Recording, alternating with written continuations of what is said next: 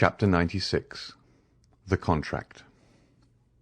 3 days after the scene we have just described, namely towards 5 o'clock in the afternoon of the day fixed for the signature of the contract between Mademoiselle Eugénie Danglars and Andrea Cavalcanti, whom the banker persisted in calling Prince, a fresh breeze was stirring the leaves in the little garden in front of the Count of Monte Cristo's house, and the Count was preparing to go out. While his horses were impatiently pawing the ground, held in by the coachman who had been seated a quarter of an hour on his box, the elegant phaeton with which we are familiar rapidly turned the angle of the entrance gate and cast out on the doorsteps Monsieur Andrea Cavalcanti, as decked up and gay as if he were going to marry a princess. He inquired after the Count with his usual familiarity, and ascending lightly to the second story, met him at the top of the stairs. The Count stopped on seeing the young man. As for Andrea, he was launched, and when he was once launched, nothing stopped him. "Ah, good morning, my dear Count," said he. "Ah, Monsieur Andrea," said the latter, with his half-jesting tone. "How do you do?" "Charmingly, as you see. I am come to talk to you about 1,000 things.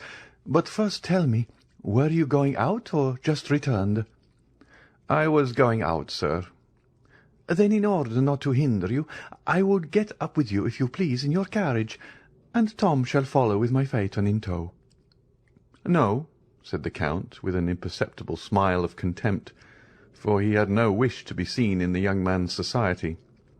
"No, I prefer listening to you here, my dear Monsieur Andrea. We can chat better indoors, and there is no coachman to overhear our conversation." The Count returned to a small drawing-room on the first floor, sat down, and, crossing his legs, motioned to the young man to take a seat also. Andrea assumed his gayest manner. "You know, my dear Count," said he, "the ceremony is to take place this evening. At 9 o'clock the contract is to be signed at my father-in-law's." "Ah, indeed," said Monte Cristo. "What, is it news to you? Has not Monsieur Danglars informed you of the ceremony?" "Ah, yes," said the Count. "I received a letter from him yesterday, but I do not think the hour was mentioned." "Possibly my father-in-law trusted to its general notoriety." "Well," said Monte Cristo, "you are fortunate, Monsieur Cavalcanti. It is a most suitable alliance you are contracting, and Mademoiselle Danglars is a handsome girl." "Yes, indeed she is," replied Cavalcanti in a very modest tone. "Above all, she is very rich, at least I believe so," said Monte Cristo. "Very rich, do you think?" replied the young man. "Doubtless. It is said Monsieur Danglars conceals at least half of his fortune." "And he acknowledges 15 or 20 millions," said Andrea, with a look sparkling with joy. "Without reckoning," added Monte Cristo, "that he is on the eve of entering into a sort of speculation already in vogue in the United States and in England, but quite novel in France." "Yes, yes, I know what you mean. The railway of which he has obtained the grant, is it not?" "Precisely. It is generally believed he will gain 10 millions by that affair." 10 millions? Do you think so? It is magnificent," said Cavalcanti, who was quite confounded at the metallic sound of these golden words. "Without reckoning," replied Monte Cristo, "that all his fortune will come to you, and justly too, since Mademoiselle Danglars is an only daughter. Besides, your own fortune, as your father assured me, is almost equal to that of your betrothed. But enough of money matters. Do you know, Monsieur Andrea, I think you have managed this affair rather skilfully." "Not badly, by any means," said the young man. "I was born for a diplomatist." "Well, you must become a diplomatist. Diplomacy, you know, is something that is not to be acquired. It is instinctive. Have you lost your heart?" "Indeed, I fear it," replied Andrea, in the tone in which he had heard Durante or Valere reply to Alceste at the Théâtre Français. "Is your love returned?" "I suppose so," said Andrea with a triumphant smile, "since I am accepted. But I must not forget one grand point. Which? That I have been singularly assisted. Nonsense. I have indeed. By circumstances? No, by you. By me? Not at all, Prince, said Monte Cristo, laying a marked stress on the title. What have I done for you? Are not your name, your social position, and your merit sufficient? No, said Andrea. No, it is useless for you to say so, Count. I maintain that the position of a man like you has done more than my name, my social position, and my merit. You are completely mistaken, sir, said Monte Cristo coldly, who felt the perfidious manoeuvre of the young man, and understood the bearing of his words. You only acquired my protection after the influence and fortune of your father had been ascertained. For, after all, who procured for me, who had never seen either you or your illustrious father, the pleasure of your acquaintance? Two of my good friends, Lord Wilmore and the Abbé Busoni. What encouraged me not to become your surety, but to patronize you? Your father's name, so well known in Italy and so highly honoured. Personally, I do not know you. This calm tone and perfect ease made Andrea feel that he was, for the moment, restrained by a more muscular hand than his own, and that the restraint could not be easily broken through. "Oh, then my father has a really very large fortune, Count." "It appears so, sir," replied Monte Cristo. "Do you know if the marriage settlement he promised me has come?" "I have been advised of it." "But the 3 millions?" "The 3 millions are probably on the road." "Then I shall really have them." "Oh, well," said the Count, "I do not think you have yet known the want of money." Andrea was so surprised that he pondered the matter for a moment, then arousing from his reverie, "Now, sir, I have one request to make to you, which you will understand, even if it should be disagreeable to you." "Proceed," said Monte Cristo. "I have formed an acquaintance, thanks to my good fortune, with many noted persons, and have, at least for the moment, a crowd of friends. But marrying, as I am about to do before all Paris, I ought to be supported by an illustrious name, and in the absence of the paternal hand some powerful one ought to lead me to the altar. Now my father is not coming to Paris, is he? He is old, covered with wounds, and suffers dreadfully, he says, in travelling." "Indeed?" "Well, I am come to ask a favour of you." "Of me?" "Yes, of you." "And pray what may it be?" "Well, to take his part." "Ah, my dear sir! What, after the varied relations I have had the happiness to sustain towards you, can it be that you know me so little as to ask such a thing? Ask me to lend you 500,000, and, although such a loan is somewhat rare, on my honour you should annoy me less. Know, then, what I thought I had already told you, that in participation in this world's affairs, more especially in their moral aspects, the Count of Monte Cristo has never ceased to entertain the scruples and even the superstitions of the East. I, who have a seraglio at Cairo, one at Smyrna, and one at Constantinople, preside at a wedding? Never." "Then you refuse me?" "Decidedly. And were you my son or my brother, I would refuse you in the same way." "But what must be done?" said Andrea, disappointed. "You said just now that you had 100 friends." "Very true, but you introduced me at Monsieur Danglars." "Not at all. Let us recall the exact facts.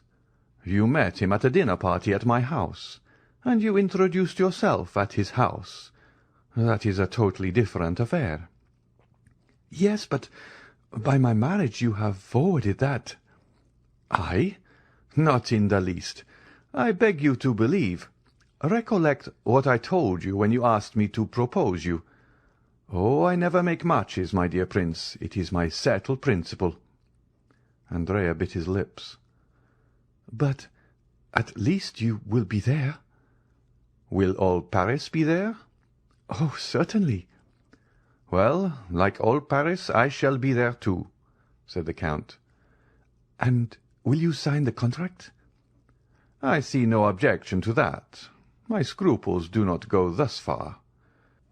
"Well, since you will grant me no more, I must be content with what you give me. But one word more, Count." "What is it?" "Advice." "Be careful. Advice is worse than a service." "Oh, you can give me this without compromising yourself." "Tell me what it is." "Is my wife's fortune 500,000 livres?" "That is the sum Monsieur Danglars himself announced." "Must I receive it, or leave it in the hands of the notary?" "This is the way such affairs are generally arranged when it is wished to do them stylishly. Your two solicitors appoint a meeting. When the contract is signed, for the next or the following day, then they exchange the two portions, for which they each give a receipt. Then, when the marriage is celebrated, they place the amount at your disposal as the chief member of the alliance." "Because," said Andrea with a certain ill-concealed uneasiness, "I thought I heard my father-in-law say that he intended embarking our property in that famous railway affair of which you spoke just now." "Well," replied Monte Cristo, "it will be the way, everybody says, of trebling your fortune in 12 months. Baron Danglars is a good father, and knows how to calculate." "In that case," said Andrea, "everything is all right excepting your refusal, which quite grieves me." "You must attribute it only to natural scruples under similar circumstances." "Well," said Andrea, "let it be as you wish. This evening, then, at 9 o'clock." "Adieu till then." Notwithstanding a slight resistance on the part of Monte Cristo, whose lips turned pale, but who preserved his ceremonious smile, Andrea seized the Count's hand, pressed it, jumped into his phaeton, and disappeared. The 4 or 5 remaining hours before 9 o'clock arrived, Andrea employed in riding, paying visits, designed to induce those of whom he had spoken to appear at the banker's in their gayest equipage, dazzling them by promises of shares in schemes which have since turned every brain, and in which Danglars was just taking the initiative. In fact, at 8:30 in the evening, the grand salon, the gallery adjoining, and the 3 other drawing-rooms on the same floor were filled with a perfumed crowd, who sympathized but little in the event, but who all participated in that love of being present wherever there is anything fresh to be seen. An academician would say that the entertainments of the fashionable world are collections of flowers which attract inconstant butterflies, famished bees, and buzzing drones. No one could deny that the rooms were splendidly illuminated. The light streamed forth on the gilt mouldings and the silk hangings, and all the bad taste of decorations which had only their richness to boast of shone in its splendour. Mademoiselle Eugénie was dressed with elegant simplicity in a figured white silk dress, and a white rose half concealed in her jet-black hair was her only ornament, unaccompanied by a single jewel. Her eyes, however, betrayed that perfect confidence which contradicted the girlish simplicity of this modest attire. Madame Danglars was chatting at a short distance with Debray, Beauchamp, and Château Renaud. Debray was admitted to the house for this grand ceremony, but on the same plane with everyone else, and without any particular privilege. Monsieur Danglars, surrounded by deputies and men connected with the revenue, was explaining a new theory of taxation which he intended to adopt when the course of events had compelled the government to call him into the ministry. Andrea, on whose arm hung one of the most consummate dandies of the opera, was explaining to him rather cleverly, since he was obliged to be bold to appear at ease, his future projects, and the new luxuries he meant to introduce to Parisian fashions with his 175,000 livres per annum. The crowd moved to and fro in the rooms like an ebb and flow of turquoises, rubies, emeralds, opals, and diamonds. As usual, the oldest women were the most decorated, and the ugliest the most conspicuous. If there was a beautiful lily or a sweet rose, you had to search for it, concealed in some corner behind a mother with a turban, or an aunt with a bird of paradise. At each moment, in the midst of the crowd, the buzzing and the laughter, the doorkeeper's voice was heard announcing some name well known in the financial department, respected in the army, or illustrious in the literary world, and which was acknowledged by a slight movement in the different groups. But for one whose privilege it was to agitate that ocean of human waves, how many were received with a look of indifference or a sneer of disdain. At the moment when the hand of the massive timepiece, representing Endymion asleep, pointed to 9 on its golden face, and the hammer, the faithful type of mechanical thought, struck 9 times, the name of the Count of Monte Cristo resounded in its turn, and as if by an electric shock, all the assembly turned towards the door. The Count was dressed in black, and with his habitual simplicity, his white waistcoat displayed his expansive, noble chest, and his black stock was singularly noticeable because of its contrast with the deadly paleness of his face. His only jewellery was a chain, so fine that the slender gold thread was scarcely perceptible on his white waistcoat. A circle was immediately formed around the door. The Count perceived at one glance Madame Danglars at one end of the drawing-room, Monsieur Danglars at the other, and Eugénie in front of him. He first advanced towards the Baroness, who was chatting with Madame de Villefort, who had come alone, Valentine being still an invalid, and without turning aside, so clear was the road left for him, he passed from the Baroness to Eugénie, whom he complimented in such rapid and measured terms that the proud artist was quite struck. Near her was Mademoiselle Louise d'Armilly, who thanked the Count for the letters of introduction he had so kindly given her for Italy, which she intended immediately to make use of. On leaving these ladies, he found himself with Danglars, who had advanced to meet him. Having accomplished these 3 social duties, Monte Cristo stopped, looking around him with that expression peculiar to a certain class, which seems to say, "I have done my duty, now let others do theirs." Andrea, who was in an adjoining room, had shared in the sensation caused by the arrival of Monte Cristo, and now came forward to pay his respects to the Count. He found him completely surrounded. All were eager to speak to him, as is always the case with those whose words are few and weighty. The solicitors arrived at this moment, and arranged their scrawled papers on the velvet cloth embroidered with gold which covered the table prepared for the signature. It was a gilt table, supported on lions' claws. One of the notaries sat down, the other remained standing. They were about to proceed to the reading of the contract, which half Paris assembled was to sign.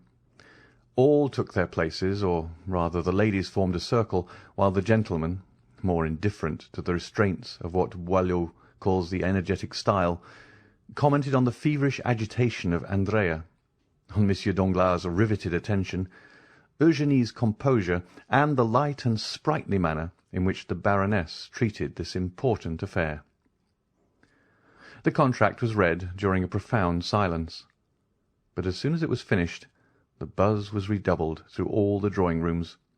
The brilliant sums, the rolling millions which were to be at the command of the 2 young people, and which crowned the display of the wedding presents and the young lady's diamonds, which had been made in a room entirely appropriated for that purpose, had exercised to the full their delusions over the envious assembly.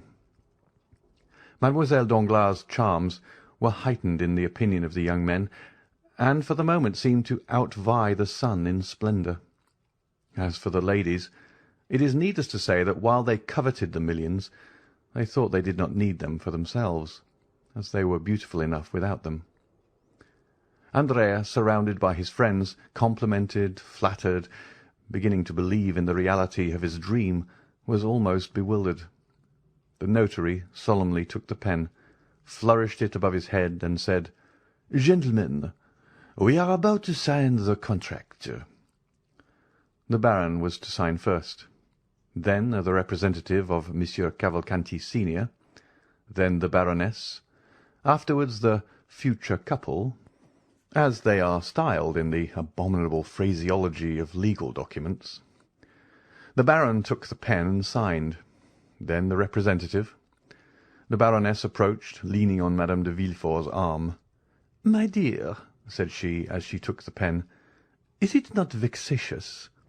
An unexpected incident in the affair of murder and theft at the Count of Monte Cristo's, in which he nearly fell a victim, deprives us of the pleasure of seeing Monsieur de Villefort." "Indeed," said Monsieur Danglars, in the same tone in which he would have said, "Oh, well, what do I care?" "As a matter of fact," said Monte Cristo, approaching, "I am much afraid that I am the involuntary cause of his absence." "What, you, Count?" said Madame Danglars, signing. "If you are, take care, for I shall never forgive you." Andrea pricked up his ears. "But it is not my fault, as I shall endeavour to prove." Every one listened eagerly. Monte Cristo, who so rarely opened his lips, was about to speak. "You remember," said the Count, during the most profound silence, "that the unhappy wretch who came to rob me died at my house. The supposition is that he was stabbed by his accomplice on attempting to leave it." "Yes," said Danglars. "In order that his wounds might be examined, he was undressed, and his clothes were thrown into a corner, where the police picked them up, with the exception of the waistcoat, which they overlooked." Andrea turned pale, and drew towards the door. He saw a cloud rising in the horizon, which appeared to forebode a coming storm. "Well, this waistcoat was discovered to-day, covered with blood and with a hole over the heart." The lady screamed, and 2 or 3 prepared to faint. "It was brought to me. No one could guess what the dirty rag could be. I alone suspected that it was the waistcoat of the murdered man. My valet, in examining this mournful relic, felt a paper in the pocket and drew it out. It was a letter addressed to you, Baron." "To me?" cried Danglars. "Yes, indeed, to you. I succeeded in deciphering your name under the blood with which the letter was stained," replied Monte Cristo, amid the general outburst of amazement. "But," asked Madame Danglars, looking at her husband with uneasiness, "how could that prevent Monsieur de Villefort—" "In this simple way, madame," replied Monte Cristo. "The waistcoat and the letter were both what is termed circumstantial evidence. I therefore sent them to the king's attorney. You understand, my dear Baron, that legal methods are the safest in criminal cases. It was, perhaps, some plot against you." Andrea looked steadily at Monte Cristo, and disappeared in the second drawing-room. "Possibly," said Danglars. "Was not this murdered man an old galley slave?" "Yes," replied the Count, "a felon named Caderousse." Danglars turned slightly pale. Andrea reached the ante-room beyond the little drawing-room. "But go on signing," said Monte Cristo.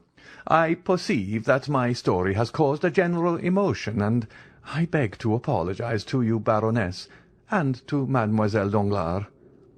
The Baroness, who had signed, returned the pen to the notary. "Prince Cavalcanti," said the latter. "Prince Cavalcanti, where are you?" "Andrea, Andrea," repeated several young people who were already on sufficiently intimate terms with him to call him by his Christian name. "Call the prince. Inform him that it is his turn to sign," cried Danglars to one of the floor-keepers. But at the same instant the crowd of guests rushed in alarm into the principal salon, as if some frightful monster had entered the apartments, quærums quem deveret. There was, indeed, reason to retreat, to be alarmed, and to scream. An officer was placing 2 soldiers at the door of each drawing-room, and was advancing towards Danglars, preceded by a commissary of police girded with his scarf. Madame Danglars uttered a scream and fainted. Danglars, who thought himself threatened, certain consciences are never calm, Danglars, even before his guests, showed a countenance of abject terror. "What is the matter, sir?" asked Monte Cristo, advancing to meet the commissioner. "Which of you gentlemen," asked the magistrate, without replying to the count, "answers to the name of Andrea Cavalcanti?" A cry of astonishment was heard from all parts of the room. They searched, they questioned. "But who then is Andrea Cavalcanti?" asked Danglars in amazement. "A galley slave, escaped from confinement at Toulon." "And what crime has he committed?" "He is accused," said the commissary with his inflexible voice, "of having assassinated the man named Caderousse, his former companion in prison, at the moment he was making his escape from the house of the Count of Monte Cristo." Monte Cristo cast a rapid glance around him. Andrea was gone. Chapter 97. The Departure for Belgium. A few minutes after the scene of confusion produced in the salons of Monsieur Danglars by the unexpected appearance of the brigade of soldiers, and by the disclosure which had followed, the mansion was deserted with as much rapidity as if a case of plague or of cholera morbus had broken out among the guests. In a few minutes, through all the doors, down all the staircases, by every exit, everyone hastened to retire, or rather to fly, for it was a situation where the ordinary condolences, which even the best friends are so eager to offer in great catastrophes, were seen to be utterly futile. There remained in the banker's house only Danglars, closeted in his study and making his statement to the officer of gendarmes, Madame Danglars, terrified, in the boudoir with which we are acquainted, and Eugénie, who with a haughty air and disdainful lip had retired to her room with her inseparable companion, Mademoiselle Louise d'Armilly. As for the numerous servants, more numerous that evening than usual, for their number was augmented by cooks and butlers from the Café de Paris, venting on their employers their anger at what they termed the insult to which they had been subjected, they collected in groups in the hall, in the kitchens, or in their rooms, thinking very little of their duty, which was thus naturally interrupted. Of all this household, only two persons deserve our notice. These are Mademoiselle Eugénie Danglars and Mademoiselle Louise d'Armilly. The betrothed had retired, as we said, with haughty air, disdainful lip, and the demeanour of an outraged queen, followed by her companion, who was paler and more disturbed than herself. On reaching her room, Eugénie locked her door, while Louise fell on a chair. "Ah, what a dreadful thing!" said the young musician. "Who would have suspected it? Monsieur Andrea Cavalcanti, a murderer, a galley slave escaped, a convict!" An ironical smile curled the lip of Eugénie. "In truth, I was fated," said she. "I escaped the Morcerf only to fall into the Cavalcanti." "Oh, do not confound the two, Eugénie. Hold your tongue. The men are all infamous, and I am happy to be able now to do more than detest them. I despise them." "What shall we do?" asked Louise. "What shall we do?" "Yes." "Why, the same we had intended doing 3 days since. Set off." "What? Although you are not now going to be married, you intend still—" "Listen, Louise. I hate this life of the fashionable world, always ordered, measured, ruled like our music paper. What I have always wished for, desired and coveted, is the life of an artist, free and independent, relying only on my own resources and accountable only to myself. Remain here? What for? That they may try a month hence to marry me again? And to whom? Monsieur Debray, perhaps, as it was once proposed. No, Louise, no. This evening's adventure will serve for my excuse. I did not seek one. I did not ask for one. God sends me this, and I hail it joyfully." "How strong and courageous you are!" said the fair, frail girl to her brunette companion.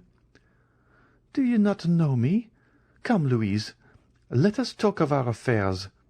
The post-chaise was happily brought 3 days since. Have you had it sent where we are to go for it? Yes. Our passport?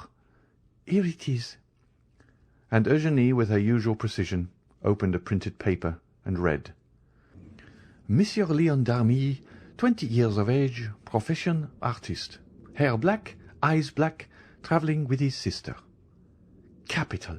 How did you get this passport? When I went to ask Monsieur de Monte Cristo for letters to the directors of the theatres at Rome and Naples, I expressed my fears of travelling as a woman. He perfectly understood them, and undertook to procure for me a man's passport, and 2 days after I received this, to which I had added with my own hand, travelling with his sister. Well, said Eugénie cheerfully, we have then only to pack our trunks. We shall start the evening of the signing of the contract, instead of the evening of the wedding. That is all. But consider the matter seriously, Eugénie. Oh, I am done with considering. I am tired of hearing only of market reports, of the end of the month, of the rise and fall of Spanish funds, of Haytian bonds. Instead of that, Louise, do you understand? Air, liberty, melody of birds, plains of Lombardy, Venetian canals, Roman palaces, the Bay of Naples. How much have we, Louise? The young girl to whom this question was addressed drew from an inlaid secretary a small portfolio with a lock, in which she counted 23 banknotes. 23,000 francs, said she. And as much at least in pearls, diamonds, and jewels, said Eugénie. We are rich. With 45,000 francs, we can live like princesses for 2 years, and comfortably for 4. But before 6 months, you with your music, and I with my voice, we shall double our capital. Come, you shall take charge of the money, I of the jewel box, so that if one of us has the misfortune to lose her treasure, the other will still have hers left. Now, the portmanteau. Let us make haste. The portmanteau. Stop, said Louise, going to listen at Madame Danglars' door. What do you fear? That we may be discovered. The door is locked. They may tell us to open it. They may if they like, but we will not. You are a perfect Amazon, Eugénie. And the 2 young girls began to heap into a trunk all the things they thought they should require. There now, said Eugénie. While I change my costume, do you lock the portmanteau. Louise pressed with all the strength of her little hands on the top of the portmanteau. But I cannot, said she. I am not strong enough. Do you shut it? Ah, you do well to ask, said Eugénie, laughing. I forgot that I was Hercule, and you only the pale Omphale. And the young girl, kneeling on the top, pressed the 2 parts of the portmanteau together, and Mademoiselle d'Armilly passed the bolt of the padlock through. When this was done, Eugénie opened a drawer of which she kept a key, and took from it a wadded violet silk travelling cloak. Here, said she, you see I have thought of everything. With this cloak you will not be cold. But you? Oh, I am never cold, you know. Besides, with these men's clothes— Will you dress here? Certainly. Shall you have time? Do not be uneasy, you little coward. All our servants are busy, discussing the grand affair. Besides, what is there astonishing when you think of the grief I ought to be in, that I shut myself up? Tell me. No, truly, you comfort me. Come and help me. From the same drawer she took a man's complete costume, from the boots to the coat, and a provision of linen, where there was nothing superfluous but every requisite. Then, with a promptitude which indicated that this was not the first time she had amused herself by adopting the garb of the opposite sex, Eugénie drew on the boots and pantaloons, tied her cravat, buttoned her waistcoat up to the throat, and put on a coat which admirably fitted her beautiful figure. "Oh, that is very good, indeed, it is very good," said Louise, looking at her with admiration. "But that beautiful black hair, those magnificent braids, which made all the ladies sigh with envy, will they go under a man's hat like the one I see down there?" "You shall see," said Eugénie, and with her left hand seizing the thick mass which her long fingers could scarcely grasp, she took in her right hand a pair of long scissors, and soon the steel met through the rich and splendid hair, which fell in a cluster at her feet as she leaned back to keep it from her coat. Then she grasped the front hair, which she also cut off, without expressing the least regret. On the contrary, her eyes sparkled with greater pleasure than usual under her ebony eyebrows. "Oh, the magnificent hair!" said Louise with regret. "And am I not 100 times better thus?" cried Eugénie, smoothing the scattered curls of her hair, which had now quite a masculine appearance. "And do you not think me handsomer so?" "Oh, you are beautiful, always beautiful!" cried Louise. "Now, where are you going?" "To Brussels. If you like, it is the nearest frontier. We can go to Brussels, Liège, Aix-la-Chapelle, then up the Rhine to Strasbourg. We will cross Switzerland and go down into Italy by the Saint-Gothard. Will that do?" "Yes." "What are you looking at?" "I am looking at you. Indeed, you are adorable like that. One would say you were carrying me off." "And they would be right, pardieu." "Oh, I think you swore, Eugénie." And the two young girls, whom every one might have thought plunged in grief, the one on her own account, the other from interest in her friend, burst out laughing as they cleared away every visible trace of the disorder which had naturally accompanied the preparations for their escape. Then, having blown out the lights, the two fugitives, looking and listening eagerly with outstretched necks, opened the door of a dressing-room which led by a side staircase down to the yard, Eugénie going first, and holding with one arm the portmanteau, which by the opposite handle Mademoiselle d'Armilly scarcely raised with both hands. The yard was empty. The clock was striking 12. The porter was not yet gone to bed. Eugénie approached softly, and saw the old man sleeping soundly in an armchair in his lodge. She returned to Louise, took up the portmanteau, which she had placed for a moment on the ground, and they reached the archway under the shadow of the wall. Eugénie concealed Louise in an angle of the gateway, so that if the porter chanced to awake he might see but one person. Then, placing herself in the full light of the lamp which lit the yard, "Gate!" cried she with her finest contralto voice, and rapping at the window. The porter got up as Eugénie expected, and even advanced some steps to recognize the person who was going out. But seeing a young man striking his boot impatiently with his riding-whip, he opened it immediately. Louise slid through the half-open gate like a snake, and bounded lightly forward. Eugénie, apparently calm, although in all probability her heart beat somewhat faster than usual, went out in her turn. A porter was passing, and they gave him the portmanteau. Then the two young girls, having told him to take it to No. 36 Rue de la Victoire, walked behind this man, whose presence comforted Louise. As for Eugénie, she was as strong as a Judith or a Delilah. They arrived at the appointed spot.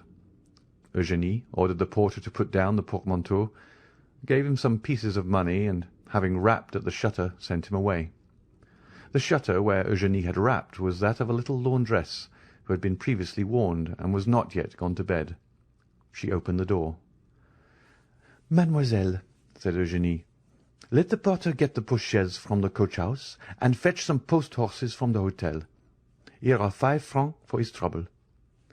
"Indeed," said Louise, "I admire you, and I could almost say respect you." The laundress looked on in astonishment, but as she had been promised 20 louis, she made no remark. In a quarter of an hour the porter returned with a post-boy and horses, which were harnessed and put in the post-chaise in a minute, while the porter fastened the portmanteau on with the assistance of a cord and a strap. "Here is the passport," said the postilion. "Which way are we going, young gentlemen?" "To Fontainebleau," replied Eugénie with an almost masculine voice. "What do you say?" asked Louise. "I am giving them the slip," said Eugénie. "This woman to whom we have given 20 louis may betray us for 40. We will soon alter our direction." And the young girl jumped into the britska, which was admirably arranged for sleeping in, without scarcely touching the step. "You are always right," said the music teacher, seating herself by the side of her friend. A quarter of an hour afterwards, the postilion, having been put in the right road, passed with a crack of his whip through the gateway of the Barrière Saint-Martin. "Ah," said Louise, breathing freely. "Here we are out of Paris." "Yes, my dear, the abduction is an accomplished fact," replied Eugénie. "Yes, and without violence," said Louise. "I shall bring that forward as an extenuating circumstance," replied Eugénie. These words were lost in the noise which the carriage made in rolling over the pavement of La Villette.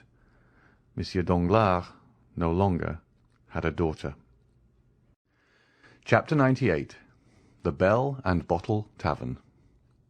And now let us leave Mademoiselle Danglars and her friend pursuing their way to Brussels, and return to poor Andrea Cavalcanti, so inopportunely interrupted in his rise to fortune. Notwithstanding his youth, Master Andrea was a very skilful and intelligent boy.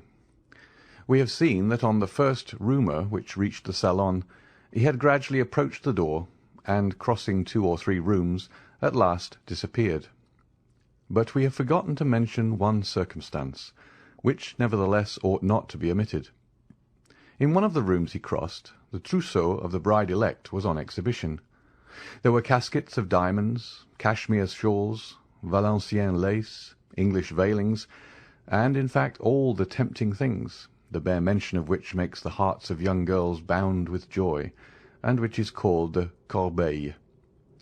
Now, in passing through this room, Andrea proved himself not only to be clever and intelligent, but also provident, for he helped himself to the most valuable of the ornaments before him.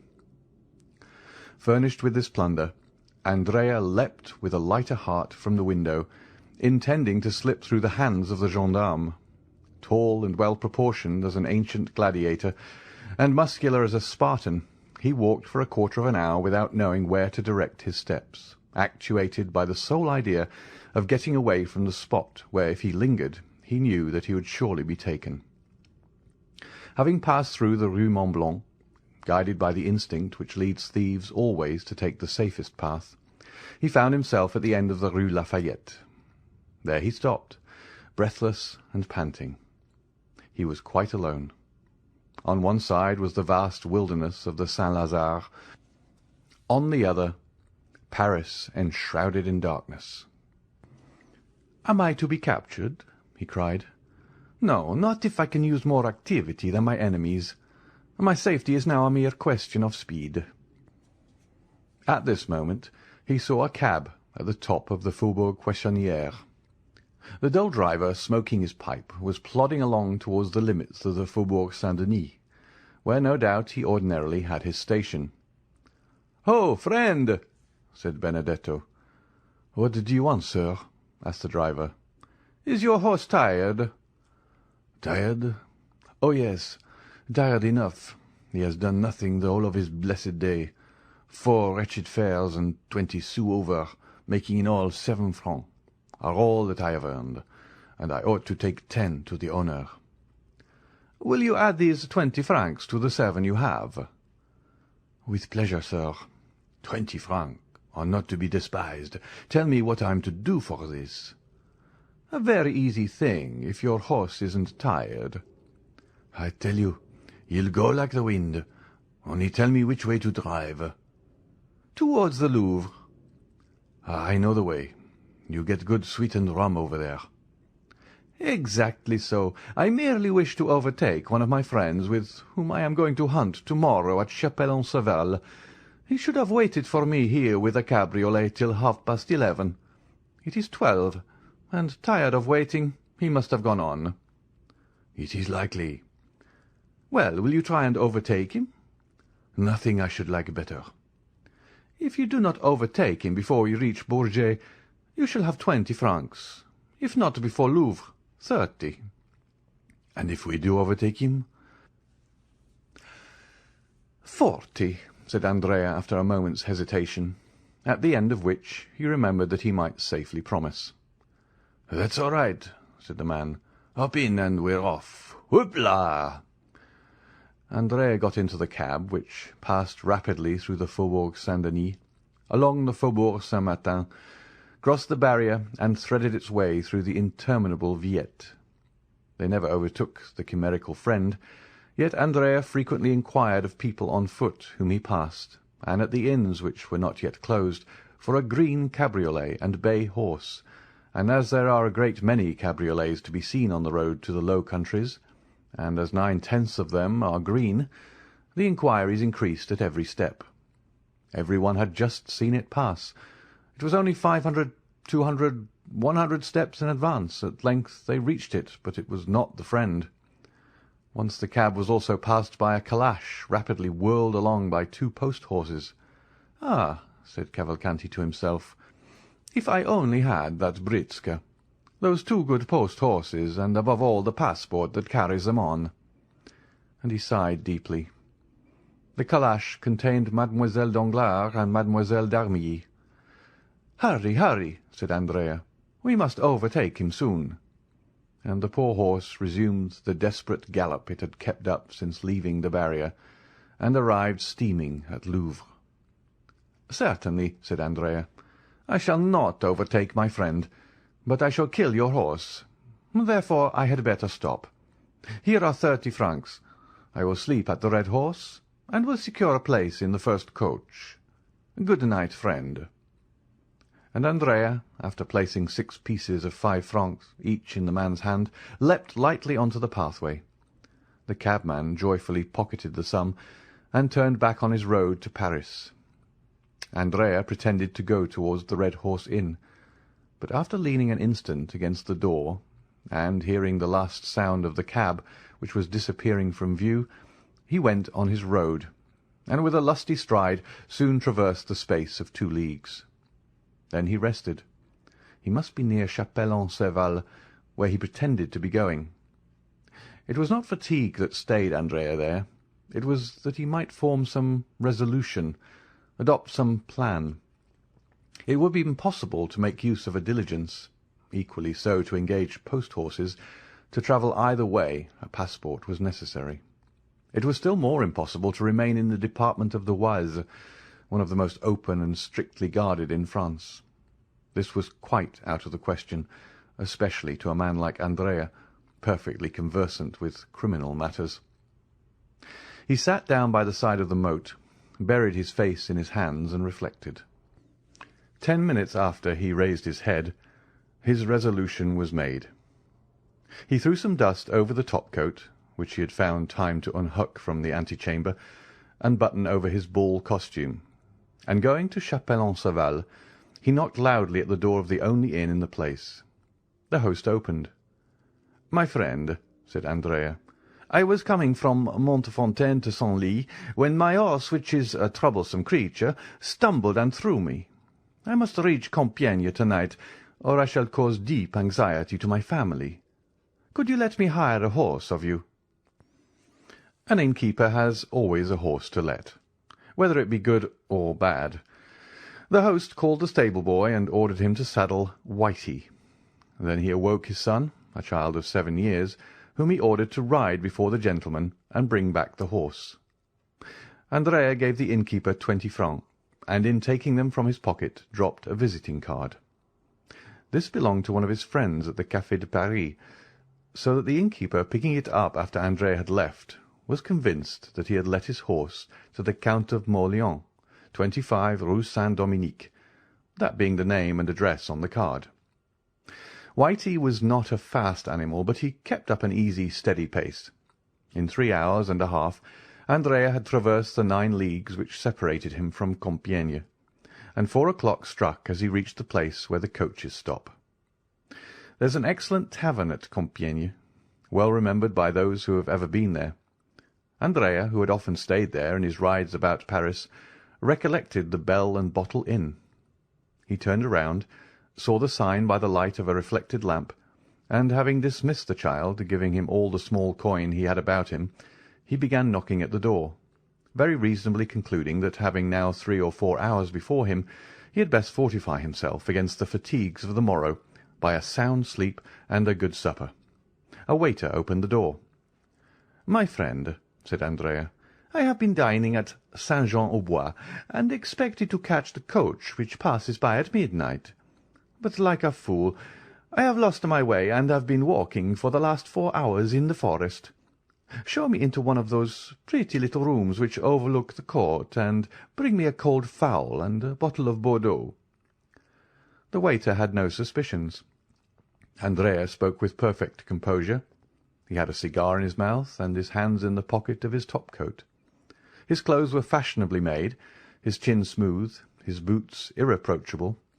He looked merely as if he had stayed out very late, that was all. While the waiter was preparing his room, the hostess arose. Andrea assumed his most charming smile, and asked if he could have number 3, which he had occupied on his last stay at Compiègne. Unfortunately, number 3 was engaged by a young man who was travelling with his sister. Andrea appeared in despair, but consoled himself when the hostess assured him that number 7, prepared for him, was situated precisely the same as number 3, and while warming his feet and chatting about the last races at Chantilly, he waited until they announced his room to be ready. Andrea had not spoken without cause of the pretty rooms looking out upon the court of the Belle Tavern, which, with its triple galleries like those of a theatre, with the jessamine and clematis twining round the light columns, forms one of the prettiest entrances to an inn that you can imagine.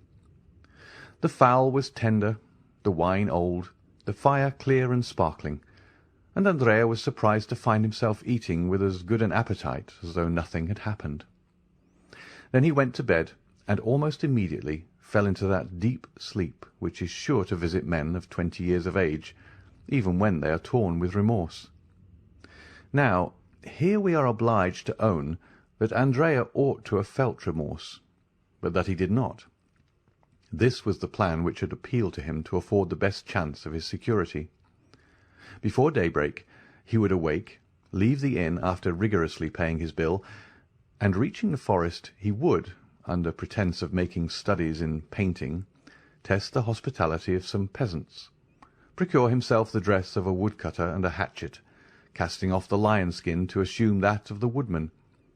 Then, with his hands covered with dirt, his hair darkened by means of a leaden comb, his complexion embrowned with a preparation for which one of his old comrades had given him the recipe, he intended, by following the wooded districts, to reach the nearest frontier, walking by night and sleeping in the day in the forests and quarries, and only entering inhabited regions to buy a loaf from time to time. Once past the frontier, Andrea proposed making money of his diamonds, and by uniting the proceeds to 10 bank-notes he always carried about with him in case of accident, he would then find himself possessor of about 50,000 livres, which he philosophically considered as no very deplorable condition after all.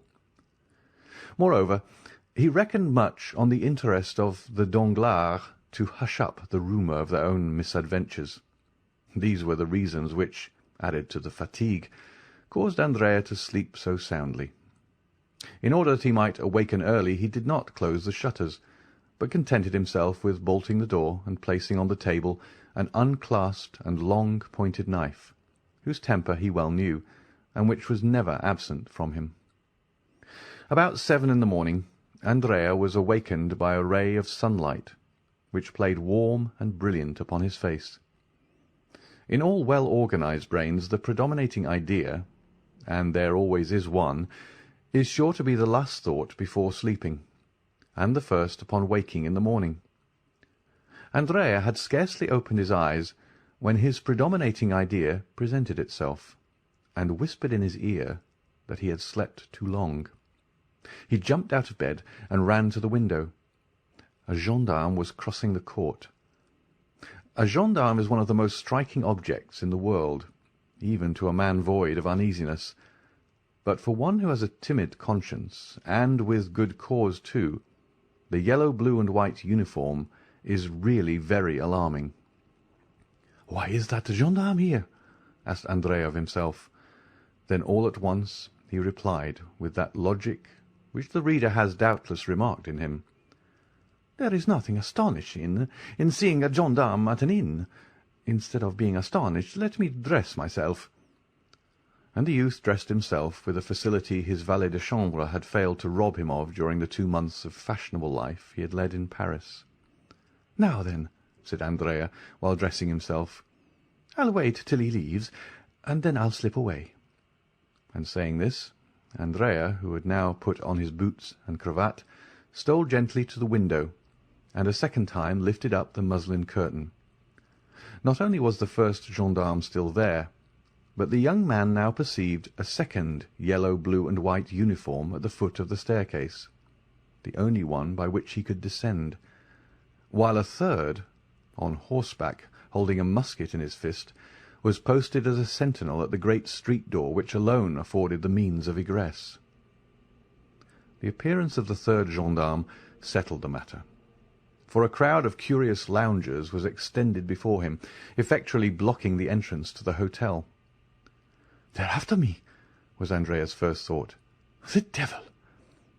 A pallor overspread the young man's forehead, and he looked around him with anxiety.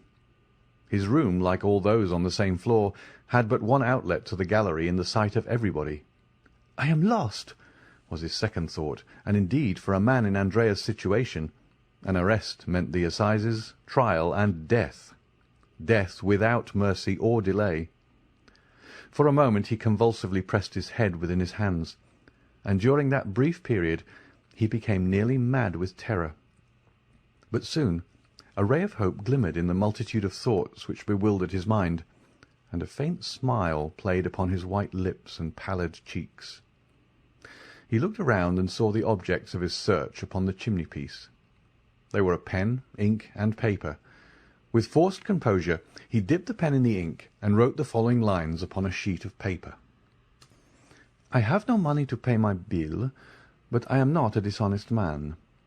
I leave behind me as a pledge this pin worth 10 times the amount. I should be excused for leaving at daybreak, for I was ashamed." He then drew the pin from his cravat and placed it on the paper. This done, instead of leaving the door fastened, he drew back the bolts and even placed the door ajar, as though he had left the room, forgetting to close it, and slipping into the chimney, like a man accustomed to that kind of gymnastic exercise, having effaced the marks of his feet upon the floor, he commenced climbing the only opening which afforded him the means of escape. At this precise time the first gendarme Andrea had noticed walked upstairs, preceded by the commissary of police, and supported by the second gendarme, who guarded the staircase, and was himself reinforced by the one stationed at the door. Andrea was indebted for this visit to the following circumstances. At daybreak the telegraphs were set at work in all directions, and almost immediately the authorities in every district had exerted their utmost endeavours to arrest the murderer of Caderousse. Compiègne, that royal residence and fortified town, is well furnished with authorities, gendarmes, and commissaries of police. They therefore began operations as soon as the telegraphic dispatch arrived, and the Bell and Bottle being the best-known hotel in the town, they had naturally directed their first inquiries there. Now, besides the reports of the sentinels guarding the Hôtel de Ville, which is next door to the Bell and Bottle, it had been stated by others that a number of travellers had arrived during the night. The sentinel, who was relieved at 6 o'clock in the morning, remembered perfectly that just as he was taking his post, a few minutes past 4, a young man arrived on horseback, with a little boy before him. The young man, having dismissed the boy and horse, knocked at the door of the hotel, which was opened, and again closed after his entrance. This late arrival had attracted much suspicion, and the young man being no other than Andrea, the commissary and gendarme, who was a brigadier, directed their steps towards his room. They found the door ajar. "Oh, no," said the brigadier, who thoroughly understood the trick. "A bad sign to find the door open. I would rather find it triply bolted." And indeed the little note and pin upon the table confirmed, or rather corroborated, the sad truth. Andrea had fled. We say corroborated because the brigadier was too experienced to be convinced by a single proof. He glanced around, looked in the bed, shook the curtains, opened the closets, and finally stopped at the chimney. Andrea had taken the precaution to leave no traces of his feet in the ashes, but it still was an outlet, and in this light was not to be passed over without serious investigation. The brigadier sent for some sticks and straw, and having filled the chimney with them, set a light to it. The fire crackled, and the smoke ascended like the dull vapour from a volcano. But still no prisoner fell down, as they expected. The fact was that Andrea had war with society ever since his youth was quite as deep as a gendarme, even though he were advanced to the rank of brigadier, and quite prepared for the fire. He'd climbed out on the roof and was crouching down against the chimney-pots. At one time he thought he was saved, for he heard the brigadier exclaim in a loud voice to the two gendarmes, "He is not here!" But venturing to peep, he perceived that the latter, instead of retiring, as might have been reasonably expected upon this announcement, were watching with increased attention. It was now his turn to look about him. The Hôtel de Ville, a massive 16th-century building, was on his right. Anyone could descend from the openings in the tower and examine every corner of the roof below, and Andrea expected momentarily to see the head of a gendarme appear at one of these openings. If once discovered, he knew he would be lost, for the roof afforded no chance of escape. He therefore resolved to descend, not through the same chimney by which he had come up, but by a similar one conducting to another room. He looked around for a chimney from which no smoke issued, and having reached it, he disappeared through the orifice without being seen by anyone. At the same minute, one of the little windows of the Hôtel de Ville was thrown open, and the head of a gendarme appeared. For an instant it remained motionless as one of the stone decorations of the building. Then, after a long sigh of disappointment, the head disappeared. The brigadier, calm and dignified as the law he represented, passed through the crowd, without answering the 1,000 questions addressed to him, and re-entered the hotel. "Well?" asked the two gendarmes. "Well, my boys," said the brigadier, "the brigand must really have escaped early this morning. But we will send to the Villers-Cotterêts and Noyon roads, and search the forest, when we shall catch him, no doubt." The honourable functionary had scarcely expressed himself thus, in that intonation which is peculiar to brigadiers of the gendarmerie, when a loud scream, accompanied by the violent ringing of a bell, resounded through the court of the hotel. "Ah, what is that?" cried the brigadier. "Some traveller seems impatient," said the host. "What number was it that rang?" "Number 3. Run, waiter." At this moment the screams and ringing were redoubled. "Ah," said the brigadier, stopping the servant, "the person who is ringing appears to want something more than a waiter. We will attend upon him with a gendarme. Who occupies numéro 3? "The little fellow who arrived last night in a post-chaise with his sister, and who asked for an apartment with 2 beds. The bell here rang for the 3rd time, with another shriek of anguish. "Follow me, Monsieur Commissary," said the brigadier. "Tread in my steps." "Wait an instant," said the host. "Numéro 3 has 2 staircases, inside and outside." "Good," said the brigadier. "I will take charge of the inside one. Are the carbines loaded?" "Yes, brigadier."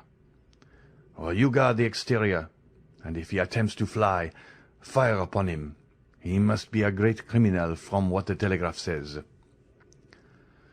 The brigadier, followed by the commissary, disappeared by the inside staircase, accompanied by the noise which his assertions respecting Andrea had excited in the crowd. This is what had happened. Andrea had very cleverly managed to descend 2/3 of the chimney, but then his foot slipped, and notwithstanding his endeavours, he came into the room with more speed and noise than he intended.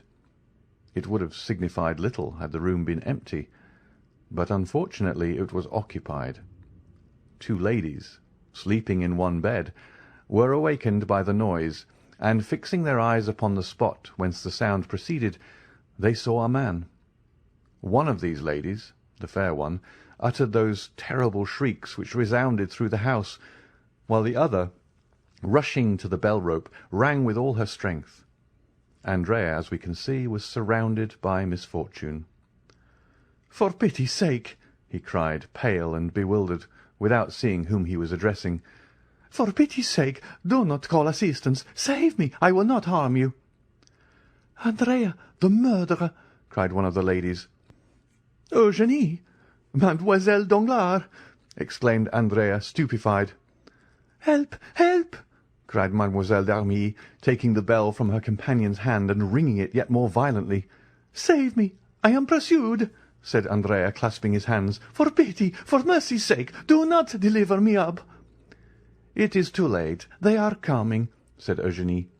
"Well, conceal me somewhere. You can say you were needlessly alarmed. You can turn their suspicions and save my life." The two ladies, pressing closely to one another, and drawing the bedclothes tightly around them, remained silent to this supplicating voice, repugnance and fear taking possession of their minds. "Well, be it so," at length said Eugénie. "Return by the same road you came, and we will say nothing about you, unhappy wretch." "Here he is!" cried a voice from the landing. "Here he is! I see him!" The brigadier had put his eye to the keyhole and had discovered Andrea in a posture of entreaty. A violent blow from the butt-end of the musket burst open the lock. Two more forced out the bolts, and the broken door fell in. Andrea ran to the other door, leading to the gallery, ready to rush out, but he was stopped short, and he stood with his body a little thrown back, pale and with the useless knife in his clinched hand. "Fly, then!" cried Mademoiselle d'Armilly, whose pity returned as her fears diminished. "Fly!" "Or kill yourself," said Eugénie, in a tone which a vestal in the amphitheatre would have used when urging the victorious gladiator to finish his vanquished adversary. Andrea shuddered, and looked on the young girl with an expression which proved how little he understood such ferocious honour. "Kill myself!" he cried, throwing down his knife. "Why should I do so?" "Why, you said," answered Mademoiselle Danglars, "that you would be condemned to die like the worst criminals." "Bah!" said Cavalcanti, crossing his arms. "One has friends." The brigadier advanced to him, sword in hand. "Come, come," said Andrea. "Sheath your sword, my fine fellow. There is no occasion to make such a fuss, since I give myself up." And he held out his hands to be manacled. The girls looked with horror upon this shameful metamorphosis, the man of the world shaking off his covering and appearing as a galley slave. Andrea turned towards them, and with an impertinent smile asked, "Have you any message for your father, Mademoiselle Danglars? For in all probability I shall return to Paris." Eugénie covered her face with her hands. "Oh-ho!" said Andrea. "You need not be ashamed, even though you did post after me. Was I not nearly your husband?" And with this raillery Andrea went out, leaving the two girls a prey to their own feelings of shame and to the comments of the crowd. An hour after they stepped into their calash, both dressed in feminine attire. The gate of the hotel had been closed to screen them from sight, but they were forced, when the door was open, to pass through a throng of curious glances and whispering voices. Eugénie closed her eyes, but though she could not see, she could hear, and the sneers of the crowd reached her in the carriage. "Oh, why is not the world a wilderness?" she exclaimed, throwing herself into the arms of Mademoiselle d'Armilly, her eyes sparkling with the same kind of rage which made Nero wish that the Roman world had but one neck, that he might sever it at a single blow.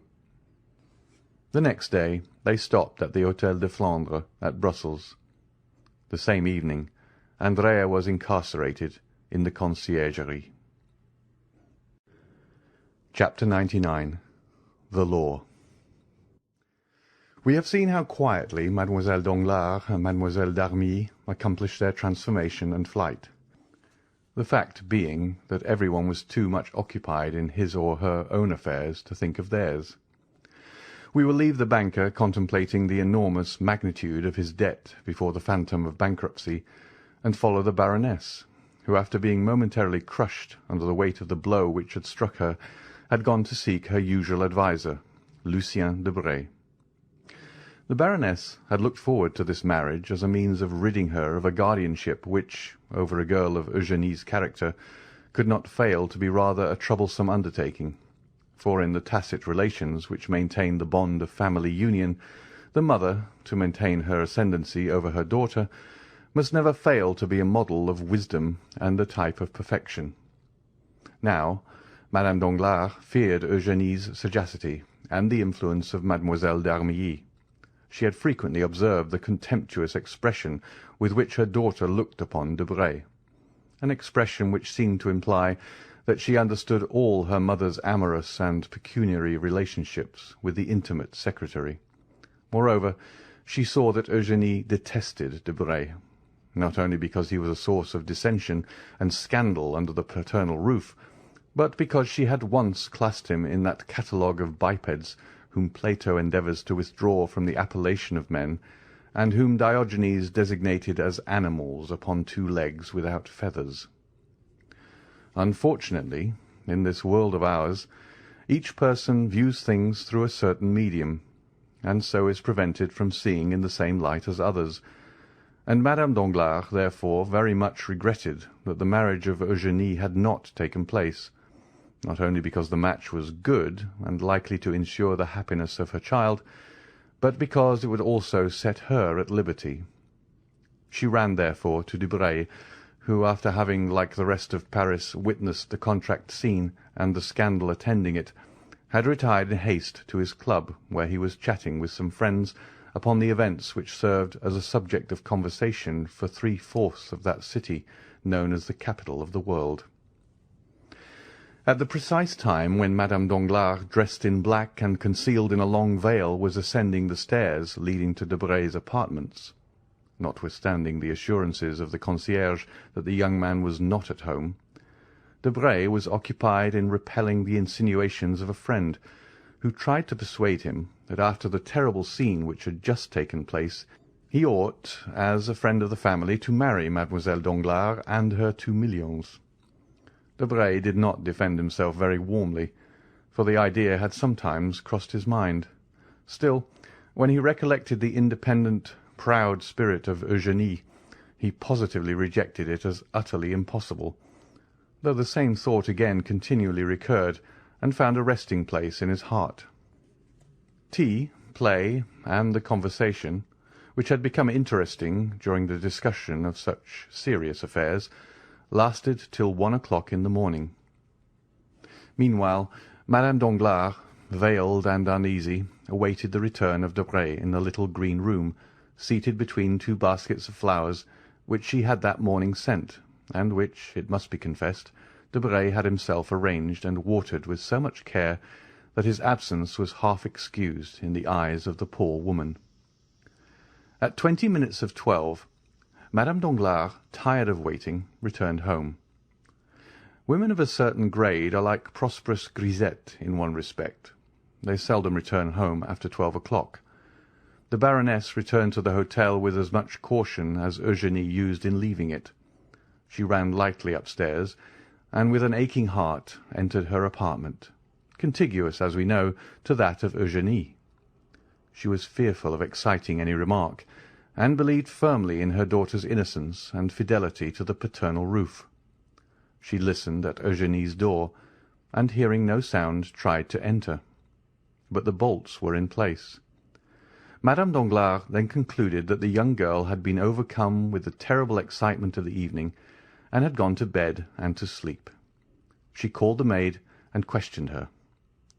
"Mademoiselle Eugénie," said the maid, "retired to her apartment with Mademoiselle d'Armilly. They then took tea together, after which they desired me to leave, saying that they needed me no longer." Since then the maid had been below, and, like everyone else, she thought the young ladies were in their own room. Madame Danglars, therefore, went to bed without a shadow of suspicion, and began to muse over the recent events. In proportion as her memory became clearer, the occurrences of the evening were revealed in their true light. What she had taken for confusion was a tumult. What she had regarded as something distressing was in reality a disgrace. And then the Baroness remembered that she had felt no pity for poor Mercédès, who had been afflicted with a severer blow through her husband and son. "Eugénie," she said to herself, "is lost, and so are we. The affair, as it will be reported, will cover us with shame, for in a society such as ours, satire inflicts a painful and incurable wound. How unfortunate that Eugénie is possessed of that strange character which so often made me tremble." And her glance was turned towards heaven, where a mysterious providence disposes all things, and out of a fault, nay, even a vice, sometimes produces a blessing. And then her thoughts, cleaving through space like a bird in the air, rested on Cavalcanti. This Andrea was a wretch, a robber, an assassin, and yet his manners showed the effects of a sort of education, if not a complete one. He had been presented to the world with the appearance of an immense fortune, supported by an honourable name. How could she extricate herself from this labyrinth? To whom would she apply to help her out of this painful situation? Debray, to whom she had run, with the first instinct of a woman, towards the man she loves, and who yet betrays her. Debray could but give her advice. She must apply to someone more powerful than he. The Baroness then thought of Monsieur de Villefort. It was Monsieur de Villefort who had remorselessly brought misfortune into her family, as though they had been strangers. But no. On reflection, the procureur was not a merciless man, and it was not the magistrate, slave to his duties, but the friend, the loyal friend, who roughly but firmly cut into the very core of the corruption. It was not the executioner, but the surgeon, who wished to withdraw the honour of Danglars from ignominious association with the disgraced young man they had presented to the world as their son-in-law.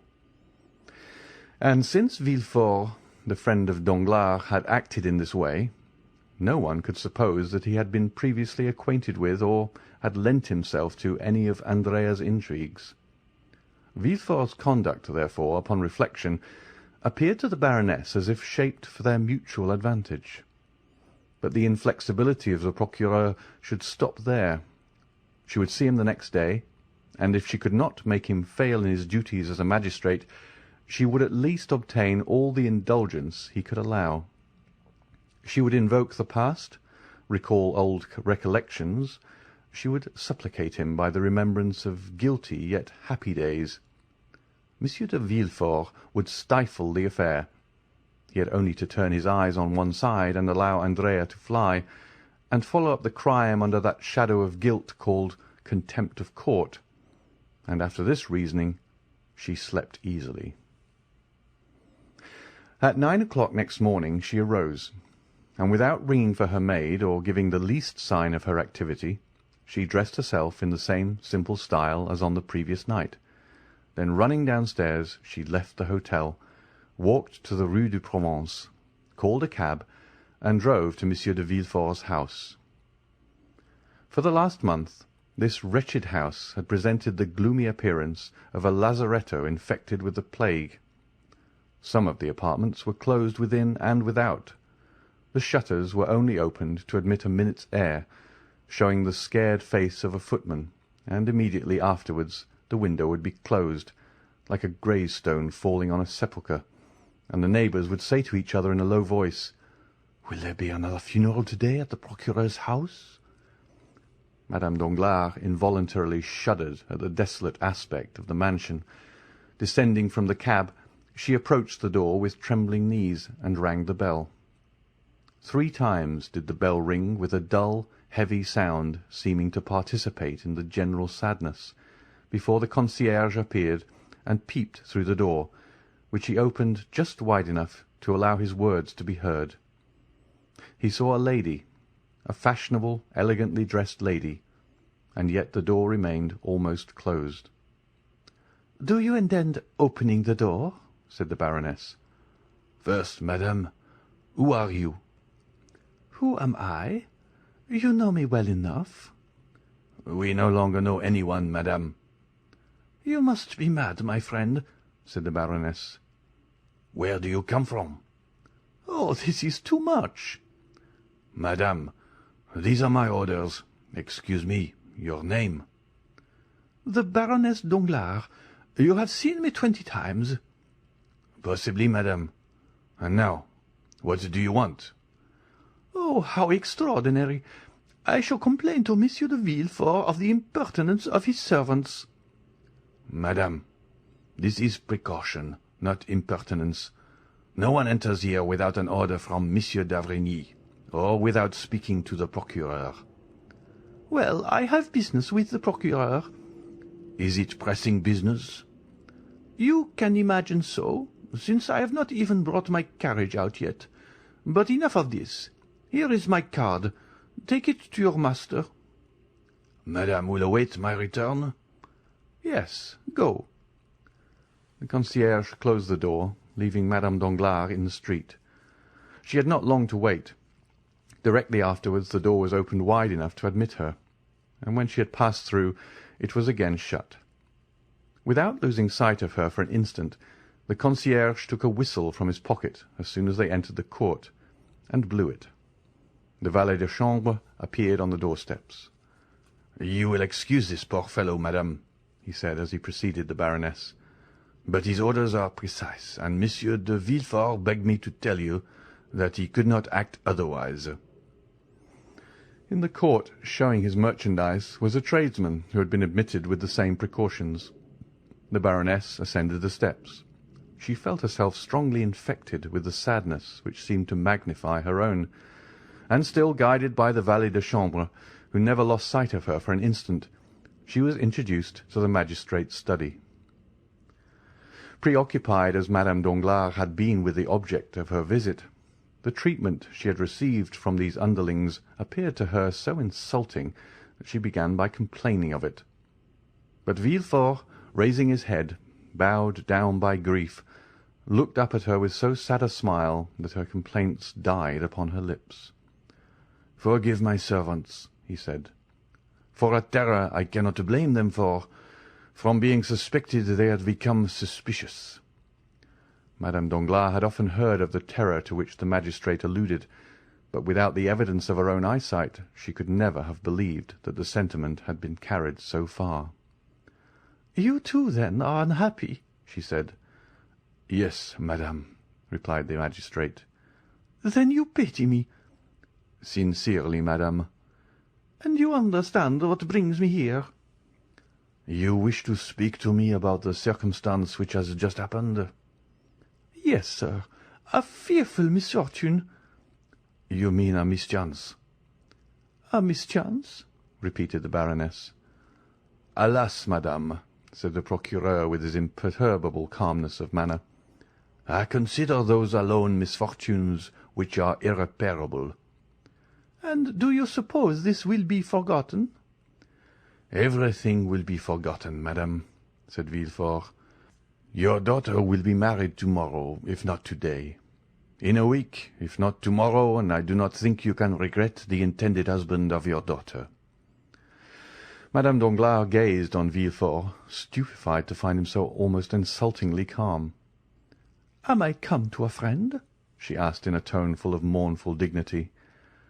"You know that you are, madame," said Villefort, whose pale cheeks became slightly flushed as he gave her the assurance.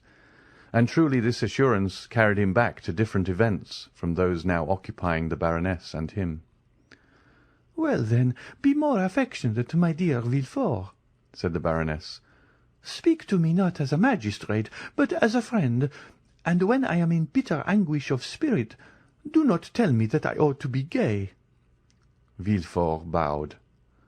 "When I hear misfortune named, madame," he said, "I have within the last few months contracted the bad habit of thinking of my own, and then I cannot help drawing up an egotistical parallel in my mind. That is the reason that by the side of my misfortunes yours appear to me mere mischances. That is why my dreadful position makes yours appear enviable. But this annoys you. Let us change the subject. You were saying, madame." "I came to ask you, my friend," said the Baroness, What will be done with this impostor?" "Impostor?" repeated Villefort. "Certainly, madame, you appear to extenuate some cases and exaggerate others. Impostor, indeed! Monsieur Andrea Cavalcanti, or rather Monsieur Benedetto, is nothing more nor less than an assassin." "Sir, I do not deny the justice of your correction, but the more severely you arm yourself against that unfortunate man, the more deeply will you strike our family. Come, forget him for a moment, and instead of pursuing him, let him go." "You are too late, madame. The orders are issued." "Well, should he be arrested, do they think they will arrest him?" "I hope so." "If they should arrest him, I know that sometimes prisoners afford means of escape. Will you leave him in prison?" The procureur shook his head. "At least keep him there till my daughter be married." "Impossible, madame. Justice has its formalities." "What, even for me?" said the Baroness, half jesting, half in earnest. "For all, even for myself among the rest," replied Villefort. "Ah!" exclaimed the Baroness, without expressing the ideas which the exclamation betrayed. Villefort looked at her with that piercing glance which reads the secrets of the heart. "Yes, I know what you mean," he said. "You refer to the terrible rumours spread abroad in the world that the deaths which have kept me in mourning for the last 3 months, and from which Valentine has only escaped by a miracle, have not happened by natural means." "I was not thinking of that," replied Madame Danglars quickly. "Yes, you were thinking of it, and with justice. You could not help thinking of it, and saying to yourself, 'You who pursue crime so vindictively, answer now why are there unpunished crimes in your dwelling?'" The Baroness became pale. "You were saying this, were you not?" "Well, I own it." "I will answer you." Villefort drew his armchair nearer to Madame Danglars. Then, resting both hands upon his desk, he said, in a voice more hollow than usual, "There are crimes which remain unpunished, because the criminals are unknown, and we might strike the innocent instead of the guilty. But when the culprits are discovered—" Villefort here extended his hand toward a large crucifix placed opposite to his desk. "When they are discovered, I swear to you by all I hold most sacred, that whoever they may be, they shall die. Now, after the oath I have just taken, and which I will keep, madame, dare you ask for mercy for that wretch?" "But, sir, are you sure he is guilty as they say?" "Listen, this is his description. Benedetto, condemned at the age of 16 for 5 years to the galleys for forgery. He promised well, as you see. First a runaway, then an assassin." "And who is this wretch?" "Who can tell? A vagabond, a Corsican." "Has no one owned him?" "No one. His parents are unknown." "But who was the man who brought him from Lucca?" "Another rascal like himself. Perhaps his accomplice." The Baroness clasped her hands. "Villefort," she exclaimed in her softest and most captivating manner. "For heaven's sake, madame," said Villefort, with a firmness of expression not altogether free from harshness, "for heaven's sake, do not ask pardon for me for a guilty wretch. What am I? The law. Has the law any eyes to witness your grief? Has the law ears to be melted by your sweet voice? Has the law a memory for all those soft recollections you endeavour to recall? No, madame, the law has commanded, and when it commands, it strikes. You will tell me that I am a living being and not a code, a man and not a volume. Look at me, madame, look around me. Have mankind treated me as a brother? Have they loved me? Have they spared me? Has anyone shown the mercy towards me that you now ask at my hands? No, madame, they struck me, always struck me. Woman, siren that you are, Do you persist in fixing on me that fascinating eye which reminds me that I ought to blush? Well, be it so. Let me blush for the faults you know, and perhaps for even more than those. But having sinned myself, it may be more deeply than others. I never rest till I have torn the disguises from my fellow creatures and found out their weaknesses. I have always found them, and more, I repeat it with joy, with triumph, I have always found some proof of human perversity or error. Every criminal I condemn seems to me living evidence that I am not a hideous exception to the rest. Alas, alas, alas, all the world is wicked.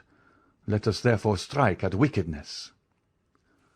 Villefort pronounced these last words with a feverish rage, which gave a ferocious eloquence to his words.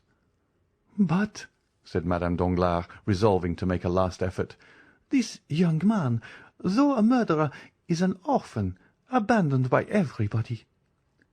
"So much the worse, or rather so much the better.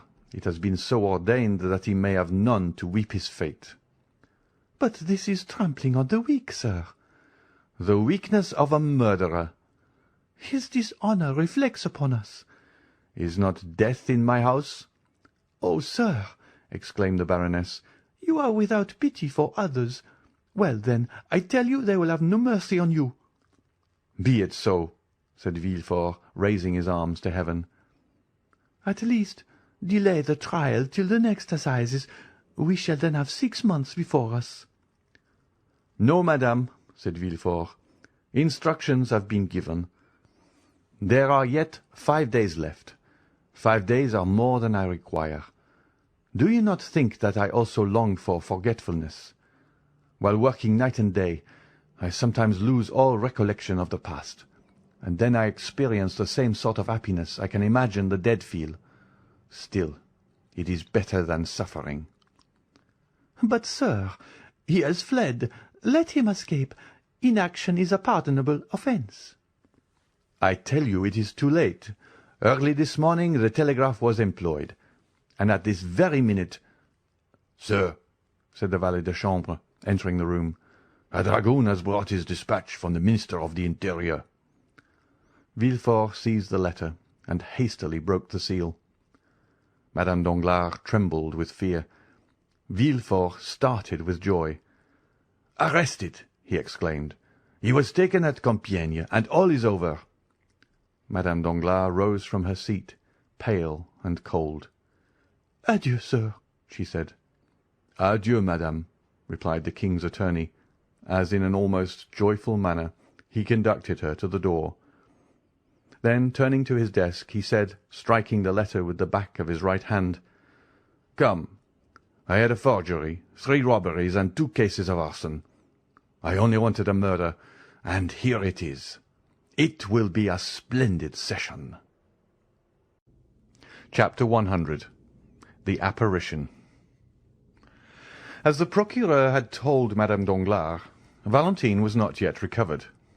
Bowed down with fatigue, she was indeed confined to her bed, and it was in her own room and from the lips of Madame de Villefort that she heard all the strange events we have related.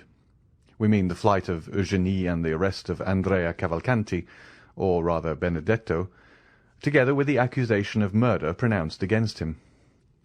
But Valentine was so weak that this recital scarcely produced the same effect it would have done had she been in her usual state of health. Indeed, her brain was only the seat of vague ideas and confused forms, mingled with strange fancies, alone presented themselves before her eyes.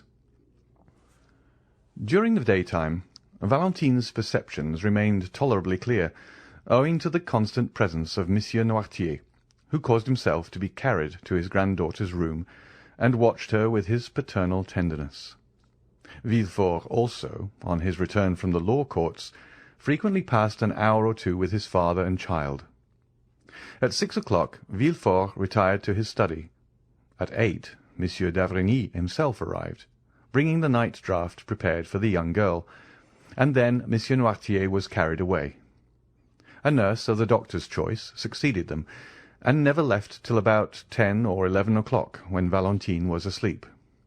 As she went downstairs, she gave the keys of Valentine's room to Monsieur de Villefort, so that no one could reach the sick-room excepting through that of Madame de Villefort and little Edward.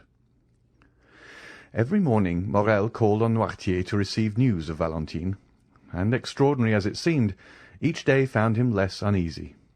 Certainly, though Valentine still laboured under dreadful nervous excitement, she was better, and, moreover, Monte Cristo had told him when, half distracted, he had rushed to the Count's house, that if she were not dead in 2 hours, she would be saved. Now 4 days had elapsed, and Valentine still lived. The nervous excitement of which we speak pursued Valentine even in her sleep, or rather in that state of somnolence which succeeded her waking hours.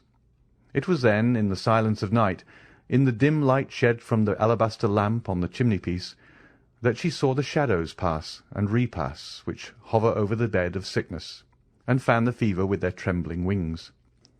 First she fancied she saw her stepmother threatening her. Then Morrel stretched his arms towards her. Sometimes mere strangers like the Count of Monte Cristo came to visit her.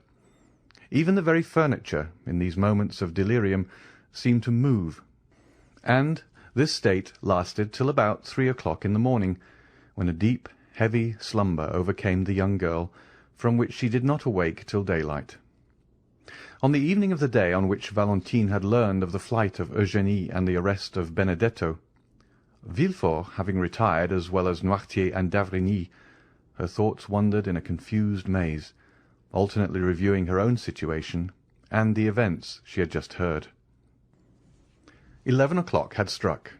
The nurse, having placed the beverage prepared by the doctor within reach of the patient, and locked the door, was listening with terror to the comments of the servants in the kitchen, and storing her memory with all the horrible stories which had for some months past amused the occupants of the antechambers in the house of the king's attorney. Meanwhile an unexpected scene was passing in the room which had been so carefully locked. 10 minutes had elapsed since the nurse had left. Valentine, who for the last hour had been suffering from the fever which returned nightly, incapable of controlling her ideas, was forced to yield to the excitement which exhausted itself in producing and reproducing a succession and recurrence of the same fancies and images. The night-lamp threw out countless rays, each resolving itself into some strange form to her disordered imagination, when suddenly, by its flickering light, Valentine thought she saw the door of her library, which was in the recess by the chimney-piece, open slowly, though she in vain listened for the sound of the hinges on which it turned. At any other time Valentine would have seized the silken bell-pull and summoned assistance, but nothing astonished her in her present situation. Her reason told her that all the visions she beheld were but the children of her imagination, and the conviction was strengthened by the fact that in the morning no traces remained of the nocturnal phantoms, who disappeared with the coming of daylight. From behind the door a human figure appeared, but the girl was too familiar with such apparitions to be alarmed, and therefore only stared, hoping to recognize Morrel. The figure advanced toward the bed, and appeared to listen with profound attention. At this moment a ray of light glanced across the face of the midnight visitor. "It is not he," she murmured, and waited, in the assurance that this was but a dream, for the man to disappear or assume some other form. Still, she felt her pulse, and finding it throb violently, she remembered that the best method of dispelling such illusions was to drink, for a draught of the beverage prepared by the doctor to allay her fever seemed to cause a reaction of the brain, and for a short time she suffered less.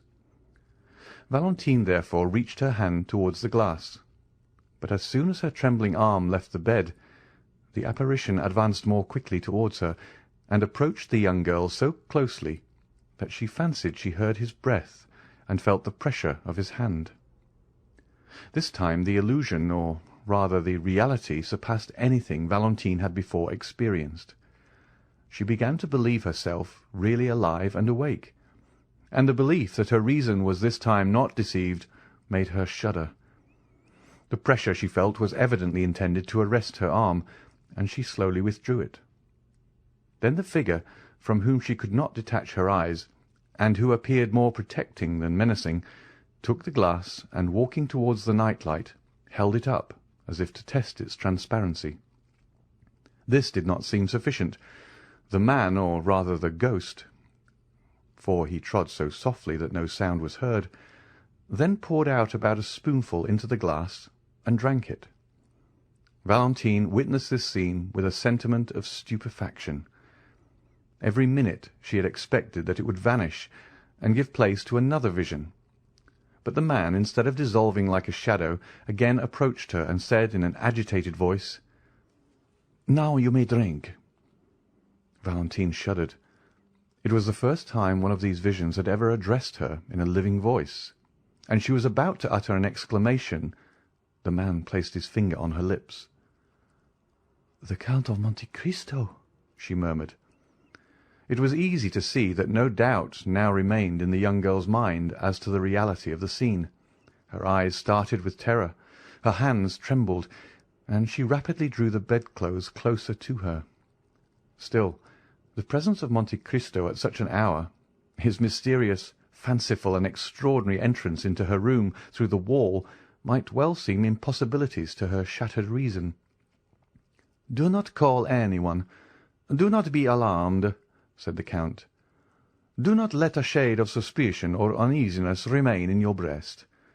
The man standing before you, Valentine, for this time it is no ghost, is nothing more than the tenderest father, and the most respectful friend you could dream of." Valentine could not reply. The voice, which indicated the real presence of a being in the room, alarmed her so much that she feared to utter a syllable. Still, the expression of her eyes seemed to inquire, "If your intentions are pure, why are you here?" The Count's marvellous sagacity understood all that was passing in the young girl's mind. "Listen to me," he said, "or rather look upon me, look at my face, paler even than usual, and my eyes red with weariness. For 4 days I have not closed them, for I have been constantly watching you, to protect and preserve you for Maximilian." The blood mounted rapidly to the cheeks of Valentine, for the name just announced by the Count dispelled all the fear with which his presence had inspired her. "Maximilian!" she exclaimed, and so sweet did the sound appear to her that she repeated it. "Maximilian! Has he then owned all to you?" "Everything. He told me your life was his, and I have promised him that you shall live." "You have promised him that I shall live?" "Yes." "But, sir, you spoke of vigilance and protection. Are you a doctor?" "Yes, the best you can have at the present time. Believe me." "But you say you have watched," said Valentine uneasily. "Where have you been? I have not seen you." The Count extended his hand towards the library. "I was hidden behind that door," he said, "which leads into the next house, which I have rented." Valentine turned her eyes away, and, with an indignant expression of pride and modest fear, exclaimed, "Sir, I think you have been guilty of an unparalleled intrusion, and that what you call protection is more like an insult."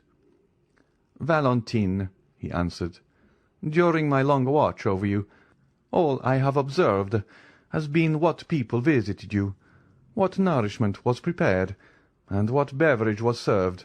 Then, when the latter appeared dangerous to me, I entered as I have now done, and substituted, in the place of the poison, a healthful draught, which, instead of producing the death intended, caused life to circulate in your veins."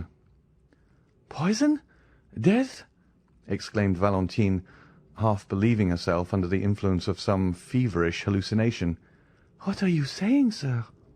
"Hush, my child," said Monte Cristo, again placing his finger upon her lips.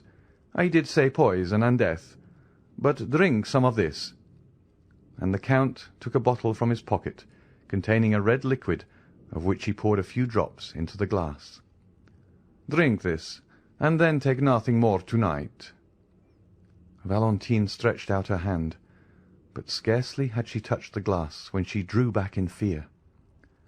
Monte Cristo took the glass, drank half its contents, and then presented it to Valentine, who smiled and swallowed the rest. "Oh, yes," she exclaimed, "I recognize the flavour of my nocturnal beverage, which refreshed me so much, and seemed to ease my aching brain. Thank you, sir, thank you." "This is how you have lived during the last 4 nights, Valentine," said the Count. "But oh, how I passed that time! Oh, the wretched hours I have endured, the torture to which I have submitted when I saw the deadly poison poured into your glass, and how I trembled lest you should drink it before I could find time to throw it away." "Sir," said Valentine, at the height of her terror, "you say you endured tortures when you saw the deadly poison poured into my glass. But if you saw this, you must also have seen the person who poured it." "Yes." Valentine raised herself in bed, and drew over her chest, which appeared whiter than snow, the embroidered cambric, still moist with the cold dews of delirium, to which were now added those of terror. "You saw the person?" repeated the young girl. "Yes," repeated the Count. "What you tell me is horrible, sir. You wish to make me believe something too dreadful. What? Attempt to murder me in my father's house, in my room, on my bed of sickness? Oh, leave me, sir. You are tempting me. You make me doubt the goodness of Providence. It is impossible. It cannot be." "Are you the first that this hand has stricken? Have you not seen Monsieur de Saint-Méran, Madame de Saint-Méran, Barrois, all fall? Would not Monsieur Noirtier also have fallen victim, had not the treatment he has been pursuing for the last 3 years neutralized the effects of the poison?" "Oh, heaven!" said Valentine. "Is this the reason my grandpapa has made me share all his beverages during the last month?" "And had they all tasted of a slightly bitter flavour, like that of dried orange peel?" "Oh, yes, yes." "Then that explains all," said Monte Cristo. "Your grandfather knows, then, that a poisoner lives here. Perhaps he even suspects the person. He has been fortifying you, his beloved child, against the fatal effects of the poison, which has failed because your system was already impregnated with it. But even this would have availed little against a more deadly medium of death, employed 4 days ago, which is generally but too fatal." "But who, then, is this assassin, this murderer?" "Let me also ask you a question. Have you never seen any one enter into your room at night?" "Oh, yes. I have frequently seen shadows pass close to me, approach and disappear. But I took them for visions raised by my feverish imagination, and indeed, when you entered, I thought I was under the influence of delirium." "Then you do not know who it is that attempts your life?" "No," said Valentine. "Who could desire my death?" "You shall know it now, then," said Monte Cristo, listening. "How do you mean?" said Valentine, looking anxiously around. "Because you are not feverish or delirious tonight, but thoroughly awake. Midnight is striking, which is the hour murderers choose." "Oh, heavens!" exclaimed Valentine, wiping off the drops which ran down her forehead. Midnight struck slowly and sadly. Every hour seemed to strike with leaden weight upon the heart of the poor girl. "Valentine," said the Count, "summon up all your courage, still the beatings of your heart, do not let a sound escape you, and feign to be asleep. Then you will see." Valentine seized the Count's hand. "I think I hear a noise," she said. "Leave me." "Good-bye, for the present," replied the Count, walking upon tiptoe towards the library door, and smiling with an expression so sad and paternal that the young girl's heart was filled with gratitude. Before closing the door, he turned around once more and said, "Not a movement, not a word. Let them think you asleep, or perhaps you may be killed before I have the power of helping you." And with this fearful injunction, the Count disappeared through the door, which noiselessly closed after him. Chapter 101. Locusta. Valentine was alone. 2 other clocks, slower than that of Saint-Philippe-du-Roule, struck the hour of midnight from different directions, and, excepting the rumbling of a few carriages, all was silent. Then Valentine's attention was engrossed by the clock in her room, which marked the seconds. She began counting them, remarking that they were much slower than the beatings of her heart, and still she doubted. The inoffensive Valentine could not imagine that anyone should desire her death. Why should they? To what end? What had she done to excite the malice of an enemy? There was no fear of her falling asleep. One terrible idea pressed upon her mind, that someone existed in the world who had attempted to assassinate her, and who was about to endeavour to do so again. Supposing this person wearied at the inefficacy of the poison, should, as Monte Cristo intimated, have recourse to steel? What if the Count should have no time to run to her rescue? What if her last moments were approaching, and she should never again see Morrel? When this terrible chain of ideas presented itself, Valentine was nearly persuaded to ring the bell and call for help. But through the door she fancied she saw the luminous eye of the Count, that eye which lived in her memory, and the recollection overwhelmed her with so much shame that she asked herself whether any amount of gratitude could ever repay his adventurous and devoted friendship. 20 minutes, 20 tedious minutes, passed thus, then 10 more, and at last the clock struck the half-hour. Just then the sound of finger-nails slightly grating against the door of the library informed Valentine that the Count was still watching, and recommended her to do the same. At the same time, on the opposite side, that is, towards Edward's room, Valentine fancied that she heard the creaking of the floor. She listened attentively, holding her breath till she was nearly suffocated. The lock turned, and the door slowly opened. Valentine had raised herself upon her elbow, and had scarcely time to throw herself down on the bed and shade her eyes with her arm. Then, trembling, agitated, and her heart beating with indescribable terror, she awaited the event. Someone approached the bed and drew back the curtains. Valentine summoned every effort, and breathed with that regular respiration which announces tranquil sleep. "Valentine," said a low voice. Still silent, Valentine had promised not to awake. Then everything was still, excepting that Valentine heard the almost noiseless sound of some liquid being poured into the glass she had just emptied. Then she ventured to open her eyelids, and glance over her extended arm. She saw a woman in a white dressing-gown pouring a liquor from a phial into her glass. During this short time, Valentine must have held her breath, or moved in some slight degree, for the woman, disturbed, stopped and leaned over the bed, in order the better to ascertain whether Valentine slept. It was Madame de Villefort. On recognizing her stepmother, Valentine could not repress a shudder, which caused a vibration in the bed. Madame de Villefort instantly stepped back close to the wall, and there, shaded by the bed curtains, she silently and attentively watched the slightest movement of Valentine. The latter recollected the terrible caution of Monte Cristo. She fancied that the hand not holding the phial clasped a long, sharp knife. Then, collecting all her remaining strength, she forced herself to close her eyes. But this simple operation upon the most delicate organs of our frame, generally so easy to accomplish, became almost impossible at this moment. So much did curiosity struggle to retain the eyelid open and learn the truth. Madame de Villefort, however, reassured by the silence, which was alone disturbed by the regular breathing of Valentine, again extended her hand, and, half hidden by the curtains, succeeded in emptying the contents of the phial into the glass. Then she retired so gently that Valentine did not know she had left the room. She only witnessed the withdrawal of the arm, the fair round arm of a woman but 25 years old, and who yet spread death around her.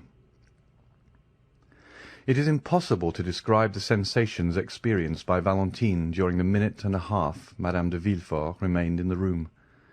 The grating against the library door aroused the young girl from the stupor in which she was plunged, and which almost amounted to insensibility. She raised her head with an effort. The noiseless door again turned on its hinges, and the Count of Monte Cristo reappeared. "Well," said he, "do you still doubt?" "Oh," murmured the young girl, "have you seen?" "Alas!" "Did you recognize?" Valentine groaned. "Oh, yes," she said. "I saw, but I cannot believe." "Would you rather die, then, and cause Maximilian's death?" "Oh," repeated the young girl, almost bewildered. "Can I not leave the house? Can I not escape?" "Valentine, the hand which now threatens you will pursue you everywhere. Your servants will be seduced with gold, and death will be offered to you disguised in every shape. You will find it in the water you drink from the spring, in the fruit you pluck from the tree." "But did you not say that my kind grandfather's precaution had neutralized the poison?" "Yes, but not against a strong dose. The poison will be changed and the quantity increased." He took the glass and raised it to his lips. "It is already done," he said. "Brucine is no longer employed, but a simple narcotic. I can recognize the flavour of the alcohol in which it has been dissolved. If you had taken what Madame de Villefort has poured into your glass, Valentine, you would have been doomed." "But," exclaimed the young girl, "why am I thus pursued?" "Why? Are you so kind, so good, so unsuspicious of ill, that you cannot understand, Valentine?" "No, I have never injured her." "But you are rich, Valentine. You have 200,000 livres a year, and you prevent her son from enjoying those 200,000 livres." "How so? The fortune is not her gift, but is inherited from my relations." "Certainly, and that is why Monsieur and Madame de Saint-Méran have died. That is why Monsieur Noirtier was sentenced the day he made you his heir. That is why you, in your turn, are to die. It is because your father would inherit your property, and your brother, his only son, succeed to his." "Edward, poor child, are all these crimes committed on his account?" "Ah, then you at length understand." "Heaven grant that this may not be visited upon him." "Valentine, you are an angel." "But why is my grandfather allowed to live?" "It was considered that you dead, the fortune would naturally revert to your brother, unless he were disinherited, and besides, the crime appearing useless, it would be folly to commit it." "And is it possible that this frightful combination of crimes has been invented by a woman?" "Do you recollect, in the arbour of the Hôtel des Postes at Perugia, seeing a man in a brown cloak whom your stepmother was questioning upon Aqua Tofana? Well, ever since then, the infernal project has been ripening in her brain." "Ah, then indeed, sir," said the sweet girl, bathed in tears, "I see that I am condemned to die." "No, Valentine, for I have foreseen all their plots. No, your enemy is conquered, since we know her, and you will live, Valentine, live to be happy yourself, and to confer happiness upon a noble heart. But to ensure this, you must rely on me." "Command me, sir. What am I to do?" "You must blindly take what I give you." "Alas, were it only for my own sake, I should prefer to die." "You must not confide in anyone, not even in your father." "My father is not engaged in this fearful plot, is he, sir?" asked Valentine, clasping her hands. "No, and yet your father, a man accustomed to judicial accusations, ought to have known that all these deaths have not happened naturally. It is he who should have watched over you. He should have occupied my place. He should have emptied that glass. He should have risen against the assassin." "Spectre against spectre," he murmured in a low voice as he concluded his sentence. "Sir," said Valentine, I will do all I can to live, for there are two beings whose existence depends on mine, my grandfather and Maximilian." "I will watch over them, as I have over you." "Well, sir, do as you will with me." And then she added in a low voice, "Oh, heavens, what will befall me?" "Whatever may happen, Valentine, do not be alarmed. Though you suffer, though you lose sight, hearing, consciousness, fear nothing. Though you should awake and be ignorant where you are, still do not fear. Even though you should find yourself in a sepulchral vault or coffin, reassure yourself then, and say to yourself, 'At this moment, a friend, a father, who lives for my happiness and that of Maximilian, watches over me.'" "Alas! Alas, what a fearful extremity!" "Valentine, would you rather denounce your stepmother?" "I would rather die 100 times. Oh, yes, die!" "No, you will not die. But will you promise me, whatever happens, that you will not complain, but hope?" "I will think of Maximilian." "You are my own darling child, Valentine. I alone can save you, and I will." Valentine, in the extremity of her terror, joined her hands, for she felt that the moment had arrived to ask for courage, and began to pray. And while uttering little more than incoherent words, she forgot that her white shoulders had no other covering than her long hair, and that the pulsations of her heart could be seen through the lace of her nightdress. Monte Cristo gently laid his hand on the young girl's arm, drew the velvet coverlet close to her throat, and said with a paternal smile, "My child, believe in my devotion to you as you believe in the goodness of Providence and the love of Maximilian." Then he drew from his waistcoat pocket the little emerald box, raised the golden lid, and took from it a pastille about the size of a pea, which he placed in her hand. She took it, and looked attentively on the Count. There was an expression on the face of her intrepid protector which commanded her veneration. She evidently interrogated him by her look. "Yes," said he.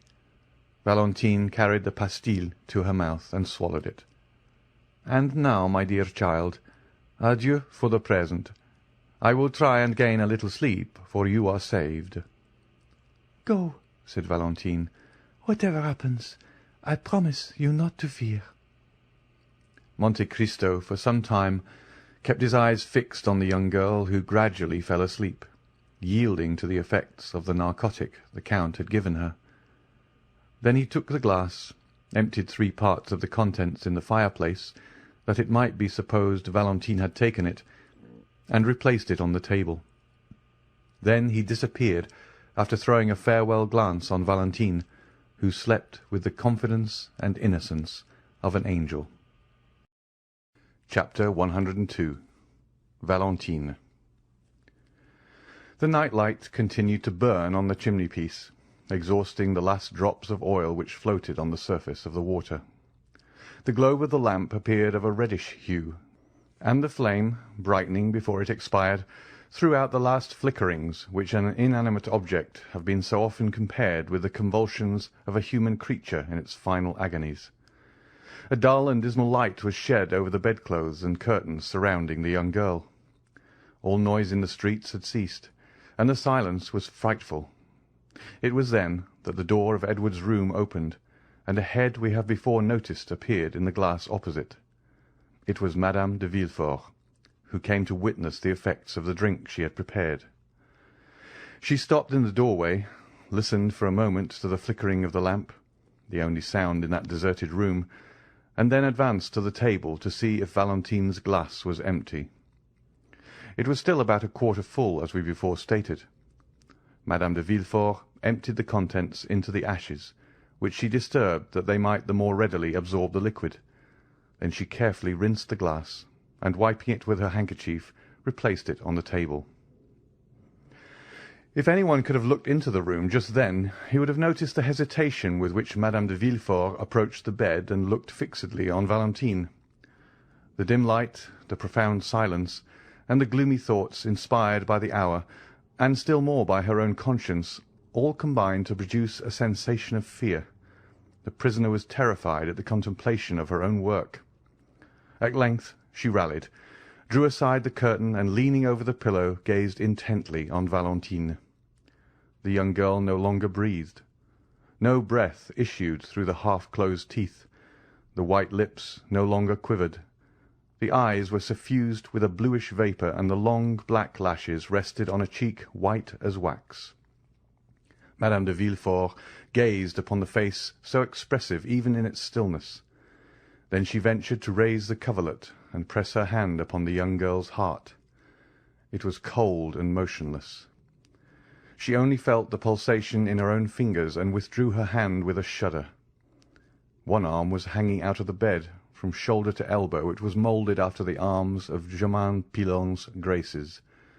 But the forearm seemed to be slightly distorted by convulsion, and the hand, so delicately formed, was resting with stiff, outstretched fingers on the framework of the bed. The nails, too, were turning blue. Madame de Villefort had no longer any doubt. All was over. She had consummated the last terrible work she had to accomplish. There was no more to do in the room. So the poisoner retired stealthily, as though fearing to hear the sound of her own footsteps. But as she withdrew, she still held aside the curtain, absorbed in the irresistible attraction always exerted by the picture of death, so long as it is merely mysterious and does not excite disgust. Just then the lamp again flickered. The noise startled Madame de Villefort, who shuddered and dropped the curtain. Immediately afterwards the light expired, and the room was plunged in frightful obscurity, while the clock at that minute struck 4:30. Overpowered with agitation, the poisoner succeeded in groping her way to the door, and reached her room in an agony of fear. The darkness lasted 2 hours longer. Then by degrees a cold light crept through the Venetian blinds, until at length it revealed the objects in the room. About this time the nurse's cough was heard on the stairs, and the woman entered the room with a cup in her hand. To the tender eye of a father or a lover, the first glance would have sufficed to reveal Valentine's condition, but to this hireling Valentine only appeared to sleep. "Good," she exclaimed, approaching the table. "She has taken part of her draught. The glass is 3/4 empty." Then she went to the fireplace and lit the fire, and although she had just left her bed, she could not resist the temptation offered by Valentine's sleep, so she threw herself into an armchair to snatch a little more rest. The clock striking 8 awoke her. Astonished at the prolonged slumber of the patient, and frightened to see that the arm was still hanging out of the bed, she advanced towards Valentine, and for the first time noticed the white lips. She tried to replace the arm, but it moved with a frightful rigidity which could not deceive a sick nurse. She screamed aloud, and running to the door, exclaimed, "Help! Help!" "What is the matter?" asked Monsieur d'Avrigny at the foot of the stairs, it being the hour he usually visited her. "What is it?" asked Villefort, rushing from his room. "Doctor, do you hear them call for help?" "Yes, yes. Let us hasten up. It was in Valentine's room." But before the doctor and the father could reach the room, the servants, who were on the same floor, had entered, and seeing Valentine pale and motionless on her bed, they lifted up their hands towards heaven, and stood transfixed, as though struck by lightning. "Call Madame de Villefort! Wake, Madame de Villefort!" cried the procureur from the door of his chamber, which apparently he scarcely dared to leave. But instead of obeying him, the servant stood watching Monsieur d'Avrigny, who ran to Valentine and raised her in his arms. "What, this one too?" he exclaimed. "Oh, where will be the end?" Villefort rushed into the room. "What are you saying, doctor?" he exclaimed, raising his hands to heaven. "I say that Valentine is dead," replied d'Avrigny in a voice terrible in its solemn calm. Monsieur de Villefort staggered and buried his head in the bed. On the exclamation of the doctor and the cry of the father, the servants all fled with muttered imprecations. They were heard running down the stairs and through the long passages. Then there was a rush in the court, Afterwards all was still. They had, one and all, deserted the accursed house. Just then, Madame de Villefort, in the act of slipping on her dressing-gown, threw aside the drapery, and for a moment stood motionless, as though interrogating the occupants of the room, while she endeavoured to call up some rebellious tears. On a sudden, she stepped, or rather bounded, with outstretched arms towards the table. She saw d'Avrigny curiously examining the glass, which she felt certain of having emptied during the night. It was now a third full, just as it was when she threw the contents into the ashes. The spectre of Valentine rising before the poisoner would have alarmed her less. It was indeed the same colour as the draught she had poured into the glass, and which Valentine had drunk. It was indeed the poison which could not deceive Monsieur d'Avrigny, which he now examined so closely. It was doubtless a miracle from heaven that, notwithstanding her precautions, there should be some trace, some proof remaining to reveal the crime. While Madame de Villefort remained rooted to the spot like a statue of terror, and Villefort, with his head hidden in the bedclothes, saw nothing around him, d'Avrigny approached the window that he might better examine the contents of the glass, and dipping the tip of his finger in, tasted it. "Ah!" he exclaimed, "it is no longer brucine that is used. Let me see what it is." Then he ran to one of the cupboards in Valentine's room, which had been transformed into a medicine closet, and taking from its silver case a small bottle of nitric acid, dropped a little of it into the liquor, which immediately changed to a blood-red colour. "Ah!" exclaimed d'Avrigny, in a voice in which the horror of a judge unveiling the truth was mingled with the delight of a student making a discovery. Madame de Villefort was overpowered. Her eyes first flashed and then swam. She staggered towards the door and disappeared. Directly afterwards, the distant sound of a heavy weight falling on the ground was heard, but no one paid any attention to it. The nurse was engaged in watching the chemical analysis, and Villefort was still absorbed in grief. Monsieur d'Avrigny alone had followed Madame de Villefort with his eyes and watched her hurried retreat.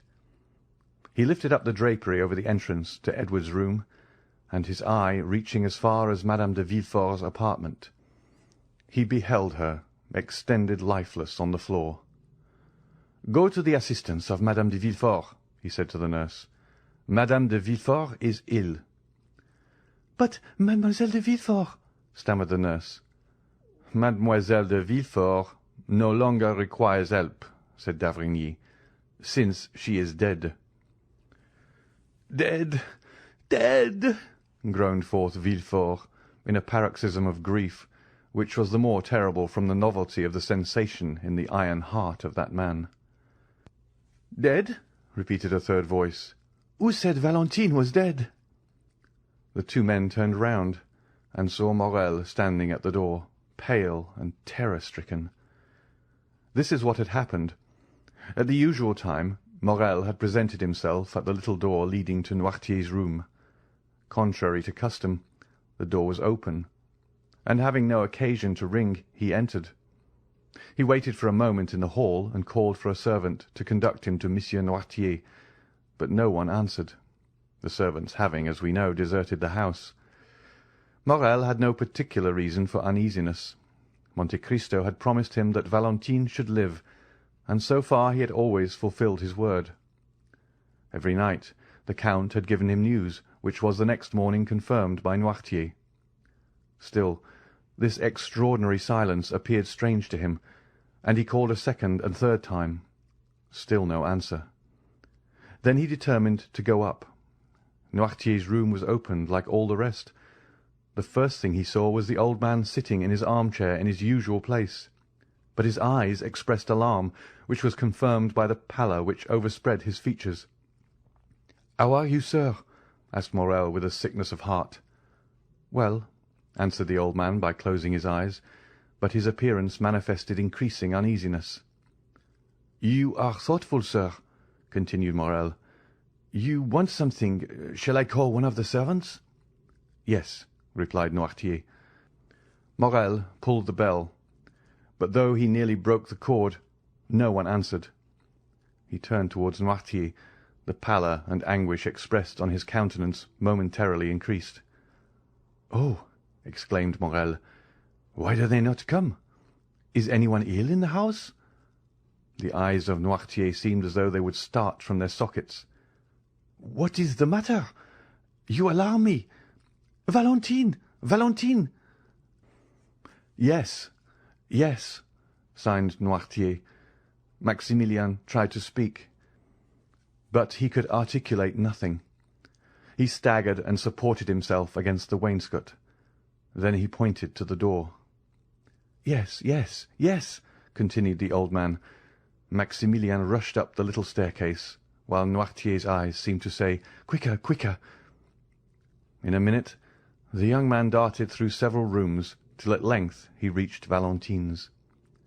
There was no occasion to push the door. It was wide open. A sob was the only sound he heard. He saw, as though in a mist, a black figure kneeling and buried in a confused mass of white drapery. A terrible fear transfixed him. It was then he heard a voice exclaim, "Valentine is dead," and another voice, which like an echo repeated, "Dead! Dead!" Chapter 103. Maximilian. Villefort rose, half ashamed of being surprised in such a paroxysm of grief. The terrible office he had held for 25 years had succeeded in making him more or less than man. His glance, at first wandering, fixed itself upon Morel. "Who are you, sir?" he asked. "That forget that this is not the manner to enter a house stricken with death. Go, sir, go!" But Morel remained motionless.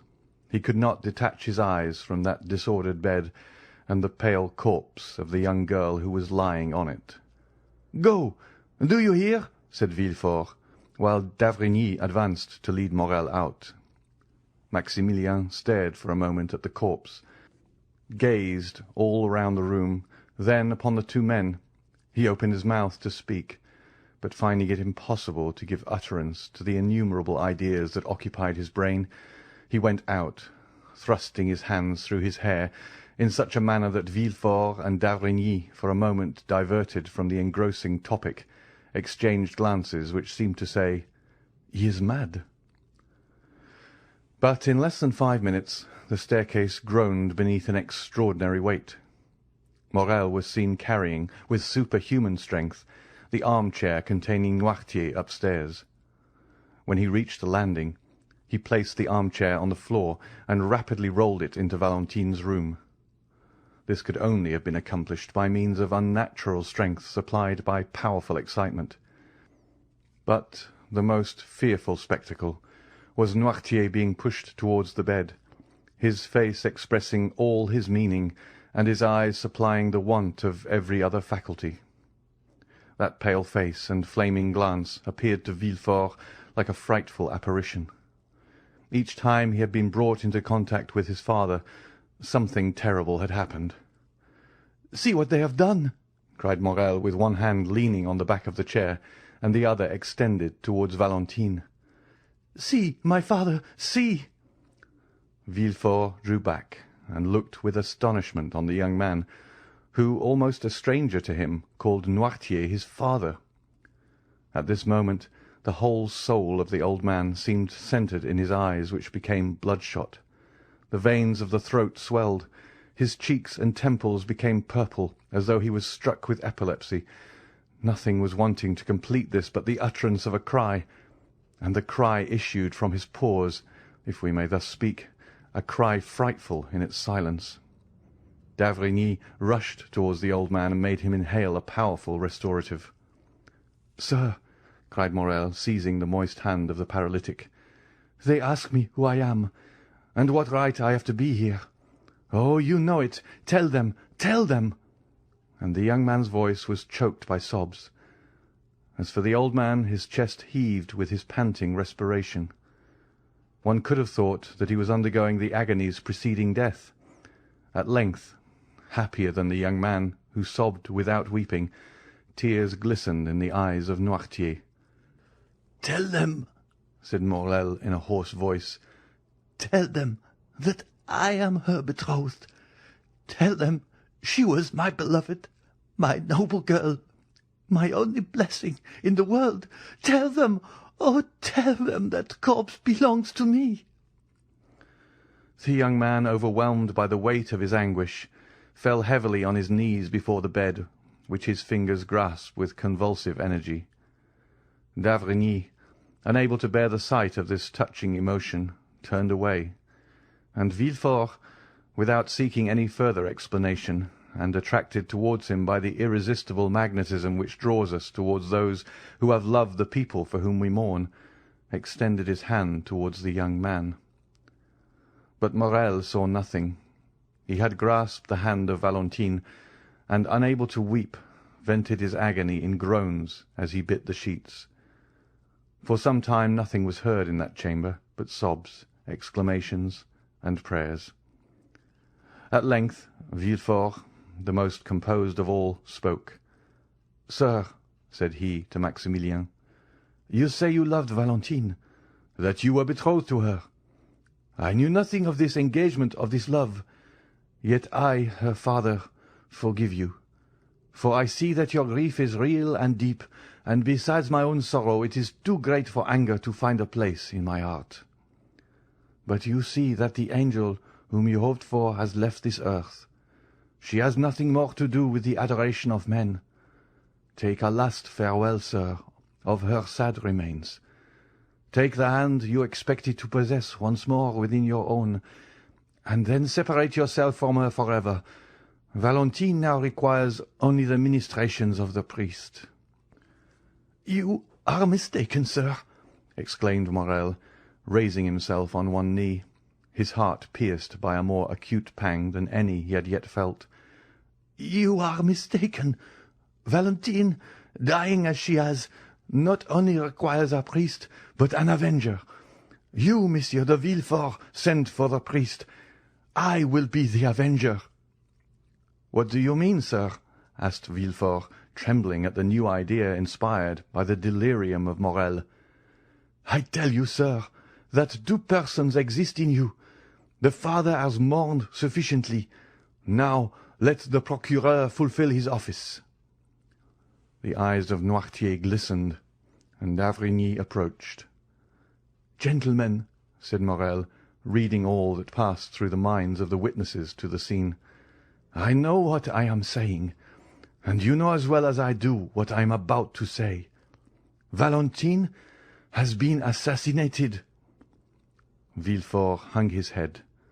D'Avrigny approached nearer, and Noirtier said yes with his eyes.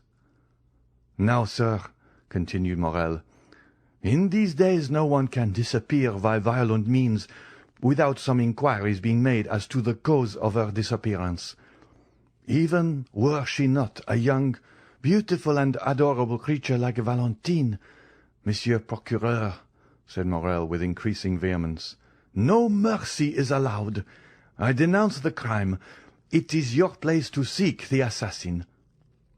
The young man's implacable eyes interrogated Villefort, who, on his side, glanced from Noirtier to d'Avrigny, but instead of finding sympathy in the eyes of the doctor and his father, he only saw an expression as inflexible as that of Maximilian.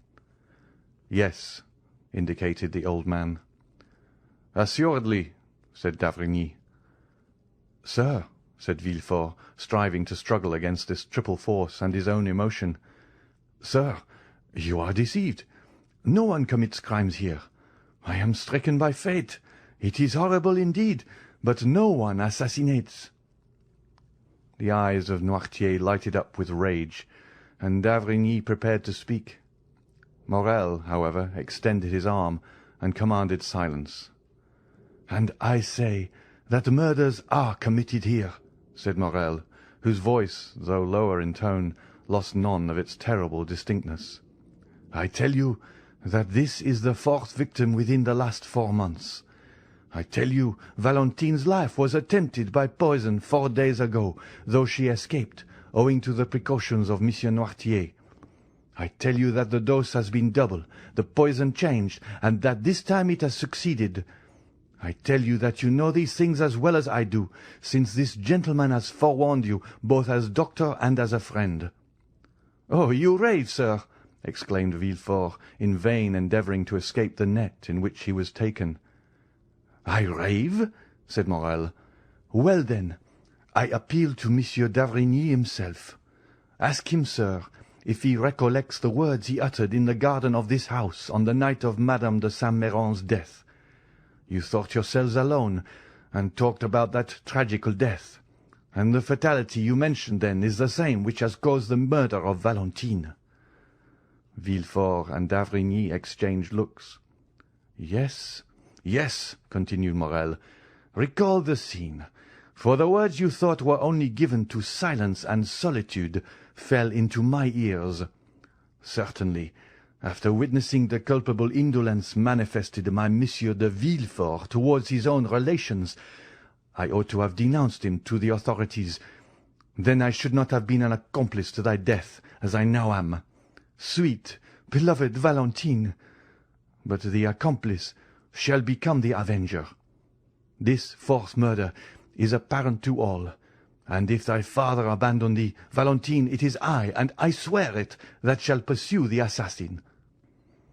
And this time, as though nature had at least taken compassion on the vigorous frame, nearly bursting with its own strength, the words of Morrel were stifled in his throat. His breast heaved, the tears, so long rebellious, gushed from his eyes, and he threw himself weeping on his knees by the side of the bed. Then d'Avrigny spoke. "And I too," he exclaimed in a low voice. "I unite with Monsieur Morrel in demanding justice for crime. My blood boils at the idea of having encouraged a murderer by my cowardly concession." "Oh, merciful heavens!" murmured Villefort. Morrel raised his head, and reading the eyes of the old man, which gleamed with unnatural lustre, "Stay," he said. "Monsieur Noirtier wishes to speak." "Yes," indicated Noirtier with an expression the more terrible from all his faculties being centred in his glance. "Do you know the assassin?" asked Morrel. "Yes," replied Noirtier. "And will you direct us?" exclaimed the young man. "Listen, Monsieur d'Avrigny, listen!" Noirtier looked upon Morrel with one of those melancholy smiles which had so often made Valentine happy, and thus fixed his attention. Then, having riveted the eyes of his interlocutor on his own, he glanced towards the door. "Do you wish me to leave?" said Morrel sadly. "Yes," replied Noirtier.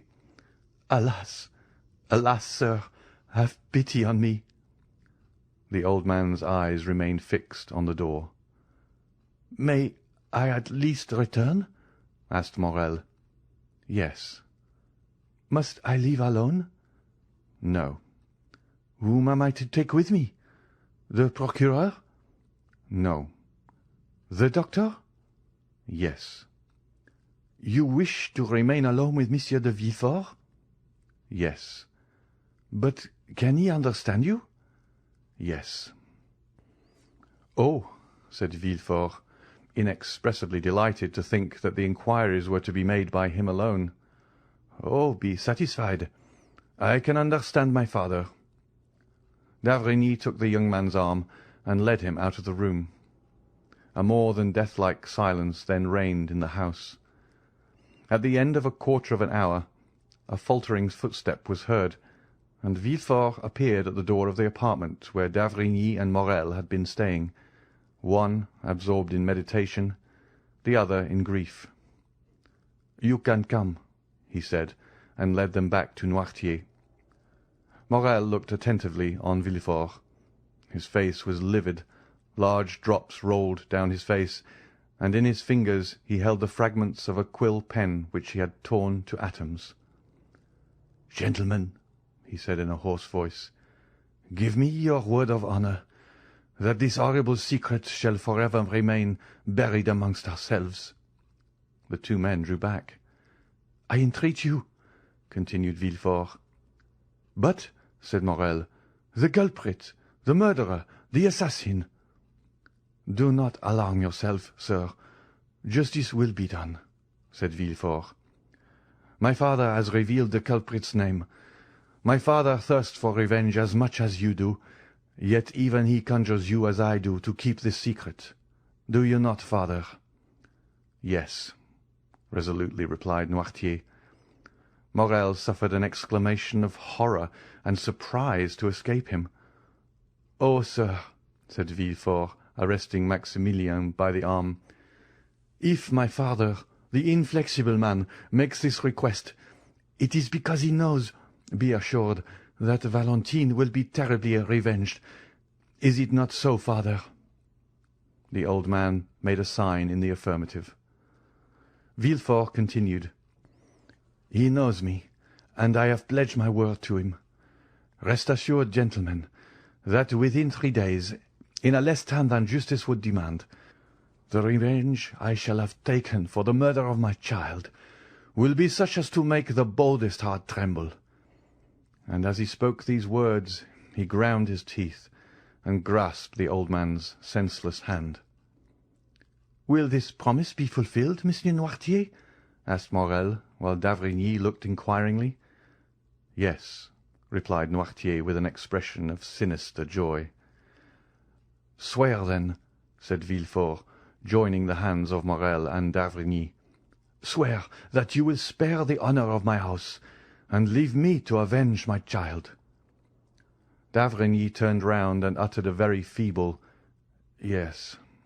But Morrel, disengaging his hand, rushed to the bed, and after having pressed the cold lips of Valentine with his own, hurriedly left, uttering a long, deep groan of despair and anguish. We have before stated that all the servants had fled. Monsieur de Villefort was therefore obliged to request Monsieur d'Avrigny to superintend all the arrangements consequent upon a death in a large city, more especially a death under such suspicious circumstances. It was something terrible to witness the silent agony, the mute despair of Noirtier, whose tears silently rolled down his cheeks. Villefort retired to his study, and d'Avrigny left to summon the doctor of the mayoralty, whose office it is to examine bodies after decease, and who is expressly named the Doctor of the Dead. Monsieur Noirtier could not be persuaded to quit his grandchild. At the end of a quarter of an hour, Monsieur d'Avrigny returned with his associate. They found the outer gate closed, and not a servant remaining in the house. Villefort himself was obliged to open to them, but he stopped on the landing. He had not the courage to again visit the death-chamber. The 2 doctors therefore entered the room alone. Noirtier was near the bed, pale, motionless, and silent as the corpse. The district doctor approached with the indifference of a man accustomed to spend half his time amongst the dead. He then lifted the sheet which was placed over the face, and just unclosed the lips. "Alas," said d'Avrigny, "she is indeed dead, poor child." "Yes," answered the doctor laconically, dropping the sheet he had raised. Noirtier uttered a kind of hoarse, rattling sound. The old man's eyes sparkled, and the good doctor understood that he wished to behold his child. He therefore approached the bed, and while his companion was dipping the fingers with which he had touched the lips of the corpse in chloride of lime, he uncovered the calm and pale face, which looked like that of a sleeping angel. A tear, which appeared in the old man's eye, expressed his thanks to the doctor. The doctor of the dead then laid his permit on the corner of the table, and, having fulfilled his duty, was conducted out by d'Avrigny. Villefort met them at the door of his study. Having in a few words thanked the district doctor, he turned to d'Avrigny and said, "And now the priest." "Is there any particular priest you wish to pray with Valentine?" asked d'Avrigny. "No," said Villefort. "Fetch the nearest." "The nearest," said the district doctor, "is a good Italian abbé, who lives next door to you. Shall I call on him as I pass?" "d'Avrigny," said Villefort, "be so kind, I beseech you, as to accompany this gentleman. Here is the key of the door, so that you can go in and out as you please." You will bring the priest with you, and will oblige me by introducing him into my child's room. Do you wish to see him?" "I only wish to be alone. You will excuse me, will you not? A priest can understand a father's grief."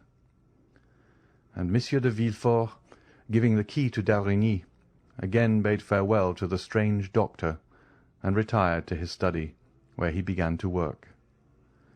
For some temperaments, work is a remedy for all afflictions. As the doctors entered the street, they saw a man in a cassock standing on the threshold of the next door. "This is the abbé of whom I spoke," said the doctor to d'Avrigny. D'Avrigny accosted the priest. "Sir," he said, "are you disposed to confer a great obligation to an unhappy father who has just lost his daughter? I mean Monsieur de Villefort, the king's attorney." "Ah," said the priest in a marked Italian accent, "yes, I have heard that death is in that house." "Then I need not tell you what kind of service he requires of you." "I was about to offer myself, sir," said the priest. "It is our mission to forestall our duties." "It is a young girl." "I know it, sir. The servants who fled from the house informed me. I also know that her name is Valentine, and I have already prayed for her." "Thank you, sir," said d'Avrigny. "Since you have commenced your sacred office, deign to continue it. Come and watch by the dead, and all the wretched family will be grateful to you." "I am going, sir, and I do not hesitate to say that no prayers will be more fervent than mine." D'Avrigny took the priest's hand, and without meeting Villefort, who was engaged in his study, they reached Valentine's room, which on the following night was to be occupied by the undertakers. On entering the room, Noirtier's eyes met those of the abbé, and no doubt he read some particular expression in them, for he remained in the room. D'Avrigny recommended the attention of the priest to the living as well as to the dead, and the abbé promised to devote his prayers to Valentine and his attentions to Noirtier. In order, doubtless, that he might not be disturbed while fulfilling his sacred mission, the priest rose as soon as d'Avrigny departed, and not only bolted the door through which the doctor had just left, but also that leading to Madame de Villefort's room. Chapter 104. Danglars' signature. The next morning dawned dull and cloudy. During the night the undertakers had executed their melancholy office, and wrapped the corpse in the winding-sheet, which, whatever may be said about the equality of death, is at least a last proof of the luxury so pleasing in life. This winding-sheet was nothing more than a beautiful piece of cambric which the young girl had bought a fortnight before. During the evening 2 men, engaged for the purpose, had carried Noirtier from Valentine's room into his own, and, contrary to all expectation, there was no difficulty in withdrawing him from his child. The Abbé Busoni had watched till daylight, and then left without calling anyone. D'Avrigny returned about 8 o'clock in the morning. He met Villefort on his way to Noirtier's room, and accompanied him to see how the old man had slept. They found him in the large armchair which served him for a bed, enjoying a calm, nay, almost a smiling sleep. They both stood in amazement at the door. "See," said d'Avrigny to Villefort, "nature knows how to alleviate the deepest sorrow. No one can say that Monsieur Noirtier did not love his child, and yet he sleeps." "Yes, you are right," replied Villefort, surprised. "He sleeps, indeed, and this is the more strange, since the least contradiction keeps him awake all night." "Grief has stunned him," replied d'Avrigny, and they both returned thoughtfully to the procureur's study. "See, I have not slept," said Villefort, showing his undisturbed bed. "Grief does not stun me. I have not been in bed for 2 nights. But then look at my desk. See what I have written during these 2 days and nights. I have filled those papers, and have made out the accusation against the assassin Benedetto. Oh, work, work! My passion, my joy, my delight! It is for thee to alleviate my sorrows. and he convulsively grasped the hand of d'Avrigny. "Do you require my services now?" asked d'Avrigny.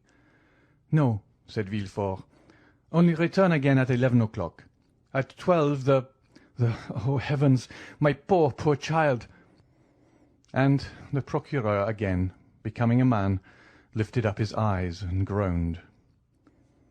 "Shall you be present in the reception-room?" "No, I have a cousin who has undertaken this sad office. I shall work, doctor. When I work, I forget everything." And indeed, no sooner had the doctor left the room than he was again absorbed in study. On the doorsteps d'Avrigny met the cousin whom Villefort had mentioned, a personage as insignificant in our story as in the world he occupied, one of those beings designed from their birth to make themselves useful to others. He was punctual, dressed in black, with crape around his hat, and presented himself at his cousin's with a face made up for the occasion, and which he could alter as might be required. At 12 o'clock the morning coaches rolled into the paved court, and the Rue du Faubourg Saint-Honoré was filled with a crowd of idlers, equally pleased to witness the festivities or the mourning of the rich, and who rush with the same avidity to a funeral procession as to the marriage of a duchess. Gradually the reception-room filled, and some of our old friends made their appearance. We mean Debray, Château Renaud, and Beauchamp, accompanied by all the leading men of the day at the bar, in literature, or the army, for M. de Villefort moved in the first Parisian circles, less owing to his social position than to his personal merit. The cousin, standing at the door, ushered in the guests, and it was rather a relief to the indifferent to see a person as unmoved as themselves, and who did not exact a mournful face, or force tears, as would have been the case with a father, a brother, or a lover. Those who were acquainted soon formed into little groups. One of them was made of Debray, Château Renaud, and Beauchamp. "Poor girl," said Debray, like the rest, paying an involuntary tribute to the sad event. "Poor girl! So young, so rich, so beautiful! Could you have imagined this scene, Château Renaud, when we saw her at the most 3 weeks ago, about to sign that contract?"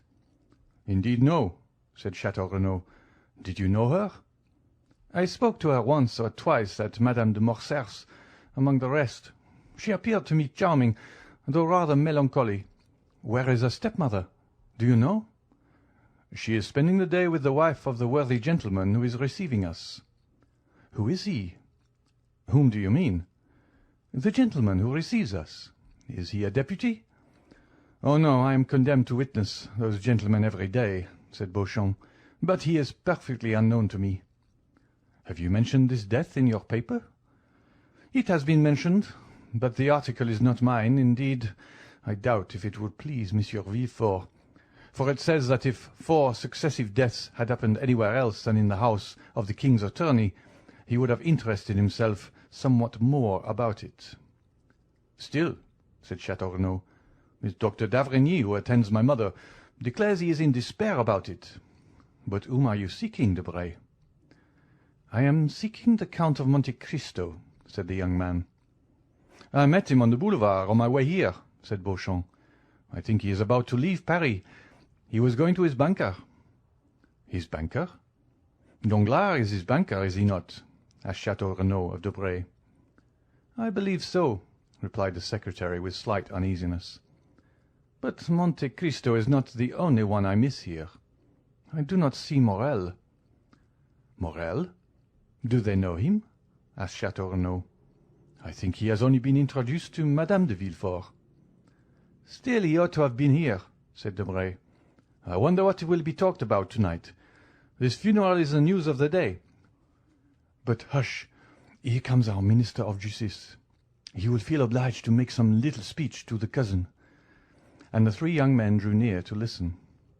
Beauchamp told the truth when he said that on his way to the funeral he had met Monte Cristo, who was directing his steps towards the Rue de la Chausse-d'Antin to Monsieur Danglars. The banker saw the carriage of the Count enter the courtyard, and advanced to meet him with a sad though affable smile. "Well," said he, extending his hand to Monte Cristo, I suppose you have come to sympathize with me, for indeed misfortune has taken possession of my house. When I perceived you, I was just asking myself whether I had not wished harm towards those poor Morcerf, which would have justified the proverb of, 'He who wishes misfortunes to happen to others experiences them himself.' Well, on my word of honour, I answered, 'No, I wished no ill to Morcerf. He was a little proud, perhaps, for a man who, like myself, has risen from nothing, but we all have our faults. Do you know, Count, that persons of our time of life, not that you belong to the class, you are still a young man, but, as I was saying, persons of our time of life have been very unfortunate this year. For example, look at the puritanical procureur, who has just lost his daughter and, in fact, nearly all his family, in so singular a manner. Morcerf, dishonoured and dead, and then myself, covered with ridicule through the villainy of Benedetto. Besides—" "Besides what?" asked the Count. "Alas, you do not know." "What new calamity?" "My daughter." "Mademoiselle Danglars?" "Eugénie has left us." "Good heavens! What are you telling me?" "The truth, my dear Count. Oh, how happy you must be in not having either wife or children." "Do you think so?" "Indeed I do." "And so Mademoiselle Danglars?" "She could not endure the insult offered to us by that wretch, so she asked permission to travel." "And is she gone?" "The other night she left." "With Madame Danglars?" "No, with a relation. But still we have quite lost our dear Eugénie, for I doubt whether her pride will ever allow her to return to France." "Still, Baron," said Monte Cristo, "family griefs, or indeed any other affliction which would crush a man whose child was his only treasure, are endurable to a millionaire. Philosophers may well say, and practical men will always support the opinion, that money mitigates many trials, and if you admit the efficacy of this sovereign balm, you ought to be very easily consoled. You, the king of finance, the focus of immeasurable power." Danglars looked at him askance, as though to ascertain whether he spoke seriously. "Yes," he answered, "if her fortune brings consolation, I ought to be consoled. I am rich." "So rich, dear sir, that your fortune resembles the pyramids. If you wished to demolish them, you could not, and if it were possible, you would not dare." Danglars smiled at the good-natured pleasantry of the Count. "That reminds me," he said, "that when you entered I was on the point of signing 5 little bonds. I have already signed 2. Will you allow me to do the same to the others?" "Pray do so." There was a moment's silence, during which the noise of the banker's pen was alone heard, while Monte Cristo examined the gilt mouldings on the ceiling. "Are they Spanish, Haitian, or Neapolitan bonds?" said Monte Cristo. "No," said Danglars, smiling. "They are bonds on the Bank of France, payable to bearer. Stay, Count," he added. "You who may be called the Emperor, if I claim the title of King of Finance, have you many pieces of paper of this size, each worth 1,000,000? The Count took into his hands the papers which Danglars had so proudly presented to him, and read, "To the Governor of the Bank. Please pay to my order from the fund deposited by me the sum of 1,000,000 and charge the same to my account. Baron Danglars." "1, 2, 3, 4, 5," said Monte Cristo. 5 millions. Why, what a Croesus you are!" "This is how I transact business," said Danglars. "It is really wonderful," said the Count. "Above all, if, as I suppose, it is payable at sight." "It is indeed," said Danglars. "It is a fine thing to have such credit. Really, it is only in France these things are done. 5 millions on 5 little scraps of paper. It must be seen to be believed." "You do not doubt it?" "No." You say so with an accent. Stay. You shall be convinced. Take my clerk to the bank, and you will see him leave it with an order on the treasury for the same sum." "No," said Monte Cristo, folding the 5 notes. "Most decidedly not. The thing is so curious, I will make the experiment myself. I am credited on you for 6 millions. I have drawn 900,000 francs. You therefore still owe me 5 millions and 100,000 francs. I will take the 5 scraps of paper that I now hold as bonds, with your signature alone, and here is a receipt in full for the 6 millions between us. I had prepared it beforehand, for I am much in want of money to-day." And Monte Cristo placed the bonds in his pocket with one hand, while with the other he held out the receipt to Danglars. If a thunderbolt had fallen at the banker's feet, he could not have experienced greater terror. "What?" he stammered. "Do you mean to keep that money? Excuse me, but I owe this money to the charity fund, a deposit which I promised to pay this morning." "Oh, well, then," said Monte Cristo, "I am not particular about these 5 notes. Pay me in a different form. I wished from curiosity to take these, that I might be able to say that, without any advice or preparation, the house of Danglars had paid me 5 millions without a minute's delay. It would have been remarkable. But here are your bonds. Pay me differently." And he held the bonds towards Danglars, who seized them like a vulture extending its claws to withhold the food that is being wrested from its grasp. Suddenly he rallied, made a violent effort to restrain himself, and then a smile gradually widened the features of his disturbed countenance. "Certainly," he said, "your receipt is money." "Oh, dear, yes, and if you were at Rome, the house of Thomson and French would make no more difficulty about paying the money on my receipt than you have just done." "Pardon me, Count, pardon me." "Then I may keep this money?" "Yes," said Danglars, while the perspiration started from the roots of his hair. "Yes, keep it, keep it." Monte Cristo replaced the notes in his pocket, with that indescribable expression which seemed to say, "Come, reflect. If you repent, there is still time." "No," said Danglars. "No, decidedly no. Keep my signatures. But you know none are so formal as bankers in transacting business. I intended this money for the charity fund, and I seem to be robbing them if I did not pay them with these precise bonds. How absurd! As if 1 crown were not as good as another. Excuse me." And he began to laugh loudly, but nervously. "Certainly I excuse you," said Monte Cristo graciously, "and pocket them." And he placed the bonds in his pocket-book. "But," said Danglars, "there is still a sum of 100,000 francs." "Oh, a mere nothing," said Monte Cristo. "The balance would come to about that sum. But keep it, and we shall be quits." "Count," said Danglars, "are you speaking seriously?" "I never joke with bankers," said Monte Cristo in a freezing manner which repelled impertinence, and he turned to the door just as the valet de chambre announced, "Monsieur de Beauville, Receiver General of the Charities." "Ma foi," said Monte Cristo, "I think I arrived just in time to obtain your signatures, or they would have been disputed with me." Danglars again became pale, and hastened to conduct the count out.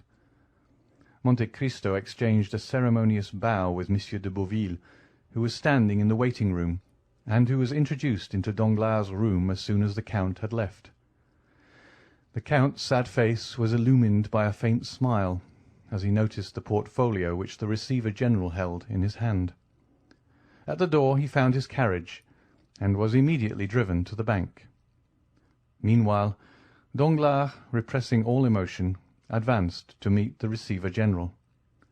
We need not say that a smile of condescension was stamped upon his lips. "Good morning, creditor," said he. "For I wager anything it is the creditor who visits me."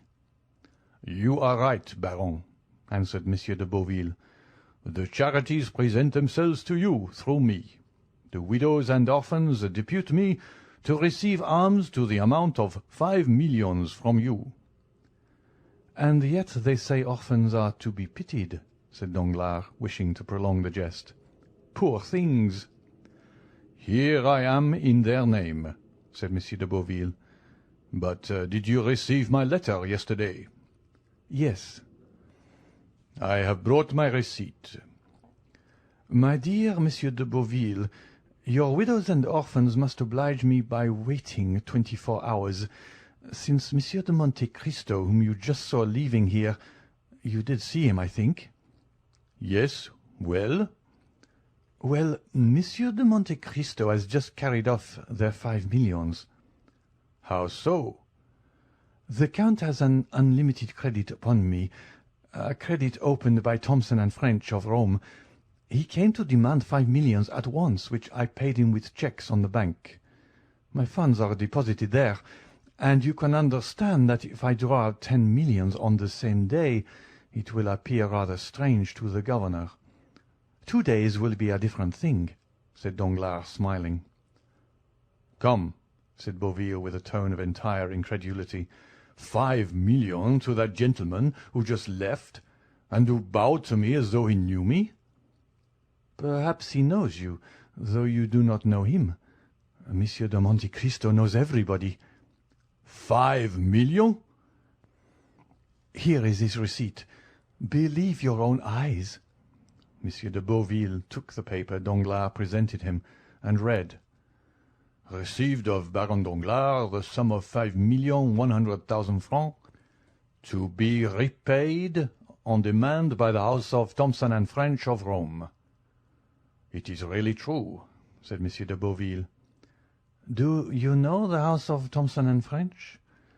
"Yes, I once had business to transact with it to the amount of 200,000 francs. But since then I have not heard it mentioned." "It is one of the best houses in Europe," said Danglars, carelessly throwing down the receipt on his desk. "And he had 5 millions in your hands alone? Why, this Count of Monte Cristo must be a nabob." "Indeed, I do not know what he is. He has 3 unlimited credits, one on me, one on Rothschild, and one on Lafitte. And, you see," he added carelessly, "he has given me the preference by leaving a balance of 100,000 francs." Monsieur de Beauville manifested signs of extraordinary admiration. "I must visit him," he said, "and obtain some pious grant from him." "Oh, you may be sure of him. His charities alone amount to 20,000 francs a month." "It is magnificent. I will set before him the example of Madame de Morcerf and her son." "What example?" "They gave all their fortune to the hospitals." "What fortune?" "Their own. Monsieur de Morcerf's, who is deceased." "For what reason?" "Because they would not spend money so guiltily acquired." "And what are they to live upon?" "The mother retires into the country, and the son enters the army." "Well, I must confess, these are scruples." "I registered their deed of gift yesterday." "And how much did they possess?" "Oh, not much. From 12 to 1,300,000 francs. But to return to our million." "Certainly," said Danglars in the most natural tone in the world. "Are you then pressed for this money?" "Yes, for the examination of our cash takes place tomorrow." "Tomorrow? Why did you not tell me so before? Why, it is as good as a century. At what hour does the examination take place?" "At 2 o'clock."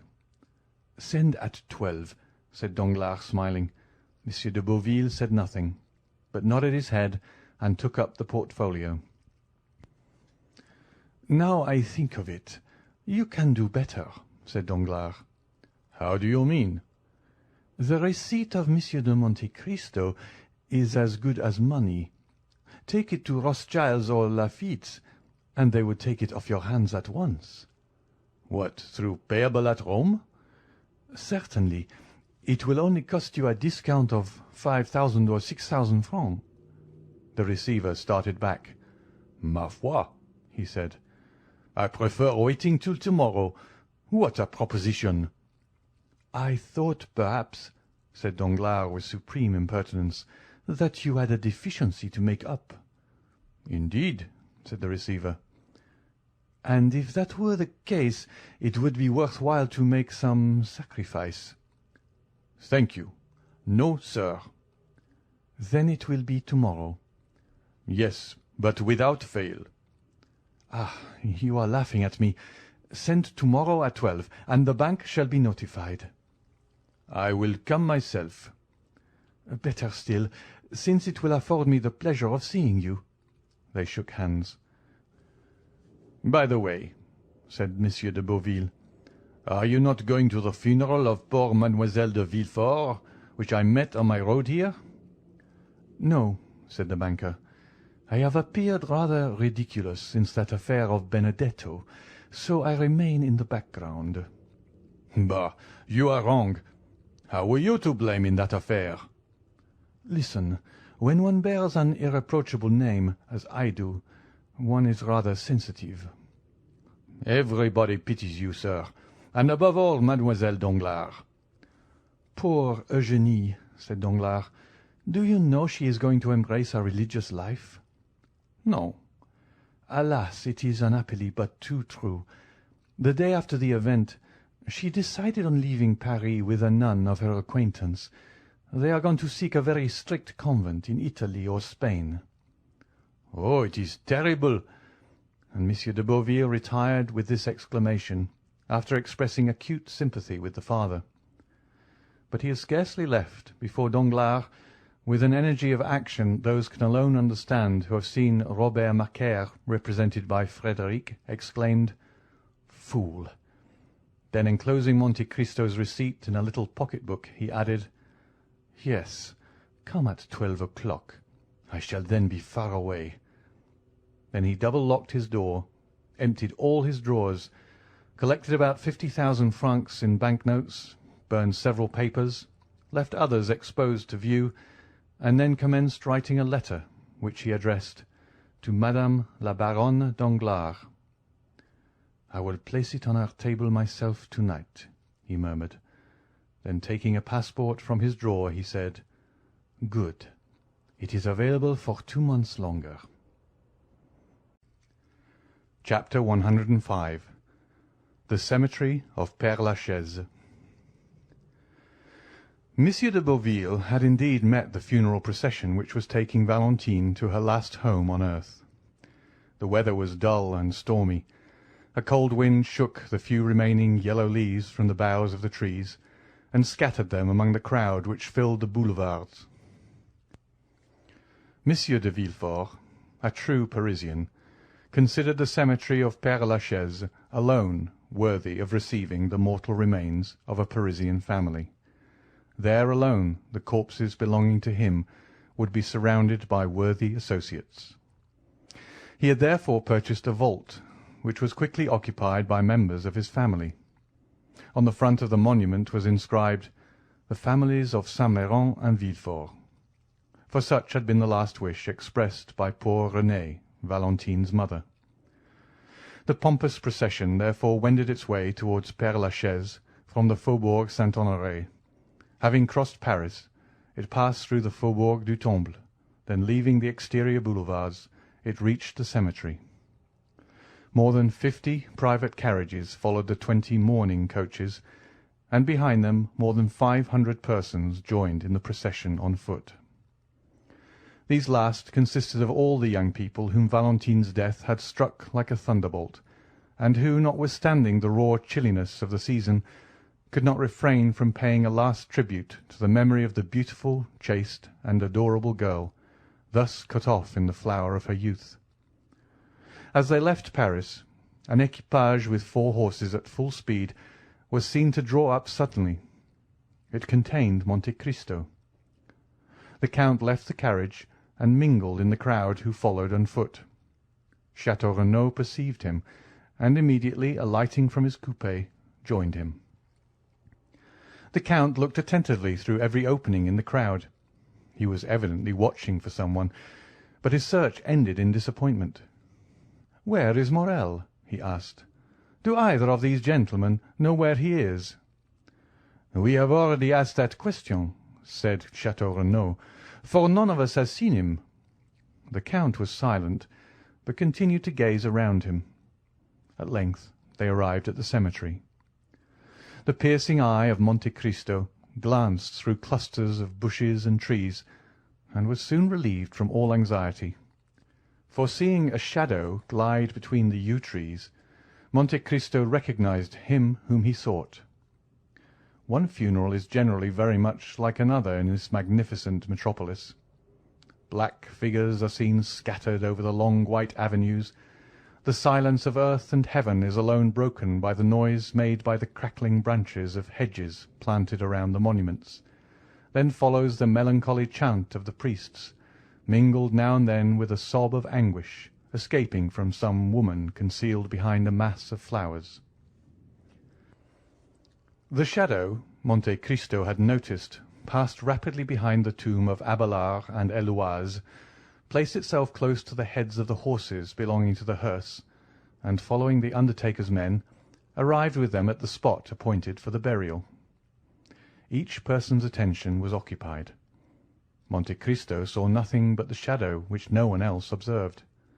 Twice the Count left the ranks to see whether the object of his interest had any concealed weapon beneath his clothes. When the procession stopped, this shadow was recognized as Morel, who, with his coat buttoned up to his throat, his face livid and convulsively crushing his hat between his fingers, leaned against a tree situated on an elevation commanding the mausoleum, so that none of the funeral details could escape his observation. Everything was conducted in the usual manner. A few men, the least impressed of all by the scene, pronounced a discourse, some deploring this premature death, others expatiating on the grief of the father, and one very ingenious person quoting the fact that Valentine had solicited pardon of her father for criminals on whom the arm of justice was ready to fall, until at length they exhausted their stories of metaphor and mournful speeches. Monte Cristo heard and saw nothing, or rather he only saw Morel, whose calmness had a frightful effect on those who knew what was passing in his heart. "See," said Beauchamp, pointing out Morel to Debray. "What is he doing up there?" And they called Château Renaud's attention to him. "How pale he is," said Château Renaud, shuddering. "He is cold," said Debray.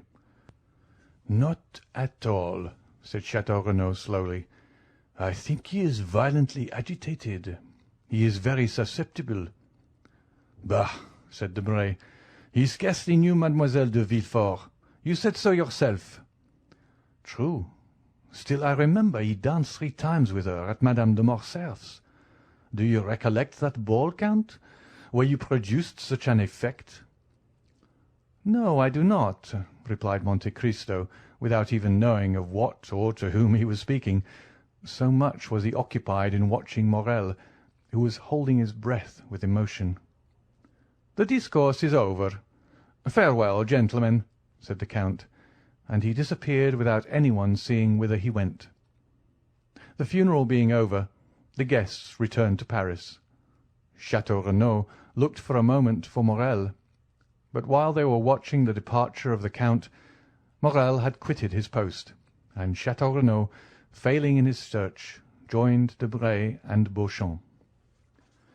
Monte Cristo concealed himself behind a large tomb, and awaited the arrival of Morel, who by degrees approached the tomb now abandoned by spectators and workmen.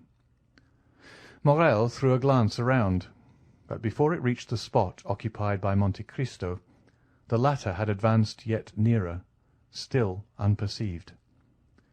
The young man knelt down. The Count, with outstretched neck and glaring eyes, stood in an attitude ready to pounce upon Morel upon the first occasion. Morel bent his head till it touched the stone, then clutching the grating with both hands, he murmured, "Oh, Valentine!" The Count's heart was pierced by the utterance of these 2 words. He stepped forward and touching the young man's shoulder, said, "I was looking for you, my friend." Monte Cristo expected a burst of passion, but he was deceived, for Morrel turned round, said calmly, "You see, I was praying." The scrutinizing glance of the Count searched the young man from head to foot. He then seemed more easy. "Shall I drive you back to Paris?" he asked. "No, thank you." "Do you wish for anything?" "Leave me to pray." The Count withdrew without opposition, but it was only to place himself in a situation where he could watch every movement of Morrel, who at length arose, brushed the dust from his knees, and turned towards Paris, without once looking back. He walked slowly down the Rue de la Roquette. The Count, dismissing his carriage, followed him about 100 paces behind. Maximilian crossed the canal and entered the Rue Meslay by the boulevards.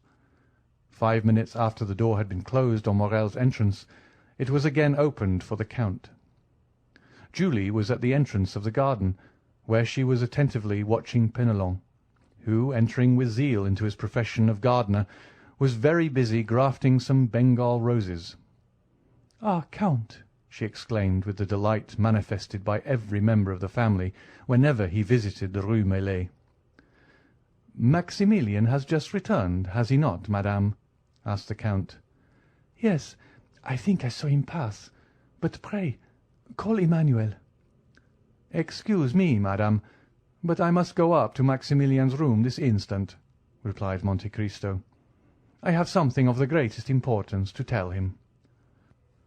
"Go, then," she said with a charming smile, which accompanied him until he had disappeared. Monte Cristo soon ran up the staircase conducting from the ground floor to Maximilian's room. When he reached the landing, he listened attentively, but all was still. Like many old houses occupied by a single family, the room door was panelled with glass, but it was locked. Maximilian was shut in, and it was impossible to see what was passing in the room, because a red curtain was drawn before the glass. The Count's anxiety was manifested by a bright colour which seldom appeared on the face of that imperturbable man. "What shall I do?" he uttered, and reflected for a moment. "Shall I ring? No. The sound of a bell announcing a visitor will but accelerate the resolution of one in Maximilian's situation, and then the bell would be followed by a louder noise." Monte Cristo trembled from head to foot, and as if his determination had been taken with the rapidity of lightning, he struck one of the panes of glass with his elbow. The glass was shivered to atoms.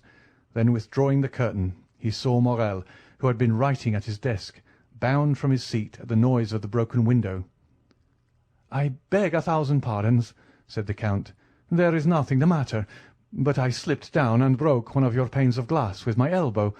Since it is opened, I will take advantage of it to enter your room. Do not disturb yourself.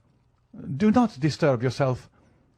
And passing his hand through the broken glass, the Count opened the door. Morrel, evidently discomposed, came to meet Monte Cristo, less with the intention of receiving him than to exclude his entry. "Ma foi," said Monte Cristo, rubbing his elbow, "it's all your servant's fault. Your stairs are so polished, it is like walking on glass." "Are you hurt, sir?" coldly asked Morrel. "I believe not. But what are you about there? You were writing." "I? Your fingers are stained with ink." "Ah, true, I was writing. I do sometimes, soldier though I am." Monte Cristo advanced into the room. Maximilian was obliged to let him pass, but he followed him. "You were writing?" said Monte Cristo with a searching look. "I have already had the honor of telling you I was," said Morrel. The Count looked around him. "Your pistols are beside your desk," said Monte Cristo, pointing with his finger to the pistols on the table. "I am on the point of starting on a journey," replied Morrel disdainfully. "My friend," exclaimed Monte Cristo in a tone of exquisite sweetness. "Sir?" "My friend, my dear Maximilian, Do not make a hasty resolution, I entreat you." "I make a hasty resolution?" said Morrel, shrugging his shoulders. "Is there anything extraordinary in a journey?" "Maximilian," said the Count, "let us both lay aside the mask we have assumed. You no more deceive me with that false calmness than I impose upon you with my frivolous solicitude. You can understand, can you not, that to have acted as I've done, to have broken that glass, to have intruded on the solitude of a friend, you can understand that, to have done all this, I must have been actuated by real uneasiness, or rather by a terrible conviction. Morrel, you are going to destroy yourself."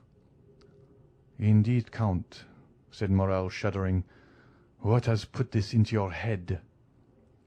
"I tell you that you are about to destroy yourself," continued the Count, "and here is proof of what I say." And approaching the desk, he removed the sheet of paper which Morrel had placed over the letter he had begun, and took the latter in his hands. Morrel rushed forward to tear it from him, but Monte Cristo, perceiving his intention, seized his wrist with his iron grasp. "You wish to destroy yourself," said the Count. "You have written it." "Well," said Morrel, changing his expression of calmness for one of violence. "Well, and if I do intend to turn this pistol against myself, who shall prevent me? Who will dare prevent me? All my hopes are blighted. My heart is broken, my life a burden. Everything around me is sad and mournful. Earth has become distasteful to me, and human voices distract me. It is a mercy to let me die, for if I live I shall lose my reason and become mad. When, sir, I tell you all this with tears of heartfelt anguish, can you reply that I am wrong? Can you prevent my putting an end to my miserable existence? Tell me, sir, could you have the courage to do so?" "Yes, Morrel," said Monte Cristo with a calmness which contrasted strangely with the young man's excitement. "Yes, I would do so." "You!" exclaimed Morrel with increasing anger and reproach. "You, who have deceived me with false hopes, who have cheered and soothed me with vain promises, when I might, if not have saved her, at least have seen her die in my arms. You, who pretend to understand everything, even the hidden sources of knowledge, and who enact the part of a guardian angel upon earth, and could not even find an antidote to a poison administered to a young girl. Ah, sir, indeed you would inspire me with pity, were you not hateful in my eyes." "Morrel!" "Yes, you tell me to lay aside the mask, and I will do so. Be satisfied. When you spoke to me at the cemetery, I answered you. My heart was softened when you arrived here. I allowed you to enter. But since you abuse my confidence, since you have devised a new torture after I thought I had exhausted them all, then, Count of Monte Cristo, my pretended benefactor, then, Count of Monte Cristo, the universal guardian, be satisfied. You shall witness the death of your friend." And Morrel, with a maniacal laugh, again rushed towards the pistols. "And I again repeat, you shall not commit suicide." "Prevent me, then," replied Morrel with another struggle, which, like the first, failed in releasing him from the Count's iron grasp. "I will prevent you." "And who are you, then, that arrogate to yourself this tyrannical right over free and rational beings?" "Who am I?" repeated Monte Cristo. "Listen. I am the only man in the world having the right to say to you, 'Morrel, your father's son shall not die today.'" And Monte Cristo, with an expression of majesty and sublimity, advanced with arms folded toward the young man, who, involuntarily overcome by the commanding manner of this man, recoiled a step. "Why do you mention my father?" stammered he. "Why do you mingle a recollection of him with the affairs of today?" "Because I am he who saved your father's life when he wished to destroy himself, as you do today. Because I am the man who sent the purse to your young sister, and the Pharaon to old Morrel. because I am the Edmond Dantès who nursed you, a child, on my knees." Morrel made another step back, staggering, breathless, crushed. Then all his strength gave way, and he fell prostrate at the feet of Monte Cristo. Then his admirable nature underwent a complete and sudden revulsion. He arose, rushed out of the room and to the stairs, exclaiming energetically, "Julie! Julie! Emmanuel! Emmanuel!" Monte Cristo endeavoured also to leave, but Maximilian would have died rather than relax his hold of the handle of the door, which he closed upon the Count. Julie, Emmanuel, and some of the servants ran up in alarm on hearing the cries of Maximilian. Morrel seized their hands, and opening the door, exclaimed in a voice choked with sobs, On your knees, on your knees! He is our benefactor, the saviour of our father. He is—" He would have added, "Edmond Dantès," but the Count seized his arm and prevented him. Julie threw herself into the arms of the Count. Emmanuel embraced him as a guardian angel.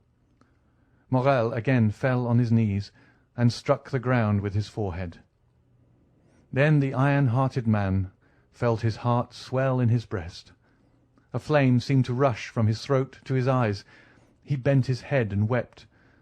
For a while nothing was heard in the room but a succession of sobs, while the incense from their grateful hearts mounted to heaven.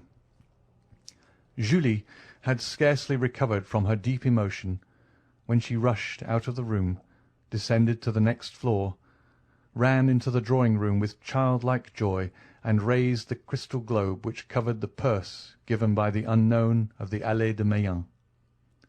Meanwhile, Emmanuel, in a broken voice, said to the Count, "Oh, Count, how could you, hearing us so often speak of our unknown benefactor, seeing us pay such homage of gratitude and adoration to his memory, how could you continue so long without discovering yourself to us? Oh, it was cruel to us, and, dare I say it, to you also." "Listen, my friends," said the Count. "I may call you so since we have really been friends for the last 11 years. The discovery of this secret has been occasioned by a great event, which you must never know. I wished to bury it during my whole life in my own bosom, but your brother Maximilian wrested it from me by a violence he repents of now, I am sure." Then turning around, and seeing that Morrel, still on his knees, had thrown himself into an armchair, he added in a low voice, pressing Emmanuel's hand significantly, "Watch over him." "Why so?" asked the young man, surprised. "I cannot explain myself, but watch over him." Emmanuel looked around the room and caught sight of the pistols. His eyes rested on the weapons, and he pointed to them. Monte Cristo bent his head. Emmanuel went towards the pistols. "Leave them," said Monte Cristo. Then walking towards Morrel, he took his hand. The tumultuous agitation of the young man was succeeded by a profound stupor. Julie returned, holding the silken purse in her hands, while tears of joy rolled down her cheeks like dewdrops on the rose. "Here is the relic," she said. "Do not think it would be less dear to us, now we are acquainted with our benefactor." "My child," said Monte Cristo, colouring, "allow me to take back that purse. Since you now know my face, I wish to be remembered alone through the affection I hope you will grant me." "Oh," said Julie, pressing the purse to her heart, "no, no, I beseech you, do not take it. For some unhappy day you will leave us, will you not?" "You have guessed rightly, madame," replied Monte Cristo, smiling. "In a week I shall have left this country, where so many persons who merit the vengeance of heaven lived happily, while my father perished of hunger and grief." While announcing his departure, the Count fixed his eyes on Morrel, and remarked that the words, "I shall have left this country," had failed to rouse him from his lethargy. He then saw that he must make another struggle against the grief of his friend, and taking the hands of Emmanuel and Julie, which he pressed within his own, he said with the mild authority of a father, "My kind friends, leave me alone with Maximilian." Julie saw the means offered of carrying off her precious relic, which Monte Cristo had forgotten. She drew her husband to the door. "Let us leave them," she said. The Count was alone with Morrel, who remained motionless as a statue. "Come," said Monte Cristo, touching his shoulder with his finger. "Are you a man again, Maximilian?" "Yes, for I begin to suffer again." The Count frowned, apparently in gloomy hesitation. "Maximilian, Maximilian," he said, "the ideas you yield to are unworthy of a Christian." "Oh, do not fear, my friend," said Morrel, raising his head and smiling with a sweet expression on the Count. "I shall no longer attempt my life." "Then we are to have no more pistols, no more despair." "No, I have found a better remedy for my grief than either a bullet or a knife." "Poor fellow! What is it?" "My grief will kill me of itself." "My friend," said Monte Cristo with an expression of melancholy equal to his own, "listen to me. One day, in a moment of despair like yours, since it led to a similar resolution, I also wished to kill myself. One day your father, equally desperate, wished to kill himself too.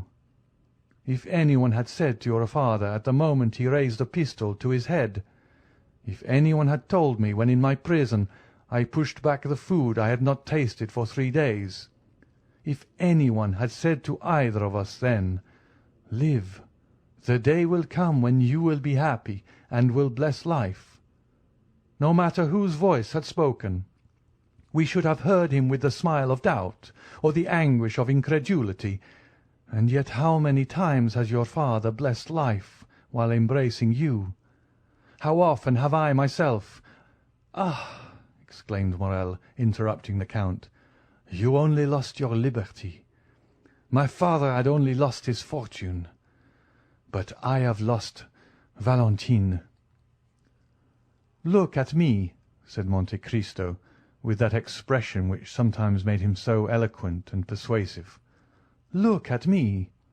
There are no tears in my eyes, nor is there fever in my veins.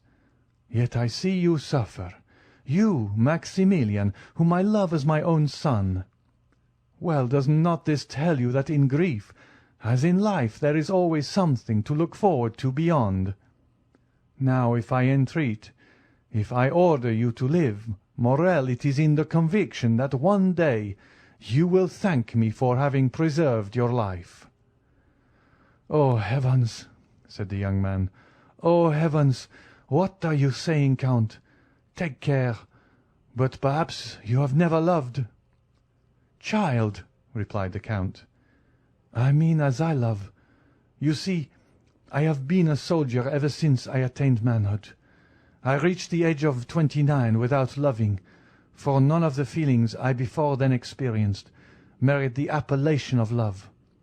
Well, at 29 I saw Valentine. For 2 years I have loved her. For 2 years I have seen written in her heart, as in a book, all the virtues of a daughter and wife. Count, to possess Valentine would have been a happiness too infinite, too ecstatic, too complete, too divine for this world, since it has been denied me. But without Valentine, the earth is desolate." "I have told you to hope," said the Count. "Then have a care, I repeat, for you seek to persuade me, and if you succeed, I shall lose my reason, for I should hope that I could again behold Valentine." The Count smiled. "My friend, my father," said Morrel with excitement, "have a care, I again repeat, for the power you wield over me alarms me. Weigh your words before you speak, for my eyes have already become brighter, and my heart beats strongly. Be cautious, or you will make me believe in supernatural agencies. I must obey you, though you bade me call forth the dead or walk upon the water." "Hope, my friend," repeated the Count. "Ah," said Morrel, falling from the height of excitement to the abyss of despair. "Ah, you are playing with me, like those good or rather selfish mothers who soothe their children with honeyed words, because their screams annoy them. No, my friend, I was wrong to caution you. Do not fear. I will bury my grief so deep in my heart. I will disguise it so that you shall not even care to sympathize with me. Adieu, my friend, adieu." "On the contrary," said the Count, "after this time you must live with me.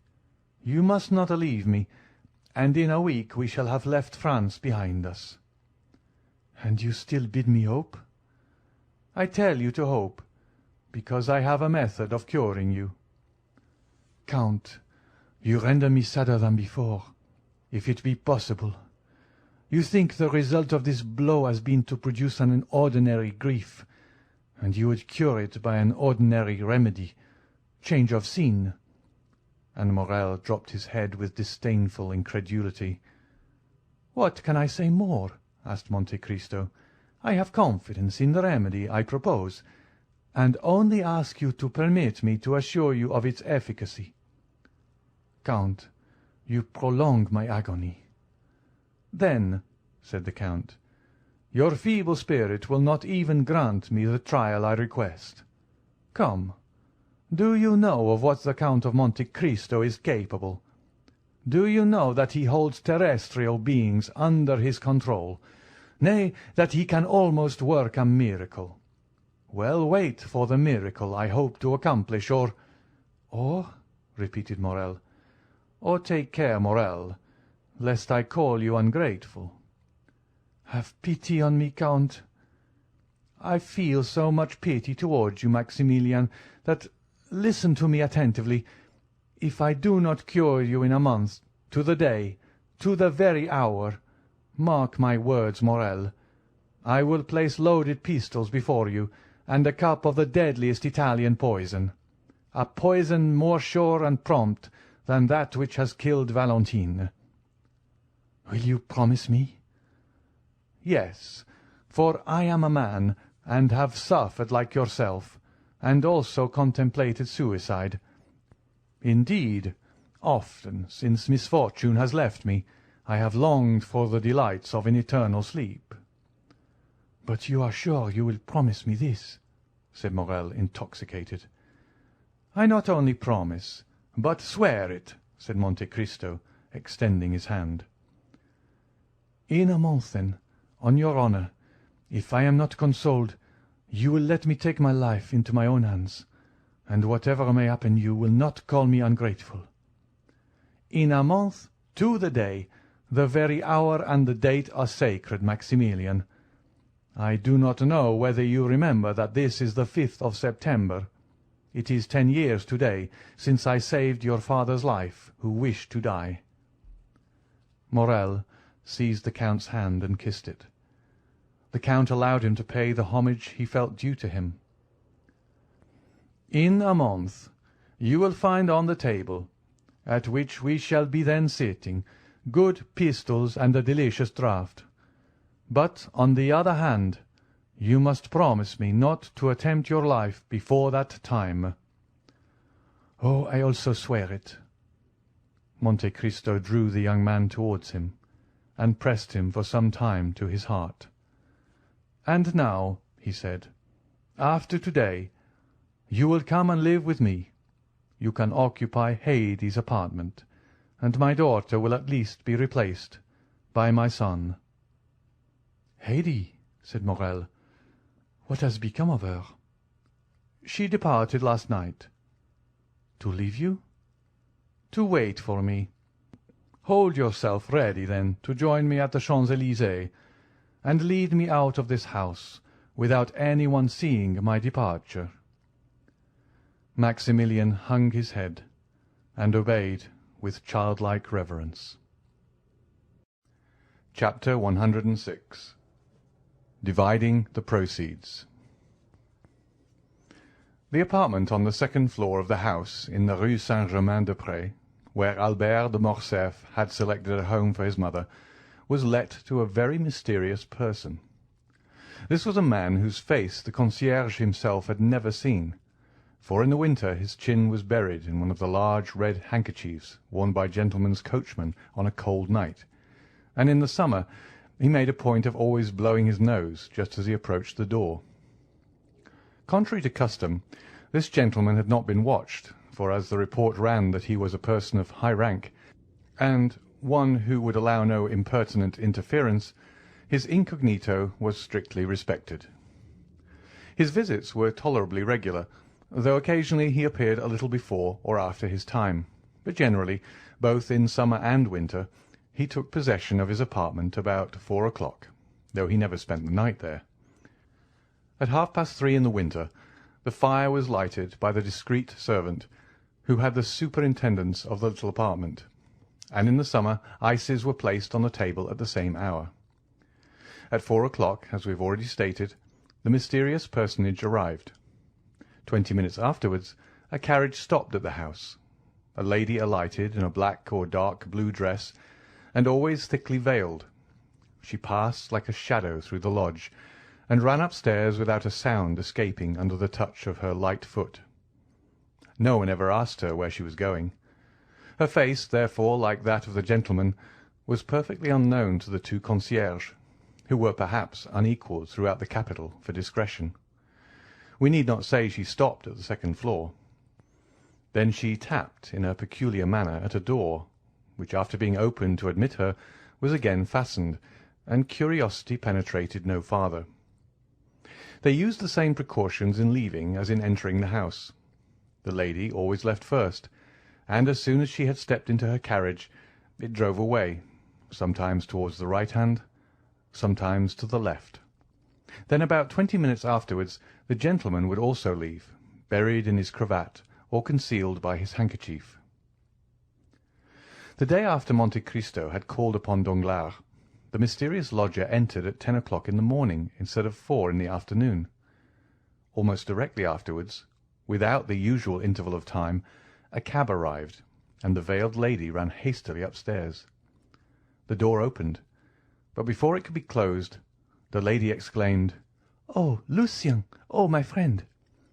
The concierge therefore heard for the first time that the lodger's name was Lucien. Still, as he was the very perfection of a doorkeeper, he made up his mind not to tell his wife. "Well, what is the matter, my dear?" asked the gentleman, whose name the lady's agitation revealed. "Tell me, what is the matter?" "Oh, Lucien, can I confide in you?" "Of course. You know you can do so. But what can be the matter? Your note of this morning has completely bewildered me. This precipitation, this unusual appointment. Come, ease me of my anxiety, or else frighten me at once." "Lucien, a great event has happened," said the lady, glancing inquiringly at Lucien. "Monsieur Danglars left last night." "Left? Monsieur Danglars left? Where has he gone?" "I do not know." "What do you mean? Has he gone intending not to return?" "Undoubtedly. At 10 o'clock at night his horses took him to the barrier of Charenton. There a post-chaise was waiting for him. He entered it with his valet de chambre, saying that he was going to Fontainebleau." "Then what did you mean?" "Stay, he left a letter for me." "A letter?" "Yes, read it."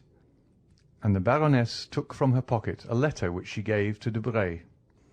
Debray paused a moment before reading, as if trying to guess its contents, or perhaps while making up his mind how to act, whatever it might contain.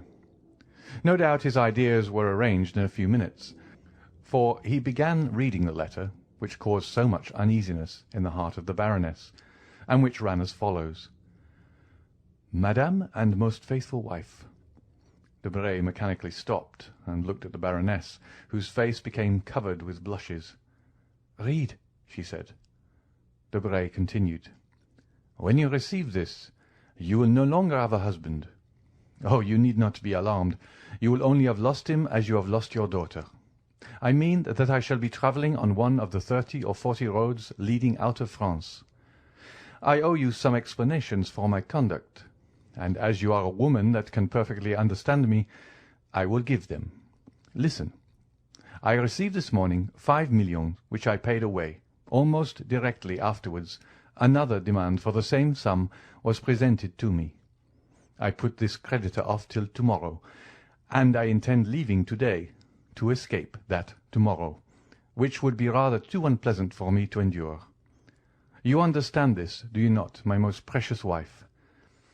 I say you understand this because you are as conversant with my affairs as I am. Indeed, I think you understand them better, since I am ignorant of what has become of a considerable portion of my fortune, once very tolerable, while I am sure, madame, that you know perfectly well. For women have infallible instincts. They can even explain the marvellous by an algebraic calculation they have invented. But I, who only understand my own figures, know nothing more than that one day these figures deceived me. Have you admired the rapidity of my fall? Have you been slightly dazzled at the sudden fusion of my ingots?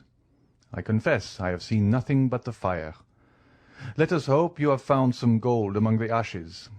With this consoling idea, I leave you, madame, and most prudent wife, without any conscientious reproach for abandoning you. You have friends left, and the ashes I have already mentioned, and above all the liberty I hasten to restore to you. And here, madame, I must add another word of explanation. So long as I hoped you were working for the good of our house and for the fortune of our daughter, I philosophically closed my eyes.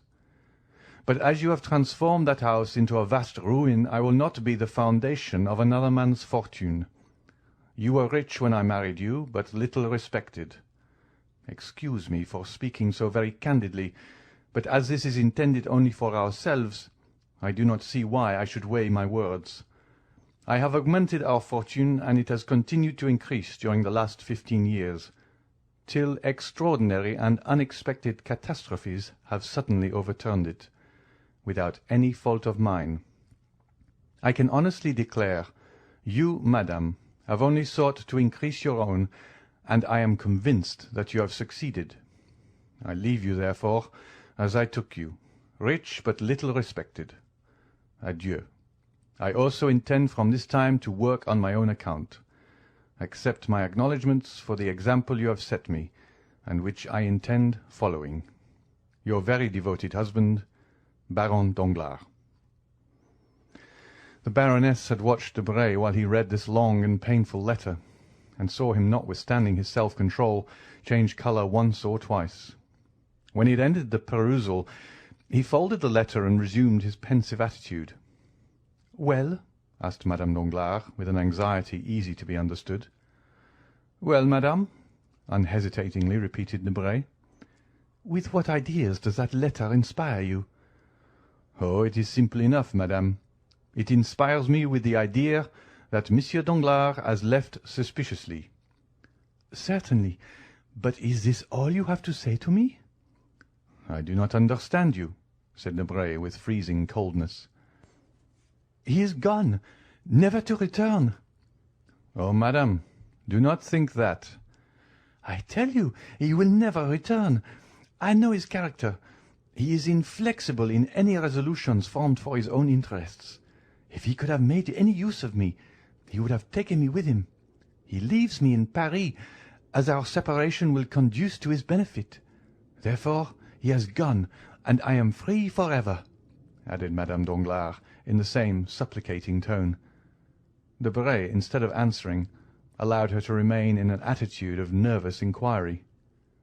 "Well?" she said at length. "Do you not answer me?" "I have but one question to ask you. What do you intend to do?" "I was going to ask you," replied the Baroness with a beating heart. "Ah, then, you wish to ask advice of me?" "Yes, I do wish to ask your advice," said Madame Danglars with anxious expectation. "Then if you wish to take my advice," said the young man coldly, "I would recommend you to travel." "To travel?" she murmured. "Certainly. As Monsieur Danglars says, you are rich and perfectly free. In my opinion, a withdrawal from Paris is absolutely necessary after the double catastrophe of Mademoiselle Danglars' broken contract and Monsieur Danglars' disappearance. The world will think you abandoned and poor, for the wife of a bankrupt would never be forgiven were she to keep up an appearance of opulence. You have only to remain in Paris for about a fortnight, telling the world you are abandoned, and relating the details of this desertion to your best friends, who will soon spread the report.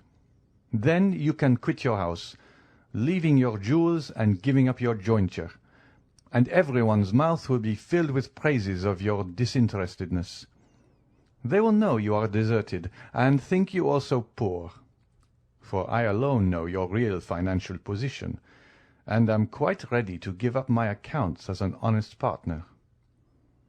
The dread with which the pale and motionless Baroness listened to this was equalled by the calm indifference with which Debray had spoken. "Deserted?" she repeated. "Ah, yes, I am indeed deserted. You are right, sir, and no one can doubt my position."